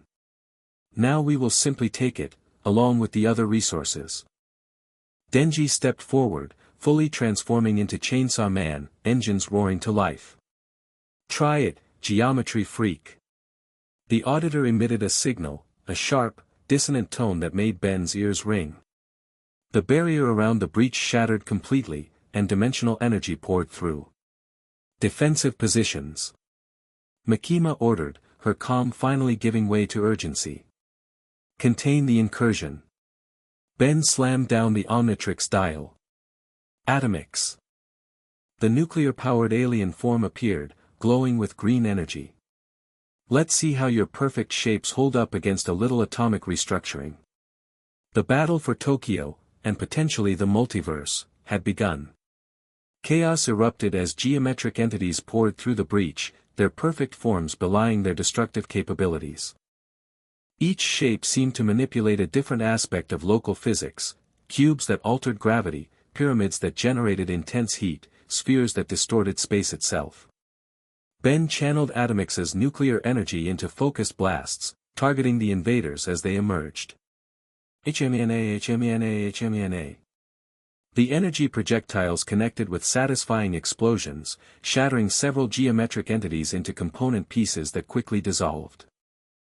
Chainsaw Man charged into the fray without hesitation, engines screaming as he sliced through the mathematical invaders. To Ben's surprise, the chainsaws proved effective against the interdimensional entities, disrupting whatever coherence held their forms together. Power had transformed fully as well, blood weapons forming an arsenal around her as she leapt between opponents. "This is fun," she shouted, apparently genuinely enjoying the apocalyptic battle. "They break like puzzles." The Devil Hunters had formed a perimeter around the tower base, working to contain any entities that made it past the initial defense. Aki's Fox Devil manifested as a massive spectral head, snapping up geometric invaders with savage efficiency. Despite their coordinated defense, the incursion continued to intensify. More entities emerged, larger and more complex than the first wave. The Auditor itself had transformed into something resembling a geometric war machine, multiple weapon-like appendages extending from its core structure. "Their tactics are systematic," the Void Devil observed, fighting alongside Ben. "They're testing our defenses, identifying weaknesses." "Then we need to be unpredictable," Ben replied. He hit the Omnitrix symbol, transforming again. Alien X. The Celestialsapian form appeared, a silhouette of space itself with 3 horns and the Omnitrix symbol on its chest. Within the mental space where Bellicus and Serena existed, Ben addressed them immediately. "Motion to repel the Dimensional Council invasion and stabilize the breach." "Seconded," Serena agreed quickly. "These entities threaten the natural order of dimensional boundaries." Bellicus considered for what seemed like an eternity. "The Council's concerns about multiversal entropy are not entirely without merit. However, their methods are typically heavy-handed. Motion carried, but with limitations on counterforce." With that consensus, Alien X raised a hand toward the breach. Reality itself bent to his will as he exerted Celestialsapian power. The invading entities froze in place, caught in a localized time distortion that held them immobile. The Auditor alone seemed able to resist, its form vibrating at frequencies that partially countered the time manipulation. "Celestialsapian," it identified Ben's form. "The Council has protocols for your kind." It emitted another signal, this one more complex than the first. From the breach emerged a new entity, not geometric but amorphous, a shifting mass of what looked like liquid metal. Chronoform, the Void Devil identified with alarm. A Council weapon designed specifically to counter time manipulators. The amorphous entity flowed toward Alien X with unnatural speed, reforming into thousands of needle-like projectiles that launched simultaneously. Within the Celestialsapian form, Ben felt Bellicus and Serena divert power to defensive measures, creating a barrier that deflected most of the projectiles. But some got through, embedding themselves in Alien X's starry form. Pain lanced through Ben's consciousness as the needles injected something into the Celestialsapian body, a compound that interfered with his connection to Bellicus and Serena. "They're disrupting our consensus," Serena cried within the mindscape. "Dimensional dampeners," Bellicus growled. "Crude but effective against our kind." Ben felt the Celestialsapian power faltering, the time distortion weakening as the invading entities began to move again, slowly at first but accelerating. He hit the Omnitrix symbol, transforming back to human before the dampening compound could fully disable Alien X. "They've got counters for specific aliens," he called to the others. "They've studied us." Makima had joined the battle directly now, her power manifesting in waves of invisible force that crushed geometric entities by the dozen. "Fall back to secondary positions," she ordered. "We can't hold the tower." The Devil Hunters began a coordinated withdrawal, fighting defensive actions as they retreated from the tower base. Ben transformed again, selecting Heat Blast to provide covering fire as they fell back. "What's the plan now?" Denji asked, chainsaws still roaring as he cut down pursuing entities. "Run away." "Tactical repositioning," Makima corrected. "We need to activate the dimensional anchors." Ben remembered the technology she had shown them, the network of devices placed throughout Tokyo to stabilize local spacetime. "I thought they bypassed those already." "The primary network, yes," Makima acknowledged. "But we have a secondary system, more focused but more powerful. It requires direct activation." They reached a public safety vehicle convoy waiting several blocks from the tower. Makima directed them into the lead vehicle, a modified armored transport. "The Gun Devil facility," she told the driver. "Maximum speed, emergency authorization." As the vehicle sped through Tokyo streets, Ben looked back through the rear window. Tokyo Tower was now completely engulfed in dimensional energy, the breach expanding to encompass the entire structure. The geometric army continued to pour through, spreading outward in perfect formation. They're containing themselves to a predictable expansion radius, the Void Devil observed from beside him. "Standard Council invasion protocol, establish a beachhead before full incursion." "How do you know so much about their protocols?" Ben asked, sudden suspicion flaring. "I existed between dimensions for millennia," the entity reminded him. "I observed many council operations from the void. Their methods are consistent across realities." Denji had reverted to human form to conserve energy, blood streaking his face from a cut above his eye. "So what's at the Gun Devil place? Some super weapon?" In a manner of speaking, Makima replied cryptically. "The dimensional anchors are only part of the system." The vehicle swerved suddenly as a geometric projectile struck the road ahead, leaving a perfect circular crater. Through the windows, Ben could see more council entities in pursuit, perfect spheres rolling at impossible speeds. "We've been targeted specifically," the Void Devil warned. "The council wants the Gun Devil remains secured before we can use them." Ben transformed again. XLR-8. The Kineceleran form appeared, built for speed and quick attacks. "I'll slow them down." Before anyone could object, he opened the vehicle's rear door and leapt out, hitting the ground running at supersonic speed. The pursuing spheres adjusted course immediately, focusing on him rather than the convoy. "Perfect," Ben muttered, accelerating further. "Follow the fast alien instead of the important vehicles." He led the spheres on a complex path through Tokyo streets, doubling back and creating confusion among the perfectly ordered entities. Their geometric precision was a weakness in the chaotic urban environment, they couldn't adapt to unexpected obstacles as quickly as Ben could navigate them. After ensuring the convoy had sufficient lead time, Ben raced to catch up, arriving at the Gun Devil facility just as the vehicles pulled into the underground garage.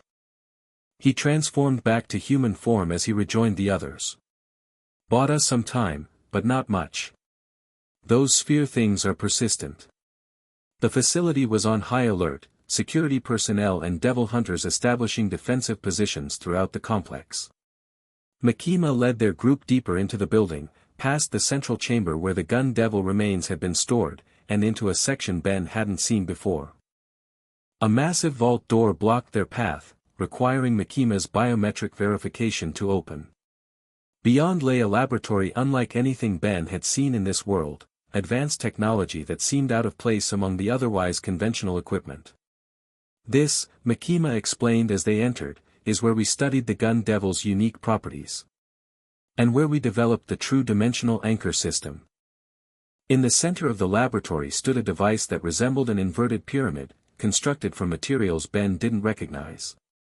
Surrounding it were smaller versions of the cube Makima had shown them earlier, arranged in a precise pattern. "The anchors aren't just stabilizers," Makima continued. They're conduits. When properly aligned, they can channel the gun devil's fear energy into a dimensional reinforcement field, creating a barrier the council can't penetrate, the void devil realized. Clever. But is it enough? Alone, no, Makima admitted. Which is why we need the other components of our plan. She turned to Denji. The chainsaw devil must consume the concept of dimensional invasion itself. Not the entire council, just their ability to force entry into our reality. Denji looked uncertain. Can Pochita do that? It's pretty specific. The concept exists as a devil in our world, Makima assured him. All fears do. The invasion devil may be abstract, but it exists, and can be consumed. And the Omnitrix? Ben asked, suspecting he already knew the answer. Will serve as the interface between systems, Makima confirmed. Your transformation capabilities can bridge the gap between the gun devil's energy and the chainsaw devil's conceptual erasure. It was essentially the plan they'd proposed to the council, but implemented defensively rather than cooperatively. Ben wasn't sure if it would work, but they had few alternatives now. How do we start? He asked. First, we must manifest the invasion devil, Makima explained. In times of crisis, abstract devils can be summoned through concentrated fear. Like now, when everyone's terrified of dimension invaders, Denji realized. Precisely. Makima approached a control panel near the pyramid device. We've been monitoring fear levels throughout Tokyo. The invasion has generated sufficient collective dread to manifest the concept. She activated the system, and holographic displays appeared, showing heat maps of the city with concentrations of what Ben assumed represented fear energy. There, Makima pointed to a pulsing red spot near the center of the map. The invasion devil is forming in response to the collective fear of the council's incursion. I can get there fast, Ben offered, already cycling through speedster transformations in his mind. We go together, Makima countered. Denji must be present to consume the concept. And I must direct the fear energy toward manifestation rather than random destruction. Alarms suddenly blared throughout the facility. Perimeter breach, announced a voice over the intercom. Unknown entities penetrating outer defenses. The council found us, the void devil warned. Faster than anticipated. Activate the preliminary anchor network, Makima ordered the facility technicians. Buy us time to implement the full plan. The technicians rushed to comply, activating the cube-like devices around the pyramid. Energy fields shimmered into existence, creating layers of dimensional stabilization throughout the complex. Ben transformed again. Ghost Freak. The ectoneurite form would allow him to scout the situation without being detected. I'll check the perimeter. He phased through the nearest wall, his spectral form moving silently through the facility. What he found confirmed his worst fears. Geometric entities had already penetrated the outer defenses, moving methodically through the complex toward the laboratory. Ben returned quickly, reverting to human form. We've got minutes at most. They're already inside. Then we move now, Makima decided. Through the emergency tunnels. The facility has subterranean connections to multiple points throughout the city. She led them to a concealed elevator at the rear of the laboratory. As they entered, the sounds of battle grew closer, devil hunters engaging the council forces in the corridors outside. What about the gun devil remains? The void devil asked as the elevator began to descend. Already relocated, Makima replied. I had them moved to the manifestation site in preparation.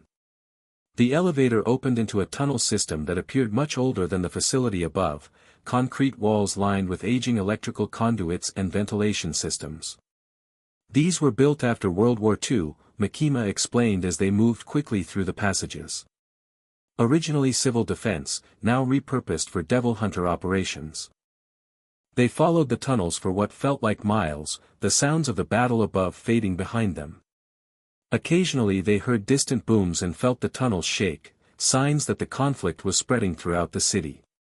Finally, they reached another elevator, this one requiring Mikima's authorization again to activate. As they ascended, Ben checked the Omnitrix, ensuring it was fully charged for whatever came next.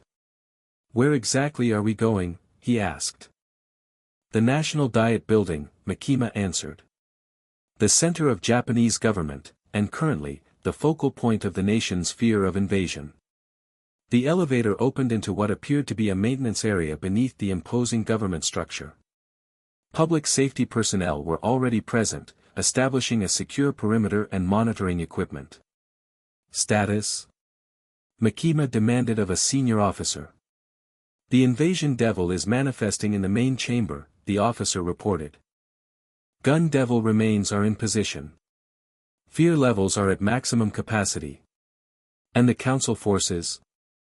Contained temporarily by the anchor network, but advancing. Estimated 20 minutes before they locate this position." Mikima nodded. "Sufficient time if we work quickly." She turned to Denji. "Transform now. We'll need the chainsaw devil ready when the concept fully manifests." Denji didn't hesitate, chains erupting from his body as he transformed into Chainsaw Man.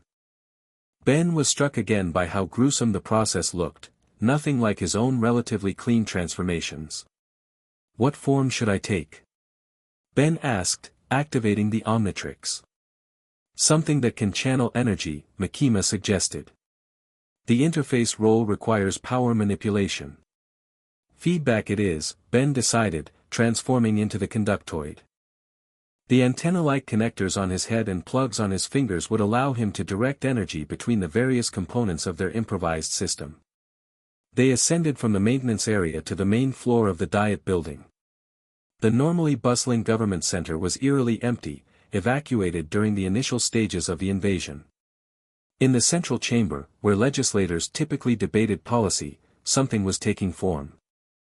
It began as a swirling mass of darkness, but unlike the Void Devil's smoky substance, this darkness had structure, the suggestion of uniform-like attire, of weapons and formations. The invasion devil was manifesting as the collective fear of foreign occupation, of armies breaching borders, of sovereignty violated. "It's beautiful," the Void Devil murmured, watching the manifestation with its multiple eyes. A concept given form through pure fear. The gun devil remains had been positioned around the chamber, suspended in containment fields that hummed with energy. Fear radiated from them, the concentrated terror of millions of deaths, preserved in the organic mechanical components. "Tennyson," Mikima directed, "connect to the gun devil remains. Channel their energy toward the manifestation. We need the invasion devil fully formed before Denji can consume it." Ben extended his connectors, linking to the containment fields around the gun devil remains. Immediately, he felt a surge of power unlike anything he'd experienced before, raw, primal fear from millions of people, concentrated into a form of energy both repulsive and addictive. "This is intense," he managed, directing the fear energy as instructed. It flowed through his conductoid form, amplified and focused toward the swirling manifestation at the center of the chamber. The invasion devil responded to the influx of energy, its form solidifying rapidly. It took shape as a towering entity in military-like attire, faceless but somehow radiating authority and menace. In its hands formed weapons that constantly shifted, representing every method of forced entry throughout human history. "Now, Denji," Mikima ordered. "Consume the concept before it fully actualizes." Chainsaw Man revved his engines, the sound echoing through the chamber like a battle cry. He charged the invasion devil, which turned to face him with weapons raised. The two devils clashed in the center of the chamber, a battle of concept versus concept. The invasion devil fought with unexpected ferocity, its weapons finding purchase in Chainsaw Man's flesh despite his regenerative capabilities. "It's too strong to be consumed easily," the Void Devil observed. "The fear is too fresh, too powerful." "More energy," Mikima commanded Ben. "Direct all the gun devil's power to Denji." Ben redirected the flow, channeling the fear energy from the remains into Chainsaw Man rather than the manifestation. The effect was immediate, Denji's chainsaws spun faster, their sound deepening to a roar that vibrated the entire building. Chainsaw Man's eyes blazed brighter as he pressed his advantage, chainsaws tearing into the invasion devil's form with renewed purpose. The conceptual entity fought back desperately, its weapons shifting to counter each attack, but it was losing ground. "It's working," Ben called over the deafening noise of the battle. The chamber doors suddenly burst inward, torn from their hinges by an invisible force. The auditor hovered in the entrance, its geometric form reconfigured into something even more imposing. "This violation will not be permitted," it announced, its harmonic voice distorted with what might have been anger. "The Council claims jurisdiction over all dimensional interference." Makima stepped forward, placing herself between the auditor and the battling devils. "Your jurisdiction ends at the boundaries of our dimension, Auditor Vex. What happens within our reality is under my authority." "The control devil presumes much," the auditor replied. "Your dominion extends only to fears manifested in this single dimension. The Council governs the spaces between all realities." "Then remain in those spaces," Makima suggested, her voice carrying that subtle weight of command that Ben had come to recognize. "And we will remain in ours." The auditor's form expanded threateningly. "Unacceptable. The entropy crisis requires decisive action across all dimensions. Your plan endangers the multiversal balance. Your plan sacrifices entire worlds for the convenience of not finding a better solution," Ben countered, maintaining his energy flow to Chainsaw Man. In the center of the chamber, the battle between devils had reached its climax. Chainsaw Man had pinned the invasion devil, chainsaws cutting deeply into its conceptual form. The entity thrashed and fought, but its substance was being consumed, drawn into the chainsaw devil's machinery. "It's too late to stop it," the void devil told the auditor. "The concept is already being erased." The geometric being emitted a signal, a piercing tone that made Ben's antennas vibrate painfully. In response, more council entities poured through the broken doors, geometric shapes of various configurations advancing into the chamber. "Defend the process," Makima ordered as public safety personnel engaged the invaders. Ben couldn't move without disrupting the energy flow to Chainsaw Man, leaving him vulnerable as a pyramid-shaped entity launched itself toward him. Before it could connect, a dark tendril intercepted it, the Void Devil, intervening with surprising loyalty. "Continue your work, Tennyson," the entity said, its form expanding to create a barrier between Ben and the Council forces. "This is more important than our past differences." The battle spread throughout the chamber as devil hunters and council entities clashed on all sides. Through it all, Chainsaw Man continued consuming the invasion devil, the concept being drawn inexorably into his mechanical heart. "It's almost complete," Makima observed, her own powers manifesting as invisible forces that crushed geometric entities trying to approach the central battle. The auditor, recognizing the imminent loss of the invasion devil, changed tactics. It reconfigured again, transforming into something like a spear, and launched itself directly at Ben. "The interface must be severed," it declared as it streaked toward him. Ben couldn't dodge without breaking the energy connection. He braced for impact, hoping his conductoid form could withstand the attack. The impact never came. Instead, Makima intercepted the auditor, her hand closing around its geometric form with impossible strength. "I said," she repeated, her voice carrying overwhelming authority, "your jurisdiction ends at our boundaries." The auditor struggled in her grip, its perfect geometry beginning to distort under the pressure of the control devil's power. "This violation will have consequences beyond your comprehension." "The Council will not," its declaration was cut short by a sudden change in the chamber's atmosphere. The air itself seemed to shift, reality rippling as something fundamental altered in the fabric of existence. The invasion devil had been fully consumed. Chainsaw Man stood in the center of the chamber, engines idling as smoke rose from his body. The concept he had devoured was gone, not just the manifestation, but the very idea it represented. And throughout the chamber, the council entities reacted with visible confusion. Their perfect formations faltered, geometric shapes wobbling as if suddenly uncertain of their purpose. "What's happening to them?" Ben asked, still maintaining the energy flow but watching in fascination. "The concept of dimensional invasion has been erased," the Void Devil explained, its voice filled with awe. "They can no longer conceptualize forced entry into another dimension. The fundamental basis of their incursion has been removed from existence itself."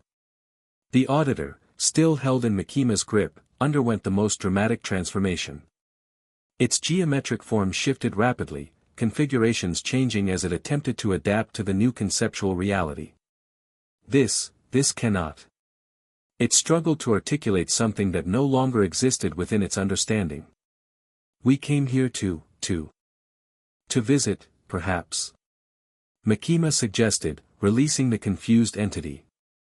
"As guests, not invaders." The remaining council entities began to retreat, not in an ordered withdrawal but in something approaching existential confusion. Their perfect formations dissolved as they moved back toward the dimensional breach that had brought them, a breach that was now contracting on its own. "The erasure is cascading through their dimensional network," the Void Devil observed. "The concept is being removed across the multiverse simultaneously." Ben finally disconnected from the Gun Devil remains, transforming back to human form as the energy flow was no longer needed. "We did it. Just like that." "The Chainsaw Devil's power is absolute when it comes to conceptual erasure," Makima explained, watching as the last council entities departed in confusion. "They haven't forgotten their mission entirely, but they can no longer conceive of forcing entry into dimensions against the will of inhabitants." The auditor lingered, its form still shifting as it processed the new reality. "The Council seeks cooperative dimensional stabilization," it finally managed, as if discovering this had always been its purpose. "We request dialogue regarding multiversal entropy." "Dialogue we can do," Ben agreed, amazed at the complete reversal. "As equals, not as invaders and targets." "Equals," the auditor repeated, as if testing the concept. "Yes. This seems appropriate." With what might have been a nod, hard to tell with its geometric form, the auditor departed, following its cohorts back through the contracting breach. Chainsaw Man reverted to Denji, the chainsaws retracting as he collapsed to his knees in exhaustion. "Did it work?" he asked, blood running from his nose and ears. "Perfectly," Makima assured him. "The Invasion Devil has been erased from existence. The concept of forced dimensional entry no longer exists in any reality connected to ours." "So we won?" Power asked, joining them from where she'd been enthusiastically battling geometric entities. "Just like that." "Just like that," Ben confirmed, still somewhat stunned by the elegant solution. "Sometimes the best weapon isn't force but conceptual change." The Void Devil approached, its form more stable now that the immediate crisis had passed. "The Council will return, but as diplomatic envoys rather than conquerors. They still need to address the entropy crisis. And we'll help them find a solution that doesn't involve sacrificing dimensions," Ben said firmly. "Our original plan for a Nexus network could still work, just implemented cooperatively instead of defensively." Makima surveyed the chamber, assessing the damage from the brief but intense battle. "Public safety will begin restoration efforts immediately. The dimensional anchors should be maintained until we establish formal protocols with the Council." As the immediate danger passed, Devil Hunters and support personnel began recovery operations, treating injuries and securing the building. The Gun Devil remains were carefully recontained for transport back to the storage facility. Ben found a quiet moment to check the Omnitrix, which had been behaving strangely throughout the conflict. The device seemed normal now, the hourglass symbol a steady green, but he couldn't shake the feeling that something had changed during its interaction with the Council technology. "Concerned about your device?" The Void Devil appeared beside him, its multiple eyes studying the Omnitrix. "Just being cautious," Ben replied. "It's been through a lot since I arrived in this dimension." "As have you," the entity observed. "You've adapted remarkably well to a world not your own." The comment reminded Ben of something he'd been avoiding thinking about. Now that the crisis was resolved, he faced a choice about his future. The Dimensional Council might still offer him passage home, this time through diplomatic channels rather than as a bribe. "You're considering returning to your dimension," the Void Devil said, reading his expression. "Now that a safe path may be available." "I have responsibilities there," Ben acknowledged. "People who are probably worried about me." "And you have formed connections here as well," the entity noted. "Quite the dilemma for a being who defines himself by helping others." Before Ben could respond, Denji approached, having cleaned some of the blood from his face but still looking like he'd been through a meat grinder. "Hey, alien boy," he said, his usual casual tone at odds with the gravity of what he'd just accomplished. "Makima says the council thing at Tokyo Tower is closing up. They're leaving." "Already?" Ben was surprised at the speed of the withdrawal. "Without the concept of invasion, they can't maintain an unauthorized presence," the Void Devil explained. "Their entire operational framework has been rewritten by the Chainsaw Devil's erasure." Denji grinned despite his exhaustion. "Pretty cool what Pochita can do, right? Erase whole ideas from existence." "Definitely cool," Ben agreed. "And more than a little terrifying. Says the guy who turns into a walking atomic bomb," Denji countered good-naturedly. "We're all scary in our own ways." The simple truth of that statement struck Ben forcefully. In this world of devils and fear, he'd found connections with beings who understood power and responsibility in ways that paralleled his own experience, despite the vastly different contexts. "Tennyson." Makima approached, somehow looking as composed as ever despite the chaos of battle. "The council auditor has requested a final communication before their departure." "With you specifically?" Ben nodded, not entirely surprised. "Where?" "Tokyo Tower. Where this began." Makima's amber eyes studied him carefully. "I suspect they will offer you passage home again, this time without conditions." "Yeah," Ben acknowledged. "I've been thinking about that." "Whatever you decide," Makima said with uncharacteristic gentleness, "know that you have earned a place here, should you wish to claim it." Coming from the Control Devil, this was no small statement. Ben thanked her with a nod, then looked to Denji. "Want to come with me to the tower? For moral support?" Denji brightened. "Hell yeah. One last alien adventure before you bail on us." "I didn't say I was leaving," Ben protested. "But you're thinking about it," Denji replied with unexpected insight. "It's cool. I'd want to go home too." As they prepared to depart, Power insisted on joining them, unwilling to be left out of any potential excitement. Together, the three of them headed for Tokyo Tower, where Ben would face his final decision in this strange, dangerous, but somehow compelling dimension of devils and fear. Tokyo Tower stood intact despite the dimensional battle that had raged around it. The breach had contracted to a small, stable portal at the top of the structure, similar to the controlled nexus Ben had established with the Void Devil, but cleaner, more precisely engineered. The Auditor waited on the observation deck, its geometric form reconfigured into something less imposing, more diplomatic. It acknowledged their arrival with what might have been a bow, a tilting of its upper facets. "Benjamin Tennyson," it greeted him. "The Council extends appreciation for the alternative perspective provided by today's events." "You mean getting the concept of invasion erased from existence?" Ben replied with a raised eyebrow. "A significant paradigm shift," the Auditor acknowledged.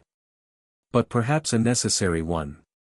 The Council's methods had become rigid over millennia of operation." Denji snorted. "That's one way of putting it." The Auditor's facets rotated toward him. "Chainsaw Devil host. Your ability to remove concepts from multiversal awareness is unprecedented in Council records. A capability worthy of further study, with your consent, of course." "Sounds boring," Denji replied with a shrug. "The Council has reconsidered its approach to the multiversal entropy crisis," the Auditor continued, turning back to Ben. "Your proposed network of stabilized nexus points has merit. We request ongoing consultation regarding implementation. I'm sure public safety can arrange that, Ben said, suspecting where this was leading. Indeed. However, the Council also acknowledges your dimensional displacement. The auditor's form shifted slightly. As a gesture of diplomatic goodwill, we offer you direct passage to your home dimension. Immediate and without condition. There it was, the offer Ben had been anticipating. A way home, finally, after nearly 2 months in this dimension of devils and fear. The passage would be instantaneous, the auditor added. And precisely targeted to your point of origin in both space and time. Your absence in your native dimension would be minimal. That detail caught Ben by surprise. You can send me back to the same time I left. No one would know I was gone. Correct. Dimensional Council technology allows for temporal alignment during transdimensional transport. The implications were significant. Ben had been worried about his family and friends spending months searching for him, but if he could return to almost the moment he left.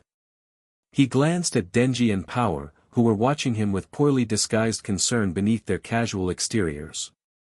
Can I have a minute? He asked the auditor. Of course. The geometric being drifted toward the edge of the observation deck, giving them privacy. Ben turned to his friends, because that's what they had become, he realized. Not just allies or teammates, but genuine friends. So, Denji said, trying to sound nonchalant. Going home with no time passed. Pretty sweet deal. Yeah, Ben agreed. It's more than I expected. Power punched his arm with what she probably thought was restraint but would definitely leave a bruise. We killed dimension invaders together. That's a bond for life. It definitely is, Ben laughed, rubbing his arm. Look, You don't have to explain, Denji interrupted. Home is home. We get it. Ben studied them both, the chainsaw hybrid and the blood fiend. Dangerous, bizarre, occasionally terrifying, but ultimately fighting on the side of humanity despite their monstrous aspects. Not so different from him, really. The thing is, Ben said slowly, the decision crystallizing as he spoke, I've been thinking about what home really means. And I realized something important during all this. What? Power asked, leaning forward eagerly. Being a hero isn't about where you are. It's about what you do. Ben looked up at the Tokyo skyline, this city that had become familiar over the past 2 months. And there's work to be done here. Important work. Denji's eyes widened as he understood. Wait, you're staying. For now, Ben nodded. The Dimensional Council needs guidance on implementing the Nexus network. Public safety could use help with the devil threats that are still out there. And I've got friends here I'm not ready to leave yet. Power squealed with delight and grabbed both of them in a hug that threatened to crack ribs. Alien boy stays. We keep fighting devils together. Can't breathe, Denji gasped, though he was grinning through the crushed lungs. Ben extracted himself from Power's enthusiastic embrace and approached the auditor, who turned its facets toward him expectantly. Thank you for the offer, Ben said, but I'm going to decline for now. There's work I need to finish here. The auditor's form shifted in what might have been surprise. Unexpected. Most displaced entities prioritize return to their origin dimension. I'm not most entities, Ben replied with a smile.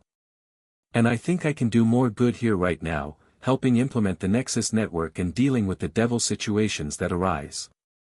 The offer remains open, the auditor assured him. Council dimensional pathways will be established for diplomatic purposes. When you wish to return home, the option will be available. I appreciate that. Ben extended his hand, then realized the gesture might not translate across dimensional cultures. To his surprise, the auditor extended a geometric approximation of an appendage, completing the handshake. The Council looks forward to cooperative engagement, it said. A novel approach in our operational history. Sometimes novel approaches are exactly what's needed, Ben replied. With what might have been a nod, the auditor retreated toward the stabilized portal. Representatives will return within 7 local days to begin Nexus network planning. Until then, Dimension F-3291 remains under its own sovereignty.